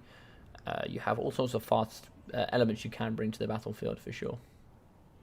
And Dwarven might always range true. And I think there you actually go for a push. I actually don't think you bring artillery. And you can only bring so many. Because if you play the true 10,000 rule, you actually can't bring in too many warp teams. Yeah, you can't really unless you do go with Vampire Counts. You bring just a bunch of chaff. But even then, like, you just go blasting charges with the miners. And the miners clear out the chaff. And you just push through. I don't know. I just think it's a hard one for Skaven. Skaven VC against Dwarfs and High Elves is a pretty rough one, I think. Fair of the Fae on Saurus sounds too disgusting. Saurus do bump. They bump hard on the whip. The Lord Snipe with Skaven and Beastmen would be off the chart. I know. It's almost too much, actually. It's almost too much. You get Snake Edge that goes, "Oi, you, stand there." And then Taurus goes, "Thank you." Bonk. I love it. I love it.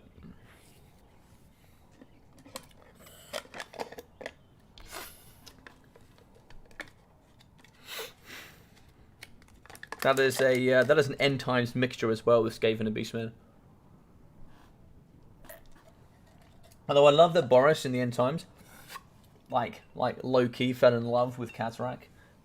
Boris is like, he should have died. He died like a man. How he should have done.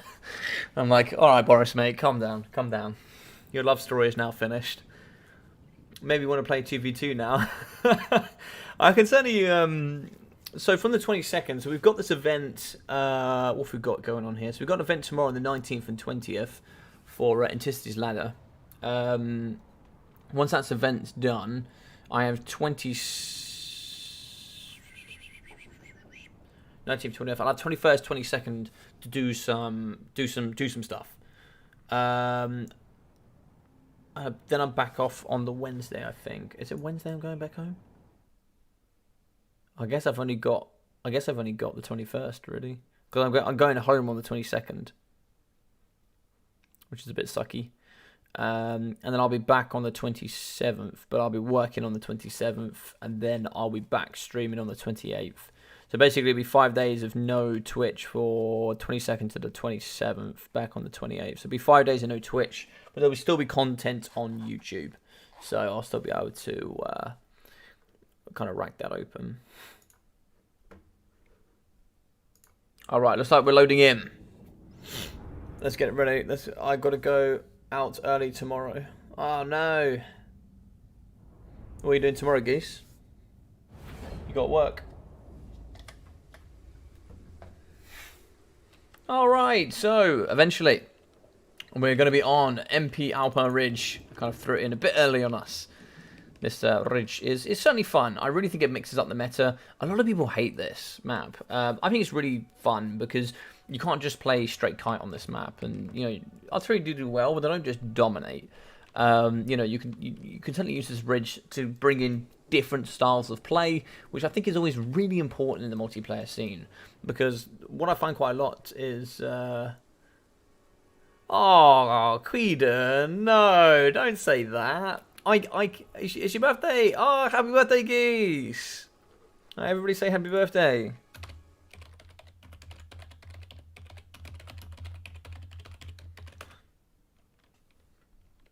Hey, dog. Happy birthday. And I'm going to get very drunk. I don't blame you, my friend. I don't blame you. Do what you gotta do, my guy. Do what you gotta do.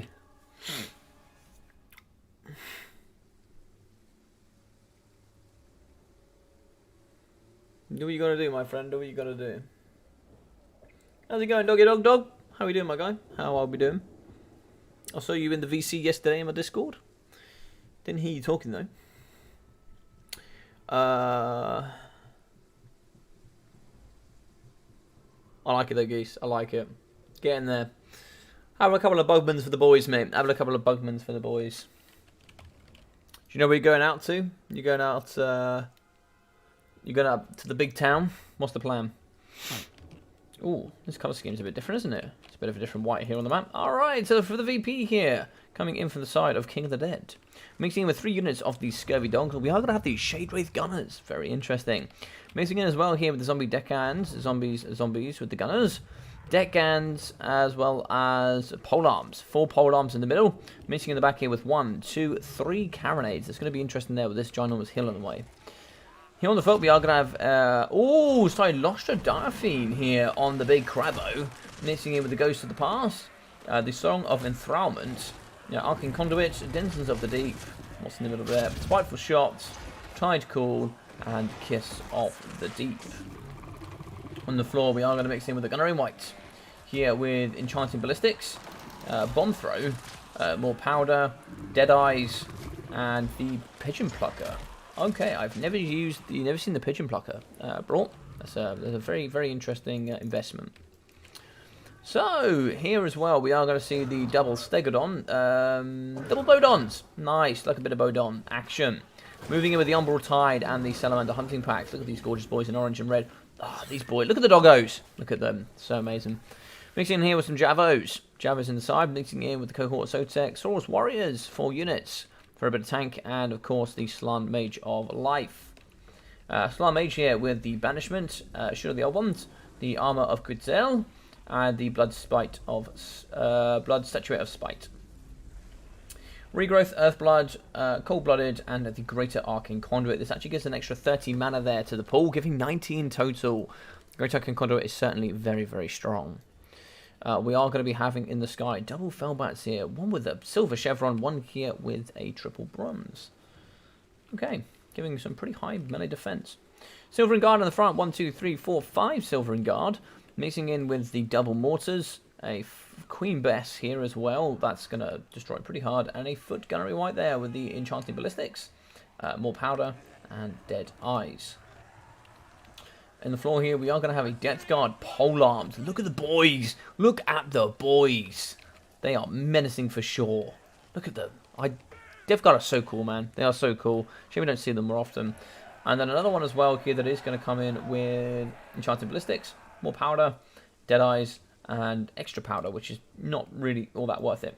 And then we are going to have 3 units of the Sirens, mixing with more Death Guard here. Let's have a look at these Battle Axes. Look at them! Look at them ready to go. These boys are certainly through the roof on Shadowry. Shadow Warriors in the back, making a pretty cool army here with Silver Helms. And the Vampire Fleet Captain with the Polearm. On the floor, we are going to have, what is this? This is going to be an Archmage of High, with Tempest, Soul Quench, Apotheosis, and the Shield of Safri with Arcane Conduits. And here on the floor, we are going to have the Vampire Fleet Captain with the Polearm. The big old Poley there. He's going to be having the All Hands Hoy with Invocation, Drown Dead, the Hunger, and the Curse of Disappearance. Alright, so definitely coming on from the side. If you're going to go which is cooler, definitely going to be bringing up the High Elf VP side. I mean, they got some wicked units here. Definitely GGX coming in with the cool factor. But, don't know who's going to get the win here. The Slann on the toilet seat can certainly bring and whip out the big stuff. I'm going to have to go with... I'm going to have to go, but I'm sure AIMA went. Well, Geese Howard, my friend, you quack on and you take care of yourself, my dude. Thank you very much for stopping by. Appreciate you very much. Enjoy your birthday, my friend. Enjoy your birthday. And big quack from me. Silostra Sim! Let's go, Mucky Luck! Alright, just admit your attraction to the Slans. We all want to sim for them. I like Slans. Slans are sweet, man. Where's the toilet beast? Where is he? There he is. The Lord of Toilets. Look at him. Look at him! Look at him. He's got his little mace there, you know. Bonk. Bonk for the simps. It's going to be going there on the look at the crap. Oh, actually, that's going to be roots at the back. That's quite nice. I wonder if there's like different markings for all the different Slans. I imagine there is. Look at that. He's gonna have the headrest of the old ones, coming in with a couple of weird hieroglyphics up there as well. But Silostra as well. Actually, you know what? Silostra's pretty cool with the boat on the back. Look at that armor. 150 armor here for Silostra, and she's still quite nicely kind of... It's really nice the fact that she's on there with the 10% physical resistance, because of course she's going to be ethereal, so it comes in with a little bit. And actually 10% physical resistance with 150 armor is actually low-key really strong. But if you think about it in the exhausted state, when you do hit exhausted, you actually lose 25% of your armor. So 25% of 150, probably doing the maths here, 37.5 armor.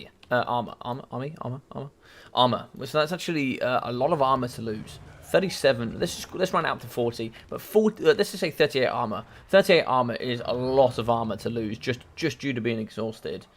And the Stegodons here, the Bodons as well, at 110, they lose 25%. So getting in the range of about 20, probably about 27 armor. It's a fair amount. It's a fair amount for sure. We all know. I know. You got to do what you got to do, man. Yes, Geese. We expect all the pictures. We expect the pictures from the trip, my friend. I want to see you upside down in a bar in a keg, literally drinking it down upwards, and you're not gonna get flipped until it's finished.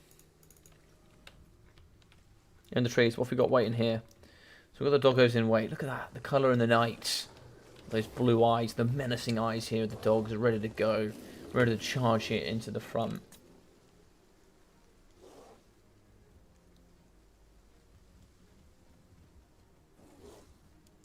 Oh. Apparently King of the Undead is not feeling very well. Not feeling very well. That's fine.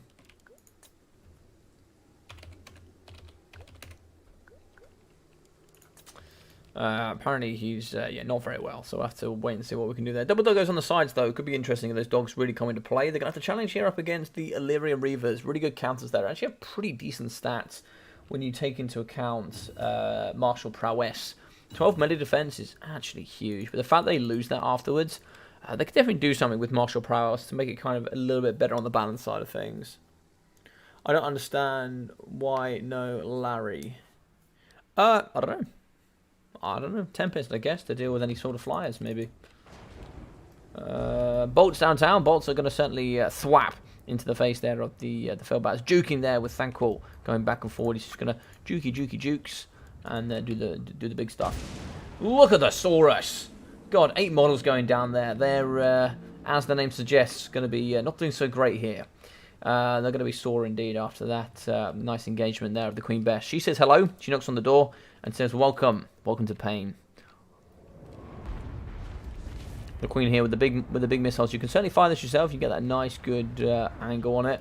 It's going to come downtown. What are we aiming for here is the question. So more Saurus. Certainly going to make it there.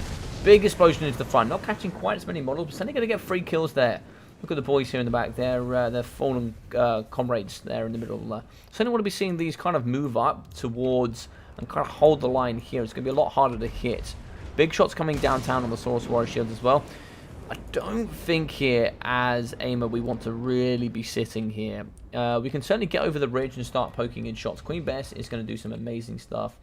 So 60% accuracy as well as 20% reload time is going to be huge. And that is the problem with taking carronades on this map. Carronades on this map, you've got this big flip-off hill. Got this hill. Queen Bess certainly wants the way to go here. Carronades are not going to be able to do anything. Carronades need to kind of really dawn around the corner here. If the carronades had been kind of set up like here, you certainly could have seen them doing some damage down the line. But unfortunately, that's not going to be quite happening. And as long as we're shooting with Queen Bess, we are engaged. We are engaged. So Bodon's coming forward. Bodon should be able to get in the back there, but then we are going to need to deal with them. What do we have in the way to deal with those, I wonder? Queen Bess is moving forward. She's going to be settling up, ready to go. Big shots coming downtown, but we do have the double Bodons ready and set up to go. Big shots here. 1 misses. Second hits. Third, yeah, a little bit of a miss, but we are going to be killing models. Where's Queen Bessie Bess? Queen Bess actually misses there on the front up against this Horse Warriors. I believe you can aim yourself. I believe you can. I believe if you want to take the Queen Bess on, you can certainly... I don't even know what it is they're launching. I don't know what that is. I can't quite make out what it is, but it's a big explosion there. Look at that damage. We're talking about Saurus here. They're just absolutely thumping the infantry in the front. The Slan's like, do you know what, mate? It's fine. I saw that. I saw this coming. I saw it in the stars. I foresaw this loss. I foresaw the loss of my Saurus. He's just vibing. Like, there's literally just like, thanks, secure. I'm fine. I'm chilling, so I'm not getting shot. But yeah, going over the top, this is a lot of damage coming through here. Harpy's going to be fighting here with the vampire. Oh, sorry, with Sarlostra, actually. It's going to be a little bit difficult. I wish they could kind of differentiate the colours. You've only got the health to kind of differentiate. But Sarlostra's going to be fighting here. You can see that the Stegodon's going to do the works of the undead. But we are going to get the Damn Knights. Damn Knights could fight here. They get the charge on the Sirens. They'll do pretty well. Yep, Sirens took a thumping. 54 charge bonus for the Damn Knight Terrans. Pretty much just going to be not errands with physical resistance. That's pretty much it. Now we charge into the front. We are now going to catch some of the archers. Shadow Warriors moving in. They're going to get caught pretty hard here by the Damn Knights. So we're now going to pull through here and try and see if we get onto the back here of the Queen Bess. If we can kill the Queen Bess crew, that is going to be a big win there coming in for AIMA. But for their front line, they've taken some meaty damage. Queen Bess so far. Let's have a look. That's the Mortar Teams. Mortar Teams in at 270. Where's Bessie Boo? Where is she? Bessie Boo is here. Bessie Boo has taken 53 kills, 940 damage value. We are going to get an invocation here to heal, but we need something to deal with those Damn Knights. We need to get into the back and start shutting them down.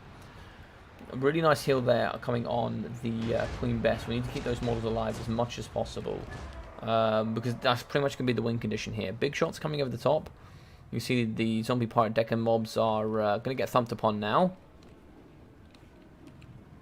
And there we go. The Dan Knights do fall. We do hold true with the Queen Bess units. Only 12 models left. We could definitely do with another invocation there just to heal them up, keep them going. But now we're going to start shooting over the top again. And this is where it's going to be a little bit dangerous here. So we are going to get another heal. And that is certainly going to heal them back up to a very healthy state. Queen Bess there going to be healing very, very nicely. Doggos in the back, though. I missed that. Doggos in the back. They do actually get in, and they might be able to shut down the Queen Bess crew. This could be a huge win. AIMA getting in there. How did King of the Dead get in there? I have no idea. Another emergency heal there. Just getting on top of the Queen Bess crew. 8 models left. That should be enough to fire. Negative 36 leadership, though. Healing is in. We do kill the Doggos, and the Queen Bess do hold. We need another heal here for the Queen Bess, though. We should have some more Doggos over there on the right-hand flank. They could actually sneak in a little bit in here and then kind of get in and around the back. There's certainly room for them to do that. Firebats in the front. They're going to be shooting here up against Stegodon. Fire arrows coming. Are there fire arrows? Oh, we do have the talents of Torquelator in there, giving a fire weakness. Shooting up against the Bodons in the top. We do see Solostra going ham. And yeah, she's going to kill off some of those Felbats for sure.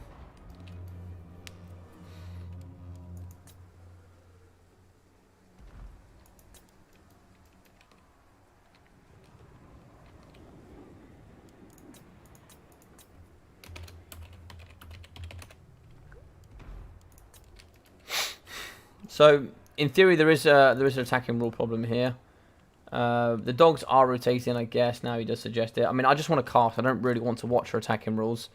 But, yep, essentially there is no attacking rules. But essentially, they're not moving. They're just getting shot.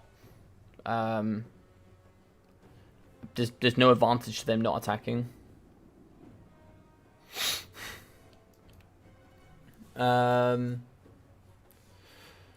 Larry has Tempest, better healing, but no Soul Quench. Yeah, maybe that's the reason. But also the lady's on foot, so Soul Quench probably not going to be that useful. Maybe it's just cost, Hank. Maybe it's just cost. Yeah, I'm not too sure, buddy. Not too sure. But you do make a valid point. Maybe you have to drop a silver in guard, perhaps.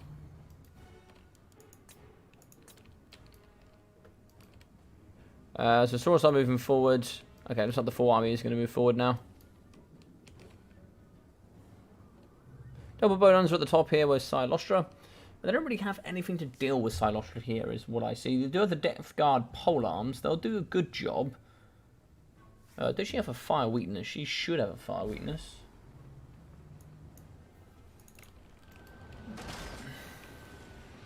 Nope, no fire weakness for her. Very interesting. Do we have any magic damage here that can be imbued? Doesn't look like it. Even though magic damage is not really that important. I guess you negate 10% physical resistance, but Solostra's just getting shot. She doesn't have any healing. There's no healing for her. Gunnery Wife and Thankle is going to be at the front, getting shot here with the poison darts. He's going to be taking a little bit of damage. Can we shoot here? It looks like we are going to be shooting the Solostra. I guess that one Gunnery Wife is going to be... Well, we do have 2, I think. Yeah, we have one more in the back as well. They can certainly do some shooting here up against Silostra. Silostra's getting shot. We are moving forward with the forces here. I don't know why we weren't moving around the cannon crews around this corner. If we get them around the corner, we can certainly start shooting. But of course, we do have mobility presence. Silver Hounds will come around on the flanks. They should be able to get in and do the good works here. We can see Salamander hunting packs. The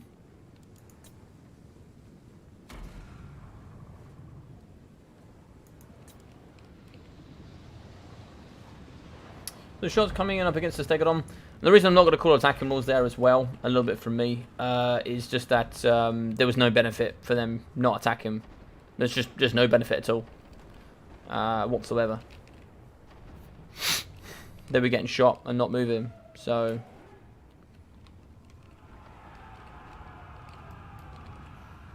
we can see here that the Slime Mage is getting shot here a little bit. It looks like we do have artillery crew shooting over the top, smashing into the Skin Cohort Javelins. Zombie Pirate Gunnery mobs here in the front. They will be shooting. They are crumbling. So we are going to get some lovely volleys over the top here. The Salamander hunting packs, 80 armor. It's relatively good. It's not amazing. Actually, would have been interesting to see if the Archmage actually went with Plague of Rust. If we want to Plague of Rust here, could we have done a little bit better maybe? You know, you go really cheap gunner lines, lots of Shadow Warriors. You know, what could you have done here is the question. What could you have done? Looks like a little bit of a standstill.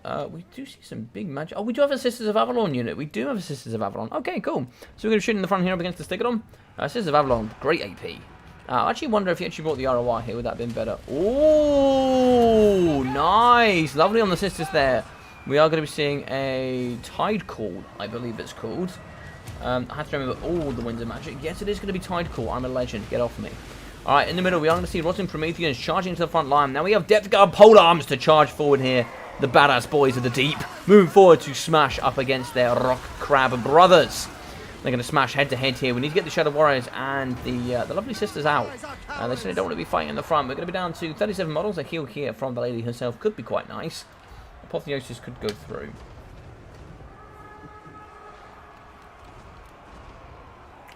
I saw that Shognik there did actually give a subscription. So thank you very much, buddy. I saw that was 30 minutes ago. So thank you so much for the subscription, man. I really appreciate it. Looks like a fire coming on the top there for the Salamander hunting packs. Looks like here one of the Gunnery Whites is going to be getting destroyed. We need that Gunnery White there to take care of Silostra. So we want to kind of dive that off to the backside there, give it a little bit of protection. But here we are going to get another Tide Call going down here up against Thankal's Sirens. In the front, we actually have magic resistance here for the Silver and Guard, and that's what's so handy from them. Looks like here we're also going to get damage resistance. Not too sure why. Might be just because we're getting a spell cast there with somebody. Not too sure. But in the back here, we are going to get a banishment that should be able to take care of a couple of the Shadow Warriors. And maybe actually move on to the Sisters of Avalon as well. Looks like it does actually dive through a little bit. I wonder here if we actually got the ROR and got the extra banner for mana. Maybe that could have invested here into the fight. This is looking dire. We do not want the Sisters to get pushed on too. There's going to be another summon here, the Rotting Prometheans in the back, and Silostra's on top of the Sisters. That is not good. That is really, really not good here in the back. Silver need to immediately push through here onto Silostra and shut that down so we can get the Sisters of Avalon out. We are going to be shooting here with the Talented Torculator, reducing, giving them a fire weakness. So when we shoot in, we should be able to do the good stuff here for the Asur. Over here in the front, what do we see? We see here that we have the Cold Water Sotet, the Red Crested Skinks punching into the front line here, giving that poison up against the Sirens. Sirens going to be wavering. We will get a heal. Invocation going down on the Sirens on any ethereal units is super strong here. On the top of the hill, we can see quite a bit of an investment from the Lizardmen, but they are getting dumpstered here on the top. We do have one of the Bodons left, the Armor of Quetzal. Oh my god, giving 57 melee defense, 140 armor for the Stego. The big boy here is going to do some nice strong work. Now, here come the Shade Wraith Gunners. They're going to be ripping it in the back here with those amazing bullets up against the mortars, giving -16 on that Discourage on the leadership. So much good sniping potential there from them. Look at those bullets. They look so goddamn cool. They're ripping apart the Archmage, doing some phenomenal damage at the top. We need to get in and we need to disrupt that line. We need to do some great work here. It looks like here the Spearmen are going to move forward here. They are going to try and shut that down. If we can kind of counter push there with the cheap Deckhand Polearms, we should be able to do quite nicely. But the Shade Base are repping the new one there for the Archmage. She needs a bit of healing. She needs it now. In the front there, we do see that the Spearmen do actually get on top here of the Shade Wraiths, doing some really nice. But you can see the Sisters of Avalon, they're going to be punching back. They do have some amazing fire and magic damage there for their arrows. Sirens fighting up against the Gunner and White there of King of the Dead. Going to be getting in, do the good stuff there. But we can see Regrowth, Overcast going down on Silostra. I don't know if that actually works. It looks like Regrowth is going to work for Silostra. Very interesting. I didn't know that worked on undead units. Or does she count? She's dead, right? Or maybe the crab counts as alive. I don't know, man. I don't know. Magic's weird, bro. Magic's weird. Anyway, in the front, we are going to see the Talons of Torculator up to only 11 kills, apparently. Oh, this could be a gorgeous banishment if we don't move. This could be a gorgeous banishment on top of the Death Guard. Oh, no. What a banishment there. Who's going to be on the Lizardman side of things? It's going to be Demiros. Lovely play there with the banishment. That's going to destroy the Talons of Torculator. Moving in, though, with the Sisters of Avalon, we should be able to get on top there. We have actually killed the Shade Wraith Gunners, probably some of the coolest units in the VP roster. And actually, a little fun fact, they're actually going to be the only ethereal units in the game that don't cause terror. I believe just for balancing reasons. But here in the front, we can see that the Zombie Deckhand Gunners are in. We can see some of the Saws as well. They're going to be popping around the corner, fighting against Silver and Guard. No, just Spearmen. If they fight against Silver and Guard, they don't fare too well. Lack of AP, lack of melee attack can really suffer. But against Spearmen, they will certainly chew through over time. Talons could shoot over the top here, get some damage onto the Saurus warriors. Should be interesting. In the back here, what we've got, looks like the Umbral Tide fighting here. 8 models left. They're going to be going hand to hand here up against the Vampire Fleet Captain. Balance of power is going to be in the favour of GGX. If they take this, it could be pretty dire here towards the end stages of the competition. If they win this, the worst they could do is draw. It's the worst they can do. So the Sisters of Avalon shooting over the top. We are going to be firing here into Solostra Diaphene. It looks like here the Umbral Tide are going to break away down to 6 models, 316 health. In the middle, we are going to be charging here on top of Solostra. She's going to be so close to healing cap here. So we are going to get in there with the Shadow Warriors. Spearman as well, getting in for the nice, good, juicy poke. And also looks like we have the Death Guard polearms coming in for the Thankwall. She drops and falls here, falling back to the deeps here. And that's going to be negative. What's that? I didn't see it there. She went down to a massive negative, and she lost all leadership and just was definitely going to fall there. But the big crab lady herself does fall back to the deeps, obviously making a very, very sad, Muckluck. In the middle there, we are going to see the Archmage of High going hand to hand here up against the Saurus Warriors. Looks like we do. What are we holding them here for? I think we're holding them for the mortar teams, trying to see if we can get a few more shots out. Zombie polearms there fighting up against the Sisters of Avalon. Actually have pretty good stats. You've got to be careful there. 38 on 40 as they fight into the zombie pirate polearms. Should be doing some good work. Talons, actually, the Talons can move in and kind of intercept. No, it looks like it is going to be the Leon Reavers. Leon Reavers are going to catch them. Sisters can now shoot and do the big stuff. Actually shoot into the backside of the Source Warriors. That would actually probably be quite key there. Looks like the Gunners are going to be firing into the backside of the Sisters. Moving in as well. The Coat Zotek certainly can pop, refuse to die, and we'll be doing quite well there.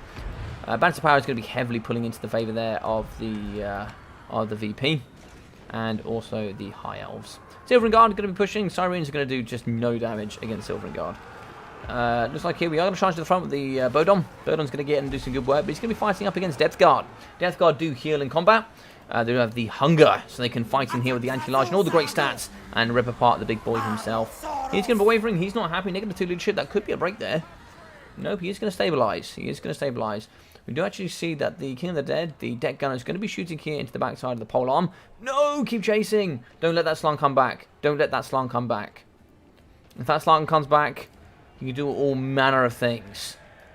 Slans are treacherous frogs. Don't let them back here. In the middle here, we see Shadow Warriors going hand to hand here up against the Carronades. Carronades are ready to turn and burn. No, the Fire Doggos! They're in. Where are they? Look at the lads. They come back here. The boys, the Umbral Tide, are back to do a bit of fire damage here against the Shadow Warriors. So we are going to shatter there with the Source Warriors. They're like, nah, do you know what? Froggy Boy's off. We want nothing to do with that. We are going to be breaking as well with the Source Warriors. It looks like here, if we're not too careful, if we do break there with the Slant off the edge, he is uber slow. 34 speed. 38 for the Vampire Fleet Captain Polearm. That's why you get the pistol. That's why you get the pistol. At the top here, what are we going to get? We are going to get ballistic calibration going now from both sides. So we should be able to get some good shooty shoots here on the floor. We do have imaginary damage. Doesn't look like it. So it looks like we're going to be shooting 360 no scopes here into the zombie deckhand polearms. Oh, was that just polearms? Was that just? Oh, it's just gunners. It's just gunners. We are going to be wavering here in the back. We could do an invocation there on top of ourselves. Probably running out of mana at this point. Or Hans Hoy. That is actually going to give leadership. She should be able to stabilise. Looks like the Slime Boy. He's had enough. Big toilet chair does just bite the dust. And he'll be going back to the Lustrium Forest to recoup. But it's not there. That is going to finish off the Lizardmen forces. It's just going to be VP against the world. Or should we say VP against VP? Oh no, there is some Lizardmen. They are going to hold for the old ones. They're going to be holding in the back here, fighting up against Silver and Guard. They are going to be winning. That's probably what's going to be kind of maintaining them in combat. And there we can see a lot of leaderships there. As soon as they finish combat, they are going to be wavering quite a bit. They're going to charge up against the Archmage of High. She should fight this. I don't know, actually. I don't know. Silver and Guard cover. She comes around the corner. We get the Silver and Guard, and it's pretty much GG's. Right there. So, Deckhand Polearms here from King of the Dead. They're going to be holding true here. Just about. What's that? It's going to be -1. Oh, they're so annoying when it's on that -1 because it's just enough there that it's going to be tick damage. But yeah, but so close. You know, 0 of course. You know, be taking no damage and still holding all the same. In the back here, we can see the Sirens. They're going to be in from Thankor as they fight here up against the Carronade crews. Yeah, GG's indeed. GG's well played. That's going to tip Army losses. That's going to be GG's. And yeah, that's going to be 7 points there for GGX with the worst. My guys. Looks like a close affair. Hey, human boy. Yeah, man. It's a really close affair here. Really, really close. It's been really enjoyable to cast this, actually. Been some really, really fun games between these guys. Really, really fun. So, 152 there for the Archmage of High. We got 380, 121, 311, and 500 there for the Spearman. They certainly held for assault. 630, 450, and 1,440 for the Silvering Guard. Lovely picks here, especially with Sirens, etc. coming in. You know, that armor with 85, silver shields, magic resistance. It's just really, really good. It's just really, really good. Talon's 1.1. Shadow Warriors coming in at 887, 858, and 2,500 for the Sisters of Avalon. And I really like the fact that it was just one brought, just one. And one thing I would have really liked to see, if you had upgraded these to, let's say you drop the Silver Helms down to just Illyrian Reavers. I think that's all you need. I don't think you need any more than that in this matchup. Let's say you drop those down to those. You upgrade the Sisters of Avalon to the Ever Queen's Court Guard. You get the extra mana, and then you just upgrade the Archmage of High here, and you bring her in with Alariel. You do get Earthblood. You still have Tempest. Good healing. You also get the Shield Son of Isha coming with physical resistance, and then you can also come in with all the other added stuff like Star of Avalon and stuff like that. And then, of course, with the Ever Queen's Court Guard, you get Banner of Avalon. You get extra mana there for her as well. That's pretty much just a free, constant Arcane Conduit going off. I believe it's equal. I think it's a lesser Greater Arcane Conduit, pretty much. So it can be really, really nice. I know, Muckluck. I'm sorry. Silostrum Falls. I know. It sucks. But yeah, well played there. So we can see here that's going to be 7-4 here to the forces of GGX. So it's do or die time now coming in for AIMA. They have to bring in the big three, and they're going to have to do quite well. So for the Lizardmen, we're going to see 2019 there for the Slant Mage. Some really lovely banishments coming in from Demirios. Lovely stuff. 155 to 725, 165, and 1,560 there for the Swords Warriors. They sent them in the old ones proud. They definitely came from a special spawn of Exothal. They came in and they were like, do you know what? Today we woke up wanting war. They came in fighting. 900 damage value there for the cohort of Sotek. 300, 180, 733. Javelins are so good. They're just so good in the current meta. And 340 as well for the Skin Cohort Javelins. 270 for the Salamanders. And the boys coming in at 880. The Umbral Tide, the Fire Doggos, doing all the good stuff. 1.4 and 1.6 there for the Stegos. Thankful, he got 1,340 there with a great push off there for the Slam Mage. Definitely didn't want to get the Slam Mage back with a heal, and then he's back into combat. You got Great Arcane Conduit with the extra 30 mana. It's a lot. It's a lot. You know, Slam Mages are just so good. 1.4k for the Gunnery Whites with 400. You got 106 there for the Zombie Deckhand Mobs. Sirens in at 900, 1,100, and 790. 440 there for the Depth Guard. The Polearms coming in at 1,100, and also the beautiful takedown of the Queen of the Sea. We've got 25 there for the Fellbats, and 47. Very interesting that we came in with all those chevrons. I don't really understand what the whole chevron element of the Fellbats was. You've got a bucket load of chevrons here. I wonder if these chevrons could have added up to maybe another Fellbat, or maybe just upgrading Vampire Fleet Captain to, I don't know, maybe a foot. Who could you bring?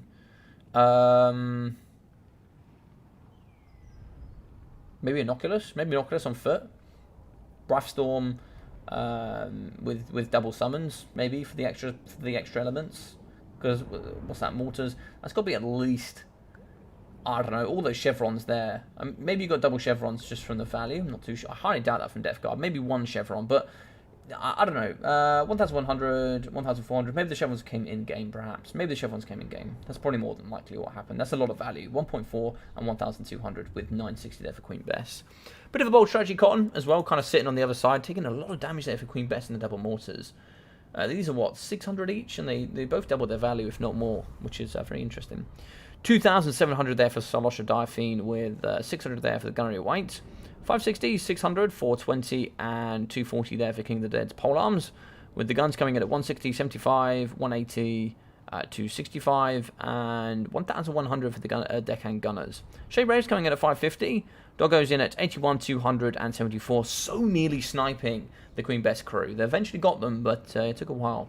1,100, we also got 409, and 370 for the Carronades. Interesting choice for Carronades on this map. Interesting choice. I certainly think that if you went with 3 mortars there instead of 3 Carronades and kind of transferred over the extra 150 each, What you brought that there? That would have been an extra 450 gold. Maybe an extra unit of dogs. Maybe an extra unit of guns. You know, you name it. You could have brought in quite a few elements.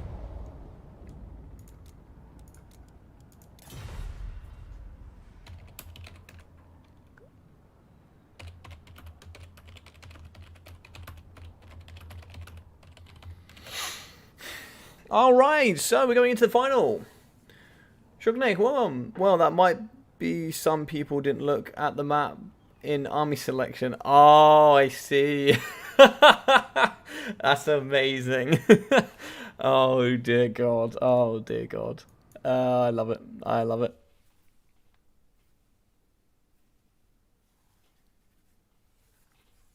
Amazing stuff. Amazing stuff. All right.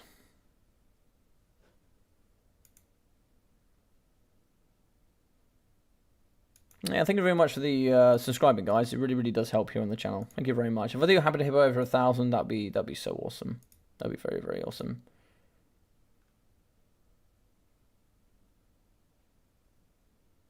Perfect. I just saw that comment from you there, Mr. Muckluck. We'll get straight onto that right now. Get that sorted as we're popping on to this one. There we go. So we can now remove that. And then we can pop on with Shortbeard. There we go. Done the update for you there, Muckluck. Thank you very much for the heads up, my dude. Looks like here we're going to be diving in with... yes, that's what I was doing. I was working out what map we're on. Sorry, it's like 4 different locations of where the maps could be or shouldn't be, or I'm not really too sure. Alright, so it looks like we are going to have Dwarfs Norska Bretonnia against Dwarfs Norska something. But we're going to be on Horotted Ridge. Ooh, Horotted Ridge is a nice 3 vs 3 map. I quite like that one. Quite like that one. Really, really wide map. Really, really wide. Ah, the Grumpiest of Grad coming in with the Darwy. I love it.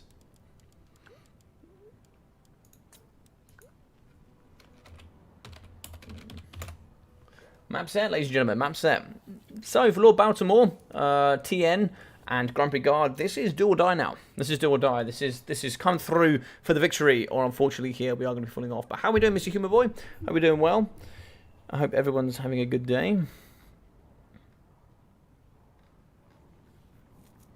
Give me some gyros and Vargeis. Oh, happy boy. Indeed, indeed, indeed. I do like the old gyro play.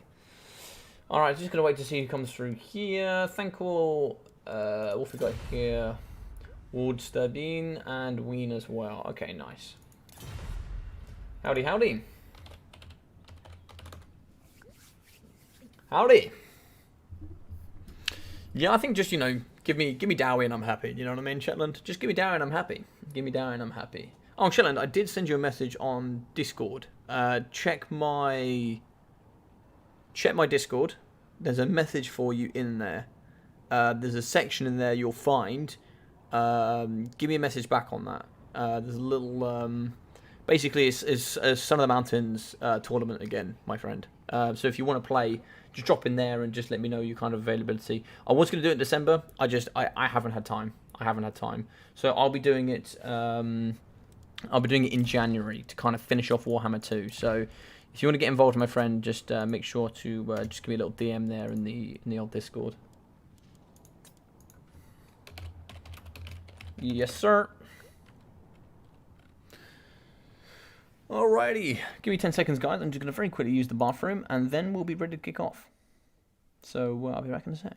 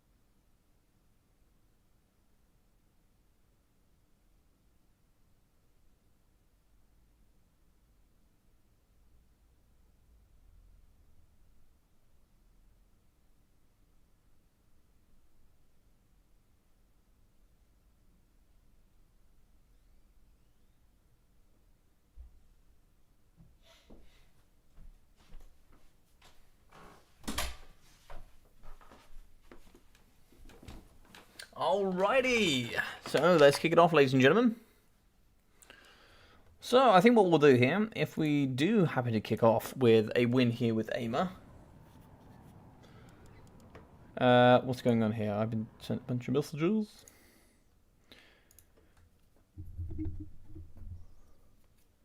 Aha, thank you very much, Shetland. Thank you very much. I thought you would want to play.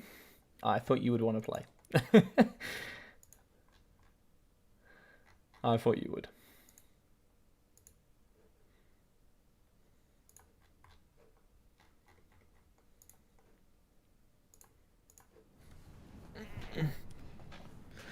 Alright, so I think if we win here as AIMA, what we'll do is we'll suggest the final game. I don't know what the final one here is, so what we'll say, we'll do a quick message to the boys.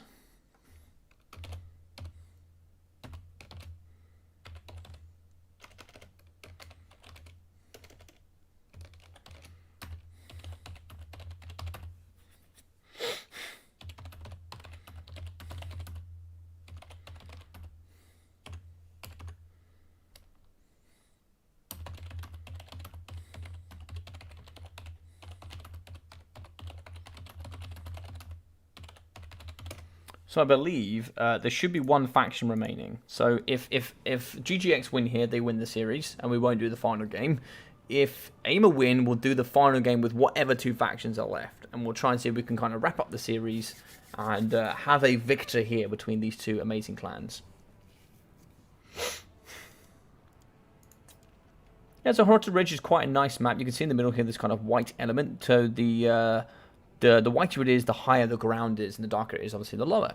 So you can see there's quite a nice high ground in the middle here, but of course you do have some nice, there's a bit of trees here. The higher you go in the ground, the kind of more trees you kind of encounter. This left-hand side here, if you're spawning on the bottom, or right on the top, you can see there's kind of no trees, but you're really down there, and on the right-hand side you can see, you can't quite see here where these trees are, just a little bit to the right of that, you'll actually see a little bit of water. You actually can go into the water as well, so you've got to be a little bit careful there. But it's a huge map. It's this is huge. This white bit here can be like some battlefields. So this thing is huge. Really good for 3v3s for sure. Really, really good. All right, ladies and gentlemen. So let's place your bets. What are we thinking? I'm going to put up a vote now. Who's going to be taking this best of 3? Is it going to be AIMA or is it going to be GGX?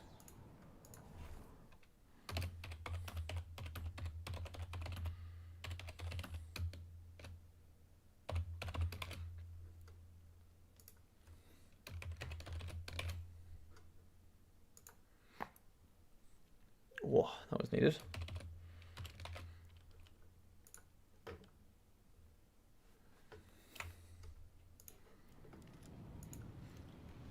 And looks like there's going to be some big discussions going on in the background about who's going to be taking on what here. Let's see what we got going on here.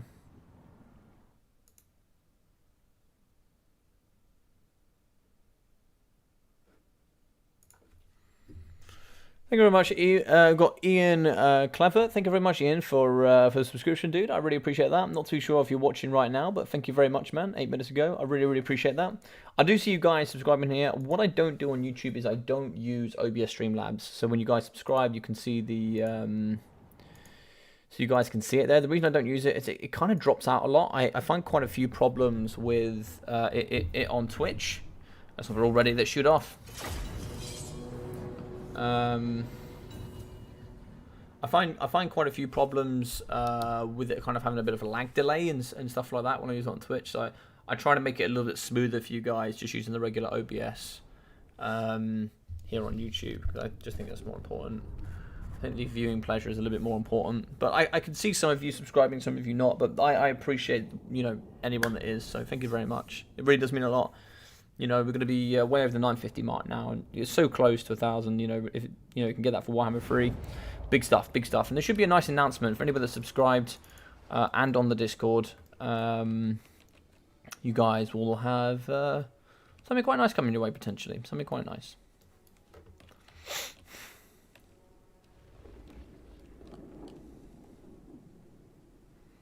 So you can see here, there's a bit of low ground. You can see it's uber wide. It's got a don't know if you can quite see the white line here. The white line is particularly tough to see on this map.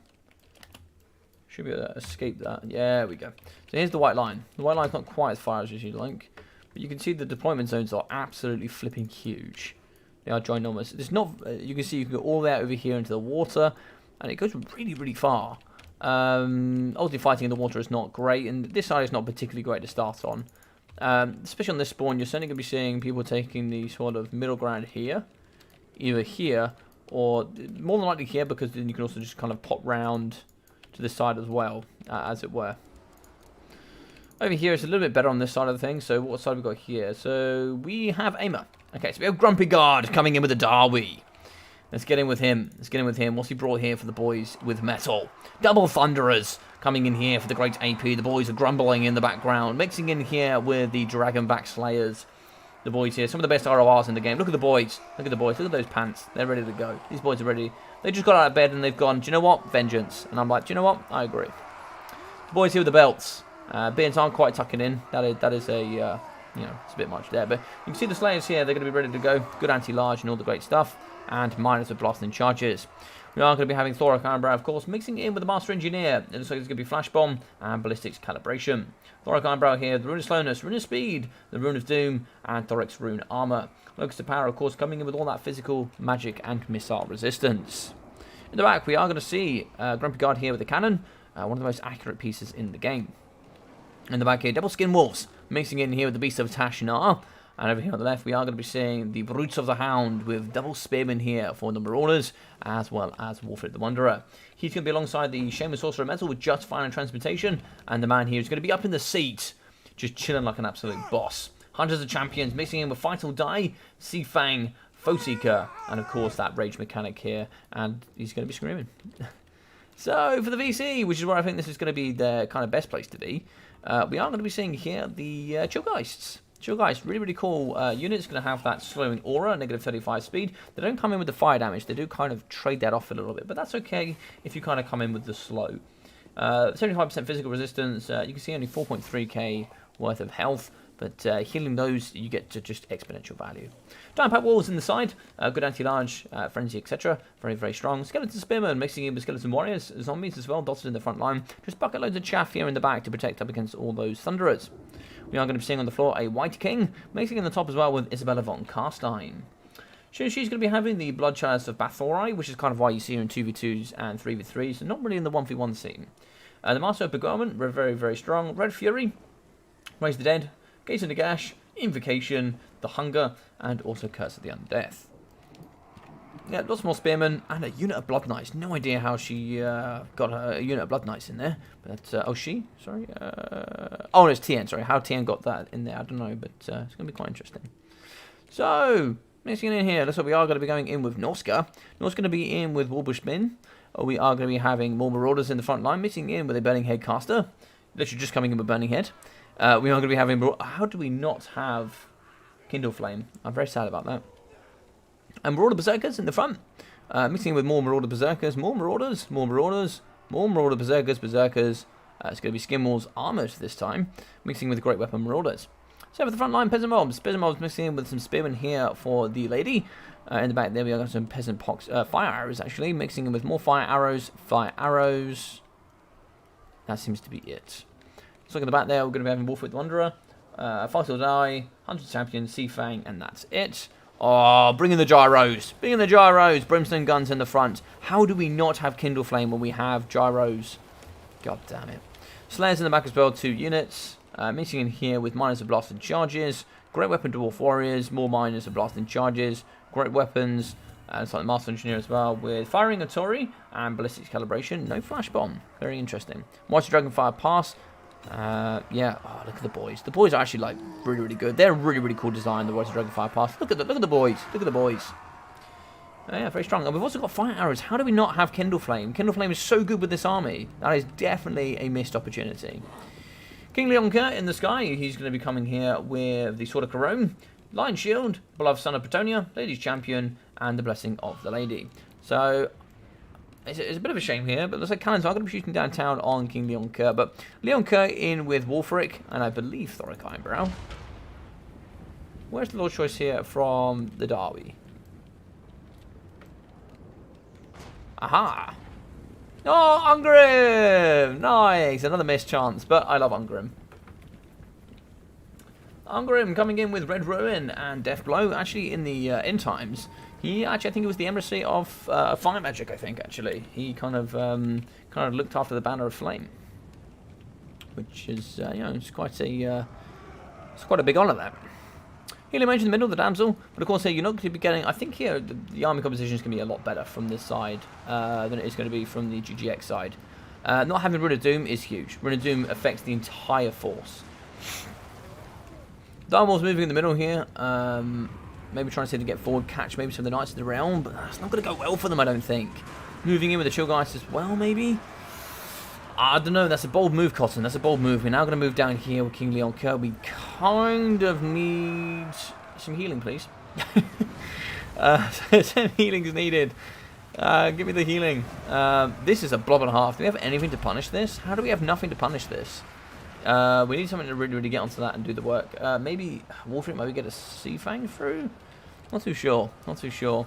But it's like here, the Direwolves, the Dire Pack, they're gonna be paying the price for sure. True Guys are in. Looks like there's gonna be no real magic damage here. Sea Fang is downtown. Sea Fang is certainly gonna come through the middle. What's it gonna catch though is the question. Sea Fang comes through. There's gonna be a lot of dead knights. There's gonna be a lot of dead knights. I like that. Gyrocopters over the top. They're gonna do some good work here. They should be able to get some good work going downtown. What is this gonna be on Leon Kerr? Not too sure what that is in Leon Kerr. He's certainly got something on him, but I can't quite tell what that is. So in the back here, looks like we are going to catch some Skinwolves in the trees. We are going to be moving forward here with the Derby. In the middle here, Wolf with the Wanderer, fight or die. You're going to be helping out the troops here in the front. Brimstone guns are going to be thwacking the hell out of TN's Isabella von Carthline. She kind of needs to move, or she's certainly going to be paying the toll here with some of the blasting bullets here of fire. And oh, look at the damage! No, get out of there, Isabella. It's not safe. Leon Kerr's coming in. No, Leon. Leon's gonna come and kill the lady herself. She's like, nope. That's me out of there. That's me out of there. Somebody come help me, please. Flash bomb needs to be used here. I think we need to get the big boy over here and certainly doing the business. I was thinking we're gonna come with the double cannon. Grumpy Guard here, moving back. What we've got here, Skinwalls moving and returning, and now this is gonna be a problem. Marauders coming on top here of the zombies. I notice that they're gonna be squaring off. Looks like here they're just gonna be just taking a good look here, taking in the scenery. In the middle though, we are going to be waiting here, the Shameless Sorcerer of Metal, waiting here for maybe a fire transportation or two. The Wolfric here coming in from Lord Baltimore for AIMA. Might be able to get a good juicy charge here into the Spearman. Probably doesn't want to take that, so he's actually going to be fighting up against Wolfenstein's Marauders. Wolsterbeam, sorry, Wolsterben, sorry, I should say. Pronunciation is terrible for me. So fighting up against Leon Kerr. Leon Kerr, 90 speed? 100 speed. 100 speed catching up against the Marauders Horseman. Should be able to get a nice little nip there on the ankles of the Marauders Horseman. I'm not too sure where the cavalry contingent is going here. The cavalry contingent for Bretonnia is going to be getting shot here. Oh, burning head down the line. That's going to go all the way through the Skeleton Warriors. That is a juicy burning head. Just like here, TN's focus is going to be elsewhere, because that's probably going to catch the second unit as well. Yeah, that's going to be certainly scorching some of the Skeleton Warriors here. That definitely hurt. That definitely hurt. The Skeletons are like, what the hell, man? And, you know, they're going to be... yeah, they're going to be pretty pissed off, I would be. In the front, notice that we are going to be breaking the Marauder Berserkers. They've certainly had enough here fighting up against Wolfric. Oh, we could be seeing some mammoth for mammoth action.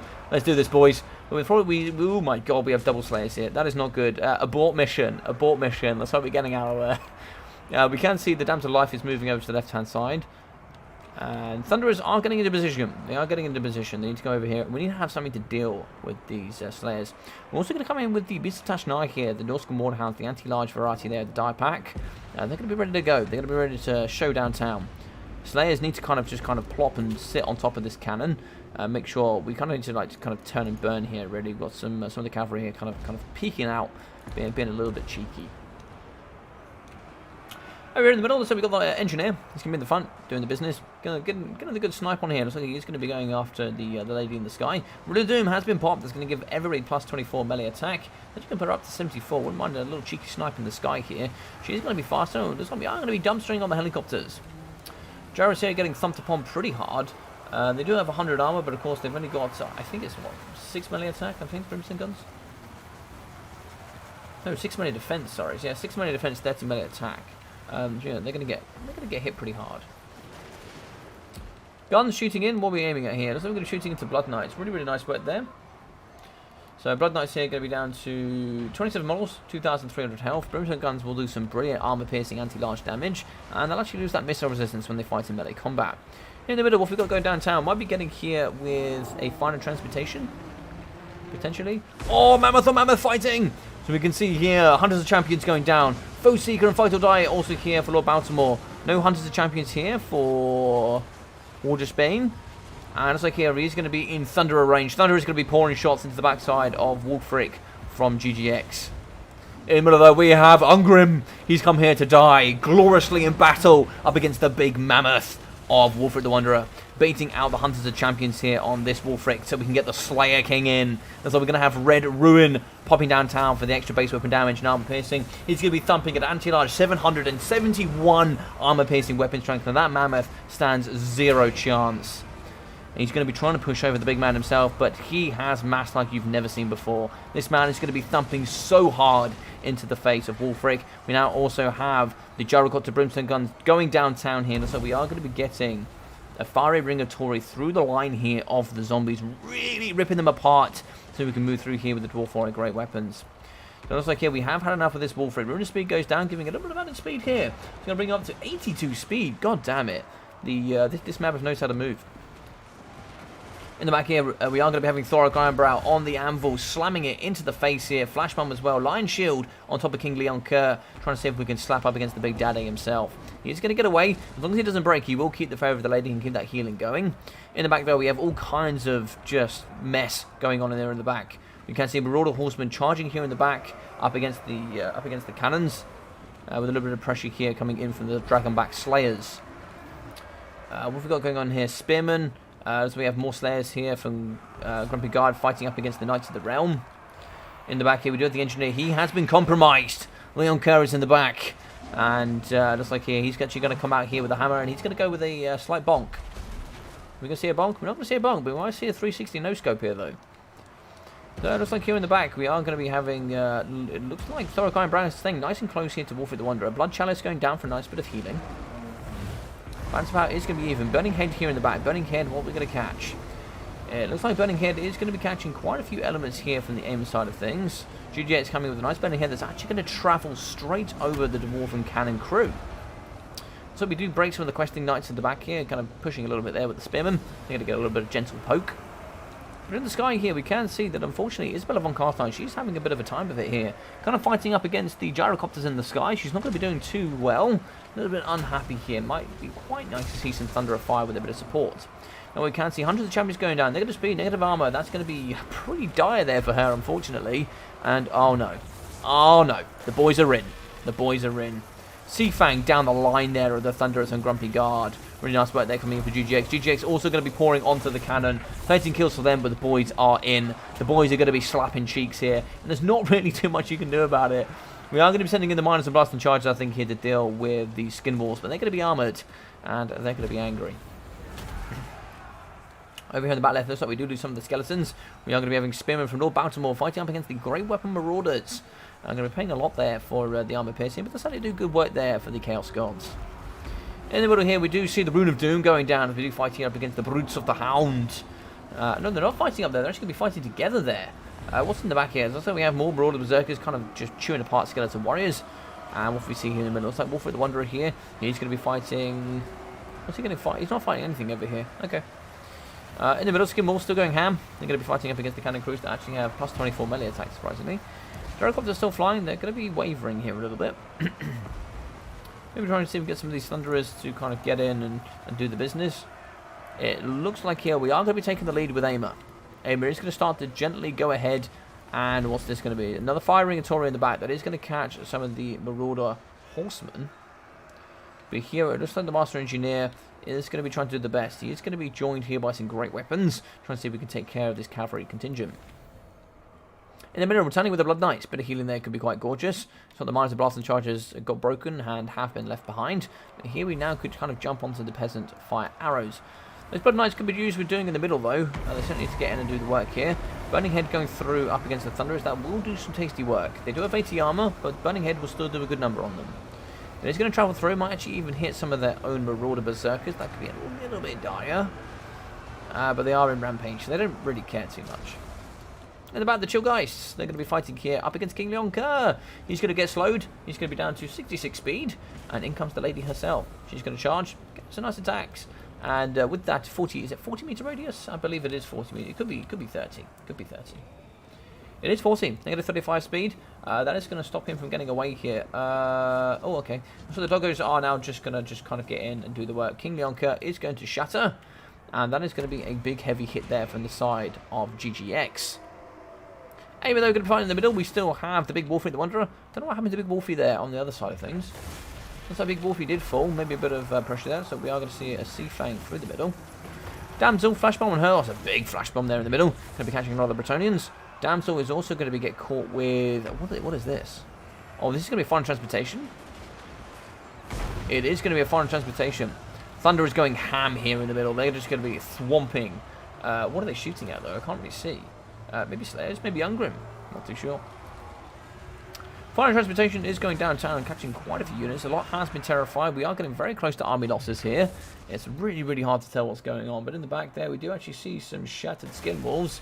Lord Baltimore wasn't quite able to shut down those cannons. Another Sea Fang through the frontier up against Grumpy Guard, I think. But I don't see the other wolf rig. Do I see the other wolf rig? There's one. There's a Lord down here. That's it. That's it. So you can see Thoric Eyebrow still going. Thoric Eyebrow definitely is the pick here. Looks like, okay, we are going to have a Scab Scraff coming down up against the Miners of Blasting Charges. We still have AIMA's White King here for TN, just doing the business in the front.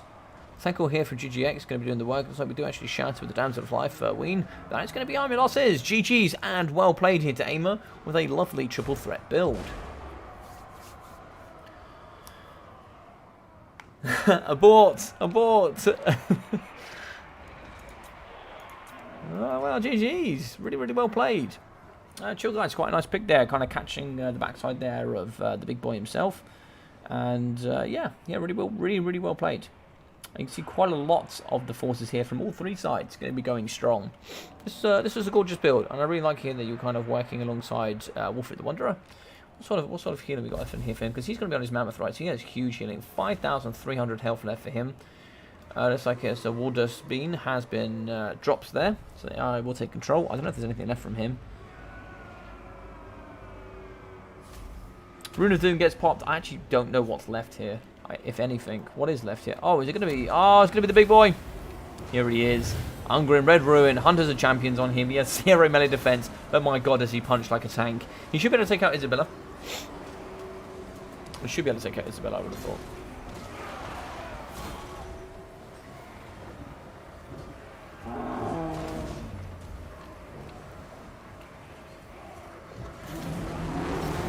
Thanko's going to be fighting. He wants this kill. He wants it.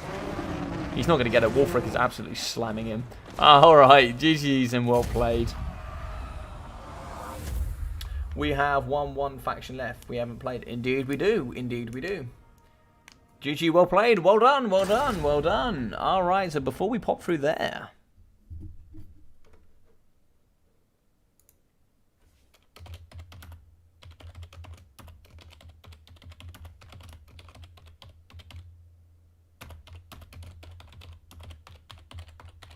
Alright, so we're going to be getting leader versus leader final factions. I like that. So, AIMA drawing back with big blood here. The best of 3 does draw them back into the pickings. Now, ladies and gentlemen, is there no one else? Is there no one else? Indeed. I'm not too sure which side hasn't been utilised yet, so we can write these down so I can kind of work it out. We should be able to work that out pretty quickly. So, one side here we had it's all the same 3 except, okay, so let's go GGX. We've had Dwarfs,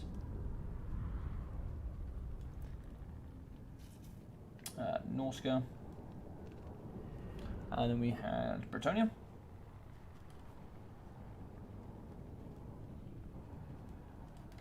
And then here from AIMA, we had Dwarfs, Norska, and then we had Vampire Counts.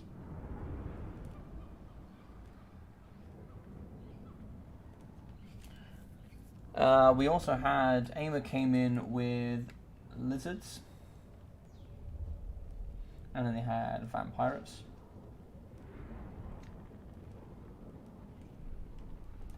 And then we had Vampire Pirates.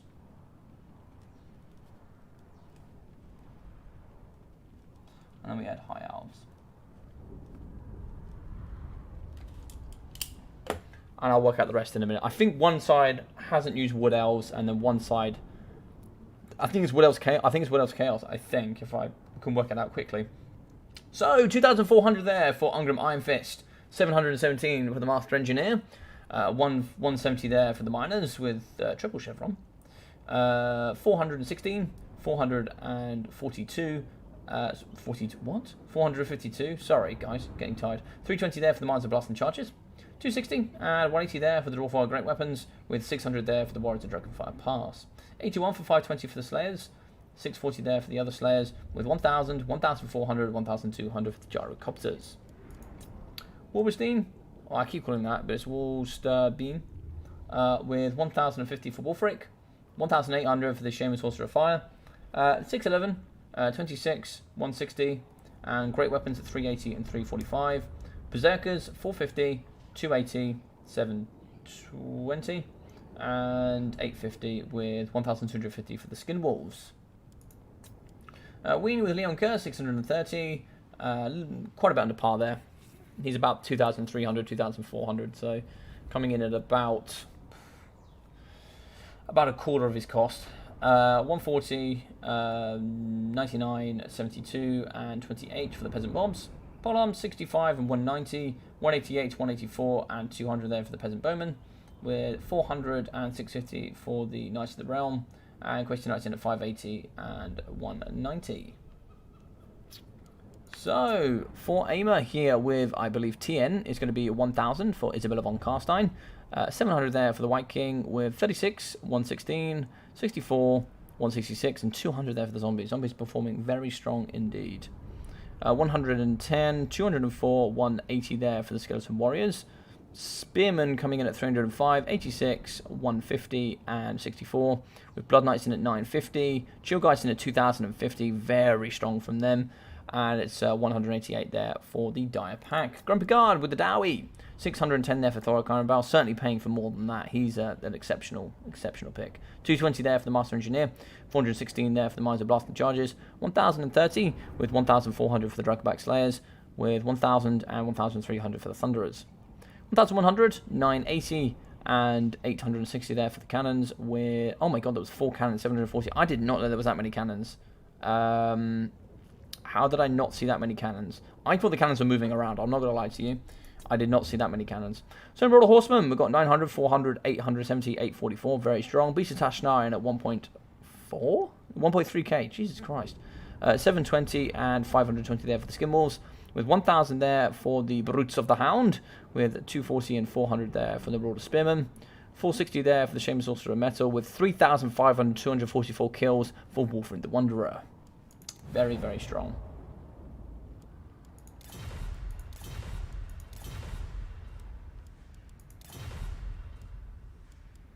Alrighty, so, sorry Mr. TN, I'm going to be just kicking you there. So we're now going to be having the leaders fighting up against each other.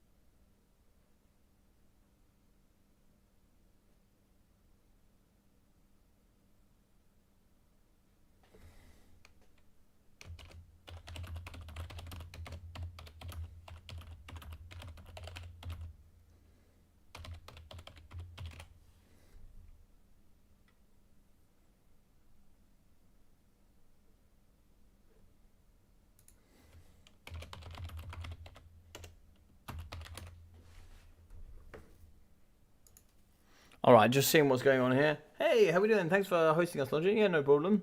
What else versus Lizardmen? Oh, that would be a fun one to finish out on. That would be a fun one to finish out on.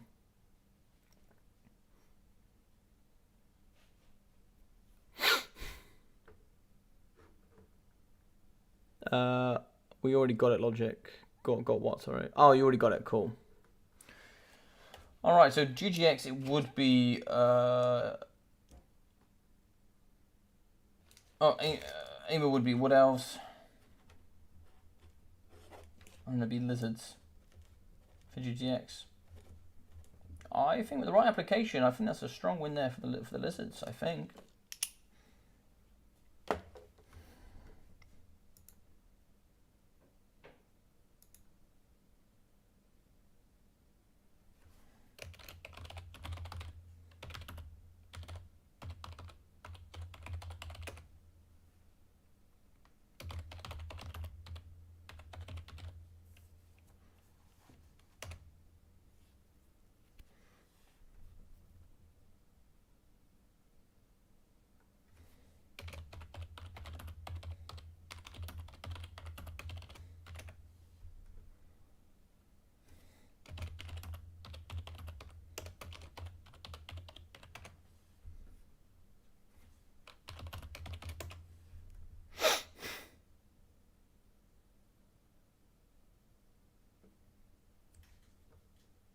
All right, looks like we are going to do it. I wasn't sure if we were going to do it, but looks like we are going to do it. So it is going to be, I'm going to pick the map. All right, let's have a look. So it's going to be Wood Elves against Lizardmen. Let's have a look. Karak Buftar will be the map of selection. And we'll be back up to 12.4k. And we are going to finish off here with the final, I believe.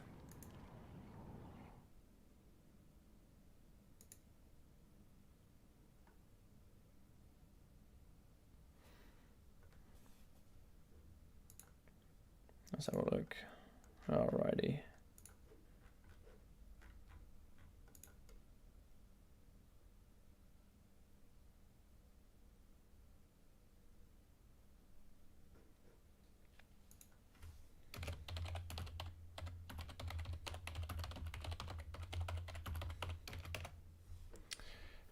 What's going on here, gents? There's a bit of miscommunication. Alright, King of the Dead's in. Cool.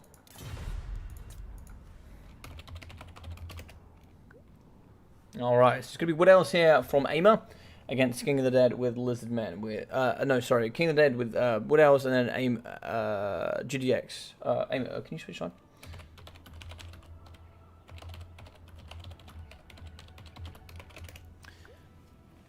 Anyone from GGX? Yeah, we're just waiting to see who it is that's going to represent. A lot of the guys want to go to bed. It's like really late for them, and I totally understand it. It's really late for me as well. But yeah, I totally get it. I totally get it.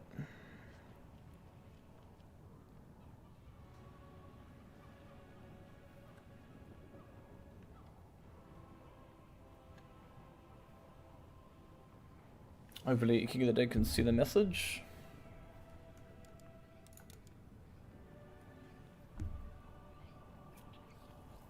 Just want to see who they put forward.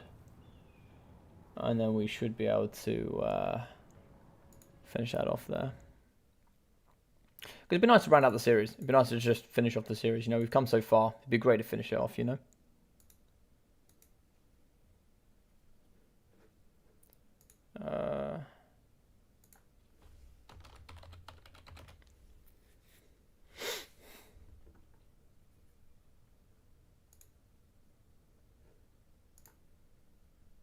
Wait to see what these guys are doing.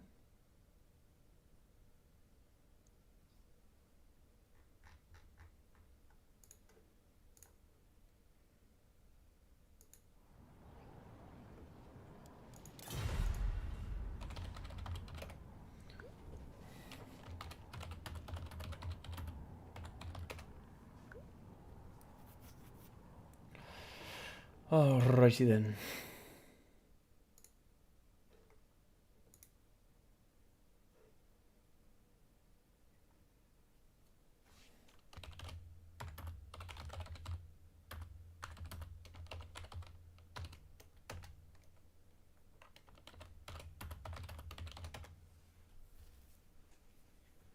I think the Lizardmen player plays well here. I think it's certainly in the cards, the Lizardmen. There's certainly different ways you can play this.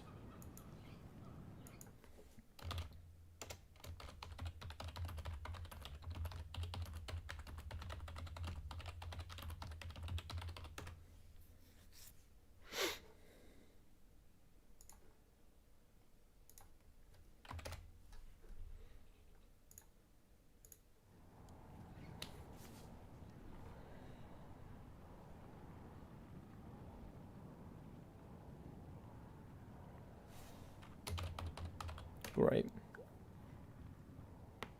There we go. Alright, so King of the Dead is ready. Hopefully get this final game underway. So it looks like AIMA was fairy there. So, who's going to take this final game between the Lizards and also the Wood Elves?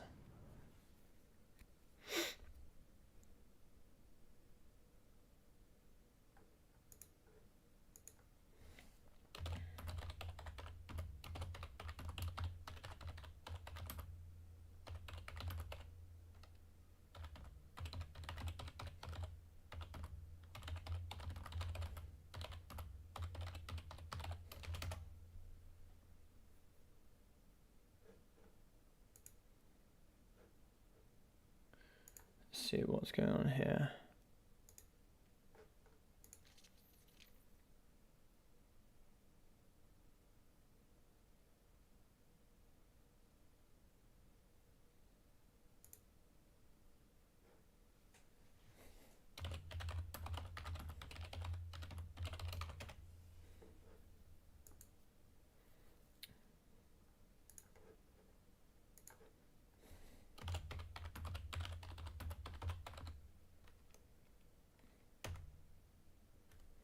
Sorry guys, I'm just waiting for GGX to tell me what's going on.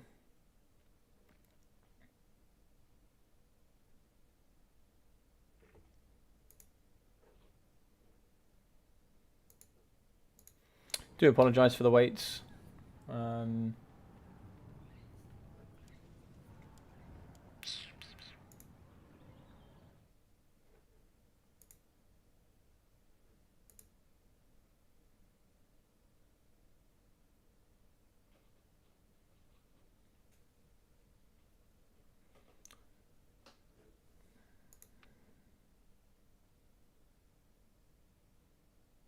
Yeah, I get that. I mean, I just need anyone to play really, just anybody, any one of the four. You know, it doesn't even have to be a leader at this point. Just anybody that wants to play, just to finish off the series, would be really nice.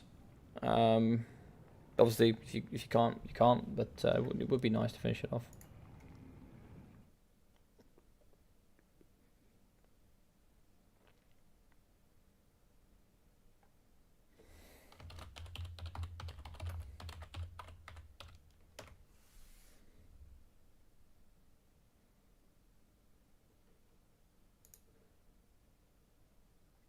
Hey, Battle Tutorial, how you doing, man? Welcome. So for those that don't know Battle Tutorial, super nice guy. Do feel free to go check him out. He's also here on YouTube.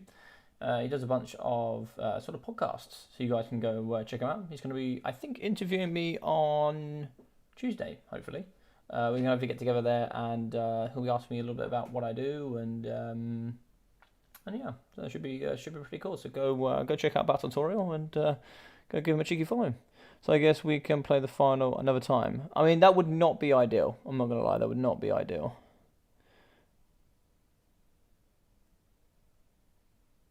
It's all good. It's nice that you try to organise. Yeah. I mean, it'd be nice. It'd be nice if we could finish off. It's been a bit of an ordeal to get this going. It's not the end of the world if we don't. But how you doing, Battle Tutorial? Hope you're doing well.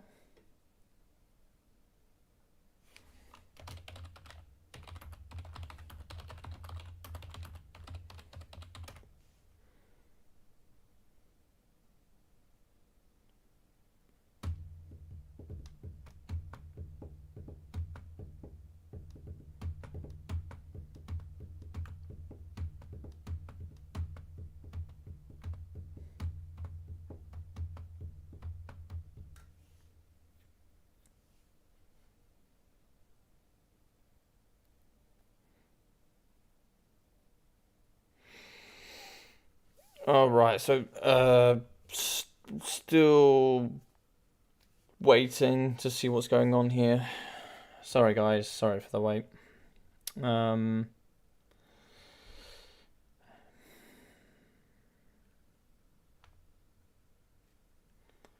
DGX don't appear to have anybody online anymore. The problem is all this time that we've been waiting, we probably could have got the game in. Which is a shame. The game probably could have been done by now.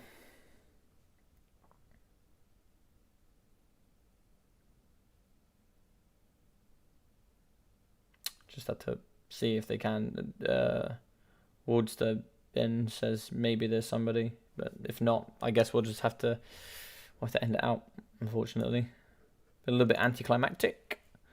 Yeah, man, doing well. So just noticed you were streaming. So, oh, nice, man. Yeah. Well, welcome.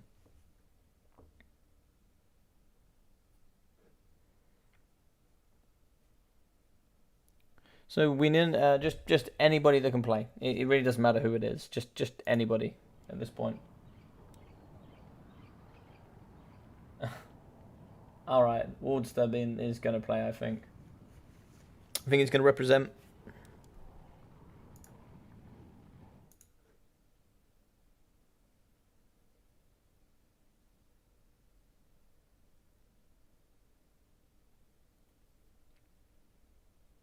All right, well, looks like it left.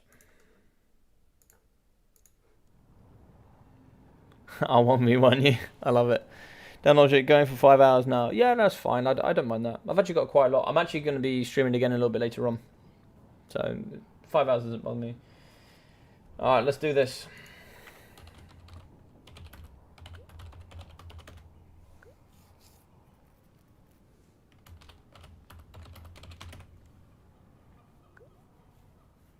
Never multiplayer before in my life, so right, yeah, multiplayer is a different kettle of fish for sure. Different kettle of fish.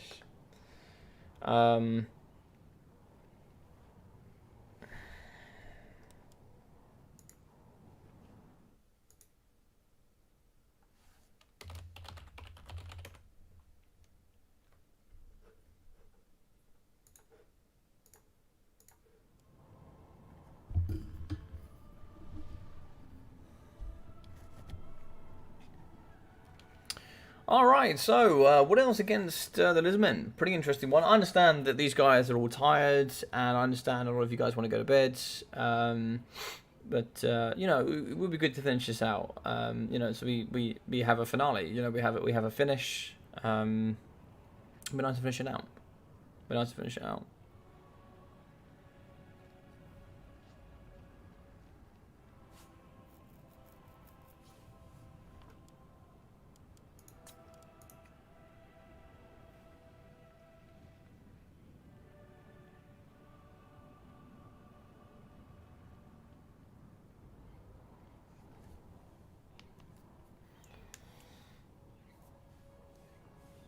So with the barrels, you can certainly bring in. Sorry, I zoned out there. So with the Lizardmen, you can certainly bring in chameleon stalkers. They come in here with good. I call them blasting charges. They're not blasting charges, but they sort of have like little explosions that they can kind of deal really good fire damage with, which would be certainly very good up against Wood Elf front line. You'll see they do have the silver shields there with the spearmen. But also there with the trees, they do actually have a fire weakness, and being that they do physical damage, and they do have physical resistance, I guess. But the explosions do really nice there. The fire weakness outtrades the physical resistance, and it just does a lot of damage there across the Dryad front line. And being they've only got 60 armor, they can get hit pretty hard there by these blasting charges. 2 sets of them, if they go off quite nicely, can do some really good work. Now you come with a full line of the.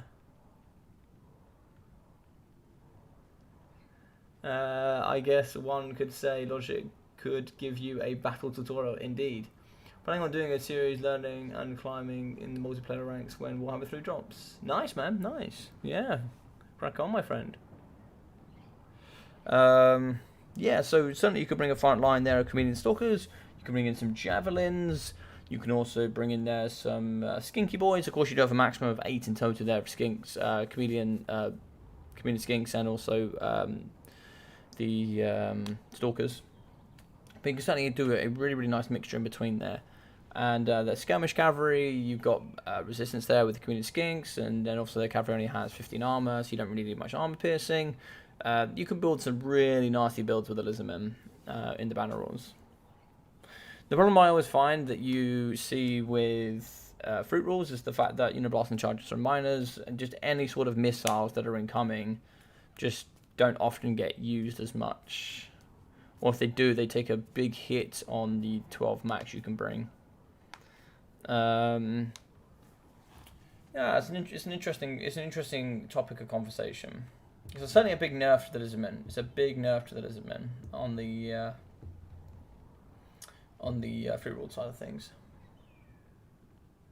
What are the banner rules? Sorry. Oh, yeah, no worries. So there's two different sets of rules that we have here in the community. So I'll ping them over to you. So in the chat here we have the brand. So there's two sets of rules that we use here in the multiplayer scene. So banner rules is what we kind of followed for a very, very long time.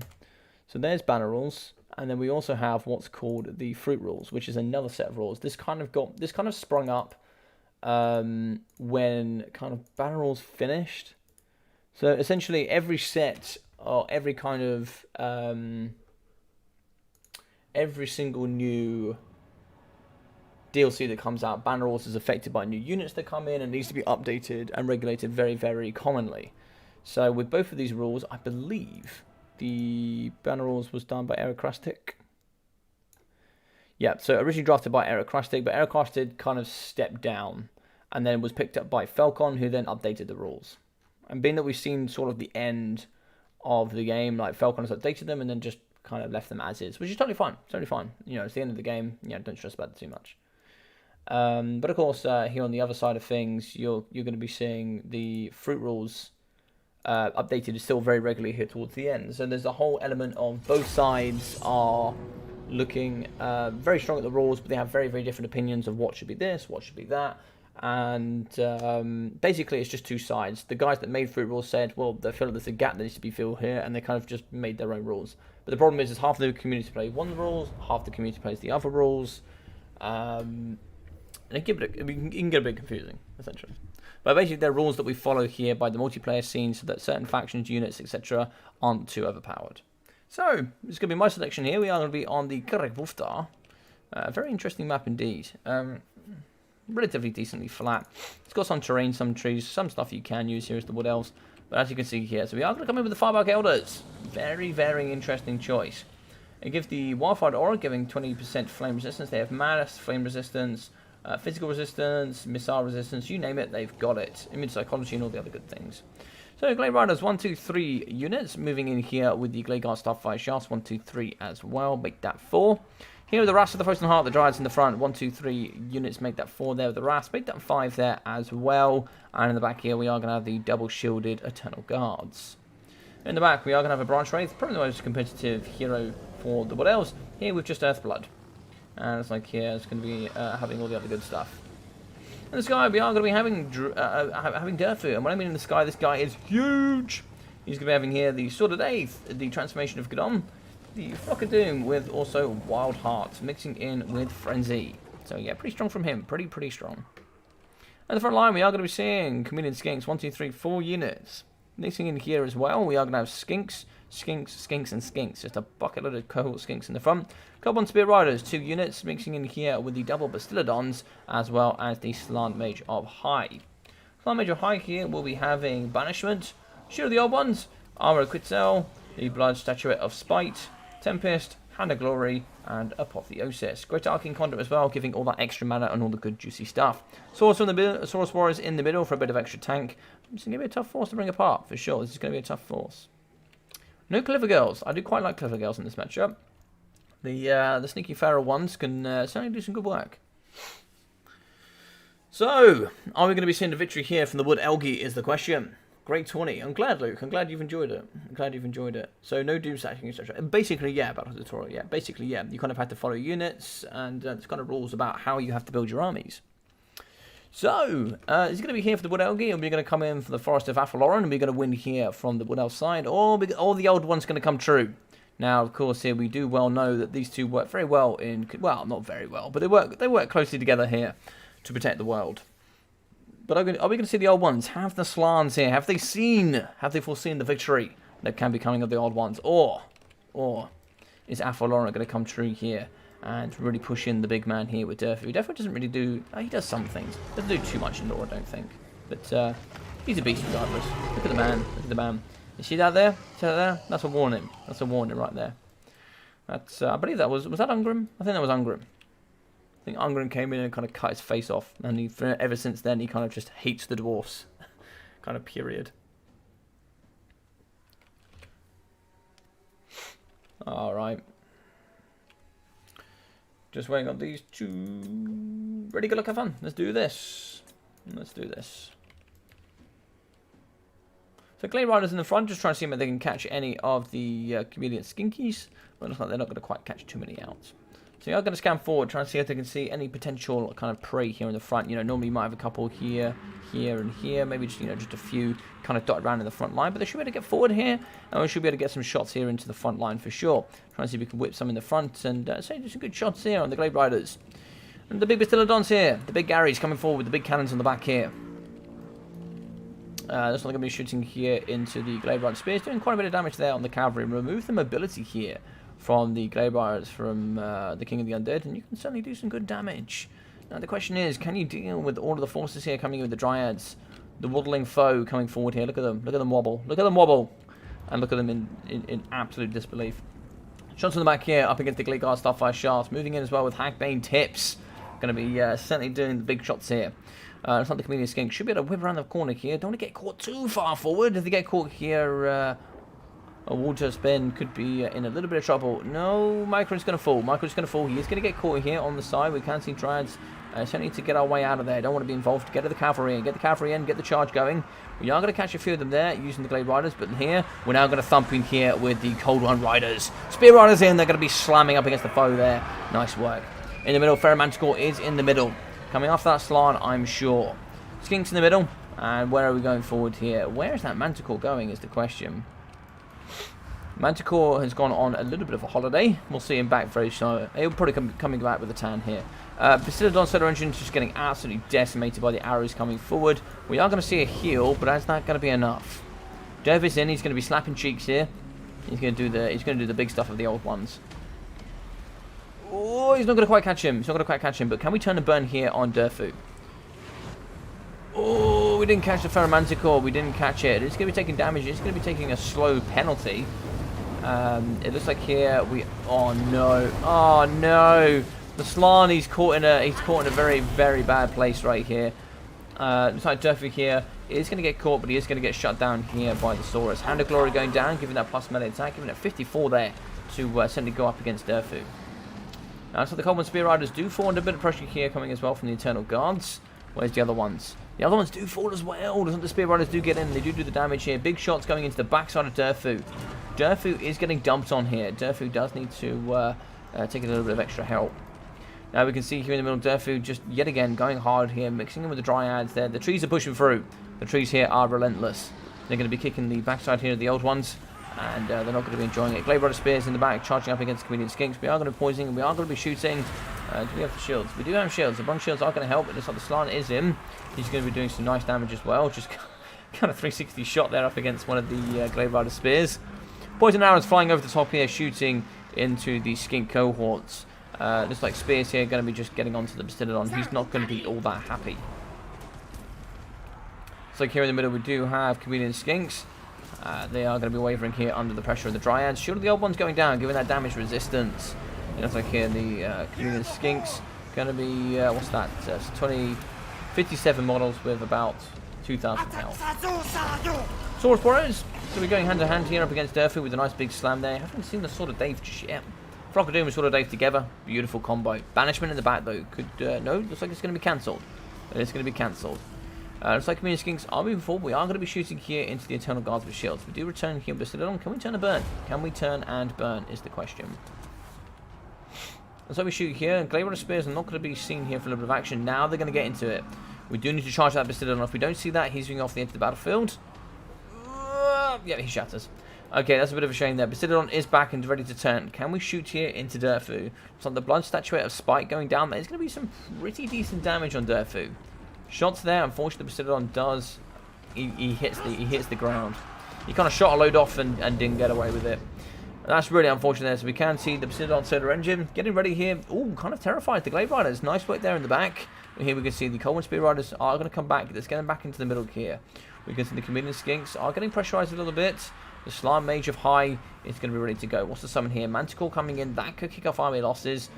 So here we are moving forward with the Saurus. That is going to kick in army losses. GG's well played for AIMA here, taking an 8-7 lead and finishing off the series with a gorgeous win.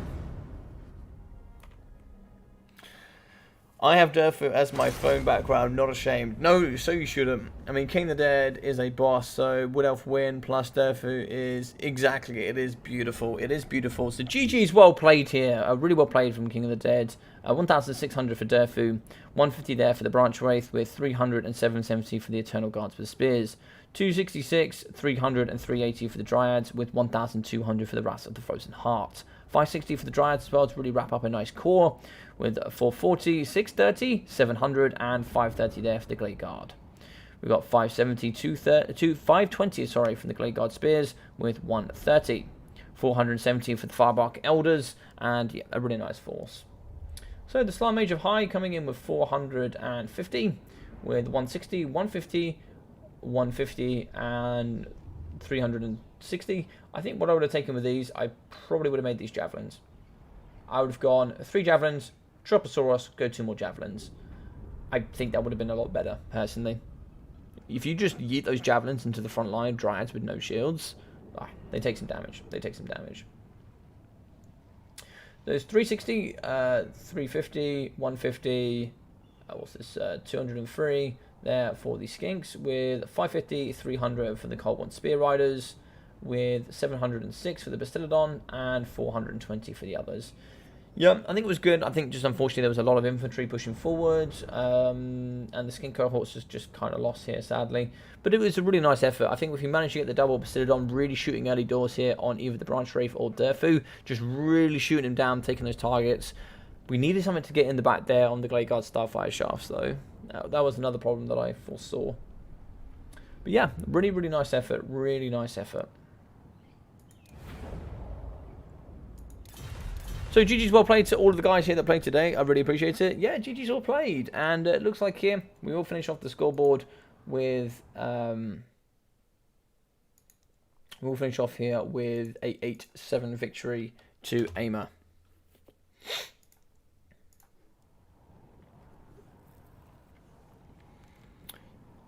Yeah, indeed, indeed. Yeah, it was very fun. It was a really, really fun tournament. Thank you very much to everyone. Well, firstly, thank you very much to the offer to cast. I really appreciate it. And thank you very much to everybody else that played. I'm going to say this very, very, very quickly. This is not in bad taste. This is just something going forward in the future. Today was a lot more difficult than it had to be. I got contacted about 3 weeks ago for this event, and I only found out today that it was going ahead. I'd actually planned to do another tournament because I didn't think today was coming. I planned to do another small little thing on the side today because I had something else fun as well. Other half's leaving tomorrow, so I plan to do a bunch of other things. So in the future, just make sure that you message me in advance, and I'll always make sure that I'm ready to go. I could have made some nice infographics. I could have made some nice extra elements to really kind of make this, a little bit better. So I could have had some things in the middle where it would have had like all the factions we'd seen and all those kind of things. And then, within that, we had a bit of confusion of who was playing, who wasn't playing. People didn't even know this was on anymore. So we unfortunately missed quite a few players that certainly could have played here in this tournament. But other than that, it was still a great tournament. So if it was a bit of a mess here and there, it's because nobody really knew this was going on. So just a little bit more planning in the future would be great. And then I'd be very, very happy to host these kind of events in the future. I really like doing clan wars. I think they're super fun. And it's a great way as well of just kind of showing off clans to some of the new players as well. So you guys can get yourselves out there and, some of the new players that join in my leagues or, playing there with Murph or, coming in and doing some of the other stuff that some of the other casts are doing as well. Can then see what you guys have to offer, what you do, and we can get on and kind of show them some places that they can kind of go to. So yeah, It's no problem, man. It's no problem. It's just obviously if I had a little bit more time, I would have prepared. But yeah, thanks for playing. Thanks for casting. No problem at all. Thank you very much for everybody that came up and played. I understand, and I understand that GGX might feel a little bit hard done by. I know I'm asking if you guys to play the final game, but also it's a bit anticlimactic for me if you guys just all go to bed. I understand it's very late. It's very late for me as well. But you know, it's all fair for all of us, right? I don't know. But yeah, there we go. Thank you very much for everybody. Thank you for all of you. I really appreciate all of you. I hope you had a fantastic time. If you haven't already, do feel free to subscribe and like. And if you don't already know these guys, AIMA and GGX are fantastic clans. You should be able to find links in my Discord under, I believe it's called Community Resources, where you guys can go in there and find a bunch of other clans. You'll be able to find RTK, ODM, AIMA, GGX, DBD, all of those guys. All of them are under there. And you better just hop on and just kind of find out what they're all about. And if you guys feel like you want to join a clan and you want to get more into multiplayer, and then do it with a clan that maybe can help you, or just kind of stands for what you want it to stand for with multiplayer. Whether you want to be competitive, have some fun with some friends, whatever it might be, make sure you pop in, have a chat with them, learn what they're all about, see if you actually like the people you're playing with as well. And then once you're ready, make sure you make a decision. In the correct way for you, not for what they want. Make sure it's the correct thing for you, and then you'll all be happy and you'll all be in the right place. So, thank you very much, all of you. You take care of yourself during these times, and I will see all of you probably a little bit later tonight with another stream, and then, of course, back tomorrow with some more streaming. We're going to be here with Intesti's Ladder. So, if you guys want to play, make sure you message me, and I'll see you tomorrow. See you there.